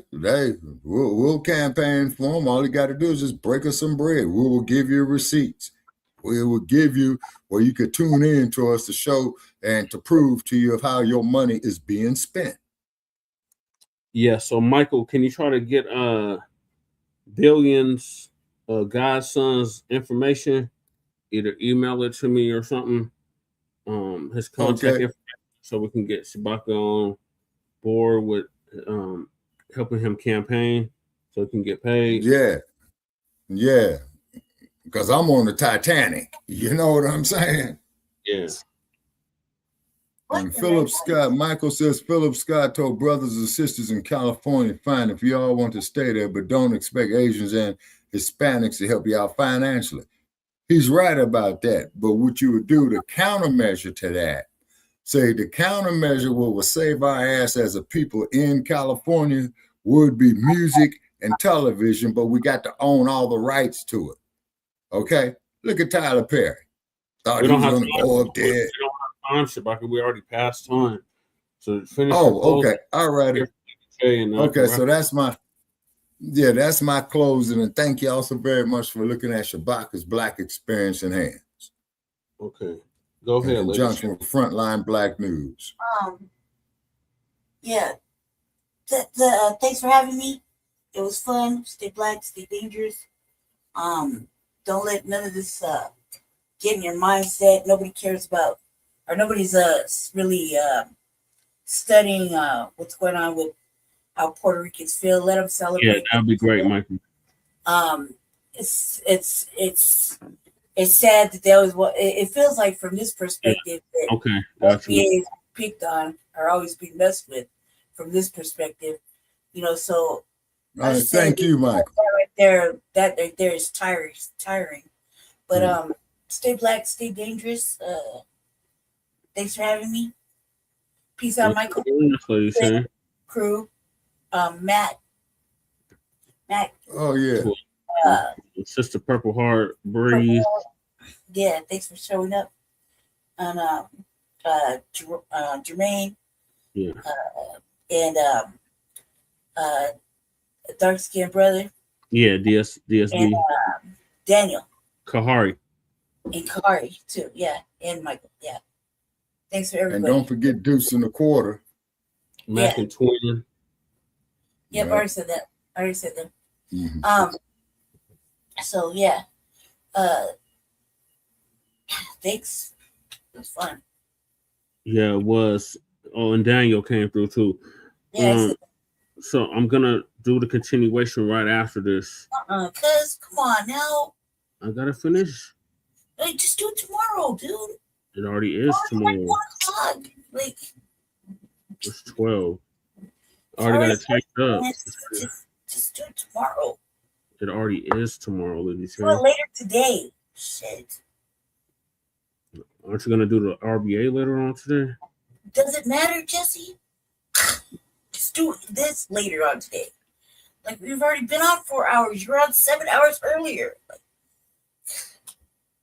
I know, Lady Che. Actually, Lady Che, we've been on 4.5 hours. He was on 7 hours earlier. Come on, yesterday. It's now yesterday, Lady Che. But yeah. Wow. Man, like, well, he's got that youth on his side, folks. That's that youth.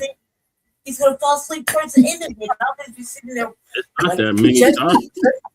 It's just on-house neighbor news. It's always news, topics. Your local Denver and Aurora news. That's not gonna be that long. Report. That's like maybe 2 hours. Thank you, Michael. Whatever it says, like, you'll be the only one falling asleep, and then you're playing shit, and this channel's gonna get striked again. It's always how it happens. Not gonna happen.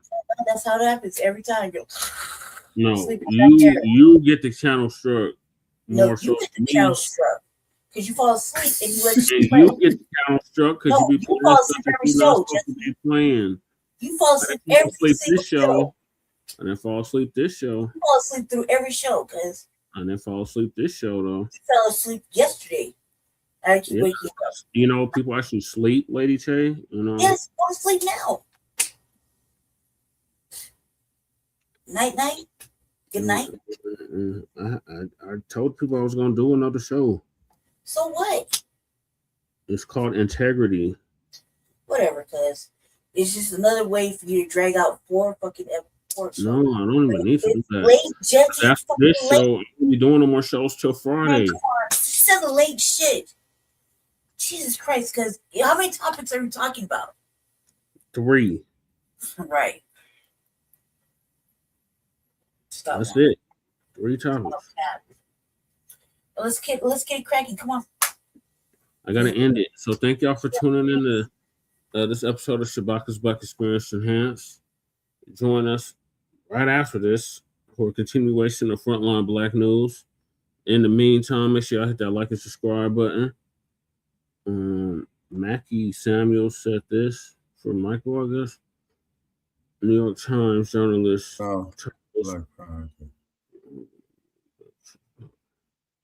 Okay. He advocates for reverse Great Migration back to 9 southern states: Louisiana, Mississippi, Alabama, Georgia, South Carolina, North Carolina, Maryland, Virginia, and DE. What's DE? Delaware? Yep, Delaware. Okay. It wouldn't be a bad idea. I mean, we have a stronghold in all those states. Yeah, that's true. But the thing that gets to me in Louisiana, Mississippi, Alabama, Georgia, South Carolina, man, is that humidity in North Carolina. Yeah. I would have to make a trip like that, man, in late fall, early winter. Yeah. Yeah, because when I go to the Chi in the summer, man, shit, I take 35 showers a day. That humidity be so bad. And don't let it thunderstorm there. You can literally, after the thunderstorm stops and that rain hits that hot asphalt, man, you can see the steam coming up off the ground. Shabaka, that's how it was in Florida and in New Orleans. Yeah, because I only been to Florida in the wintertime and it was 75, 80 degrees. It was pleasant. But when it got like 80, 85 down there, Che, I felt the humidity.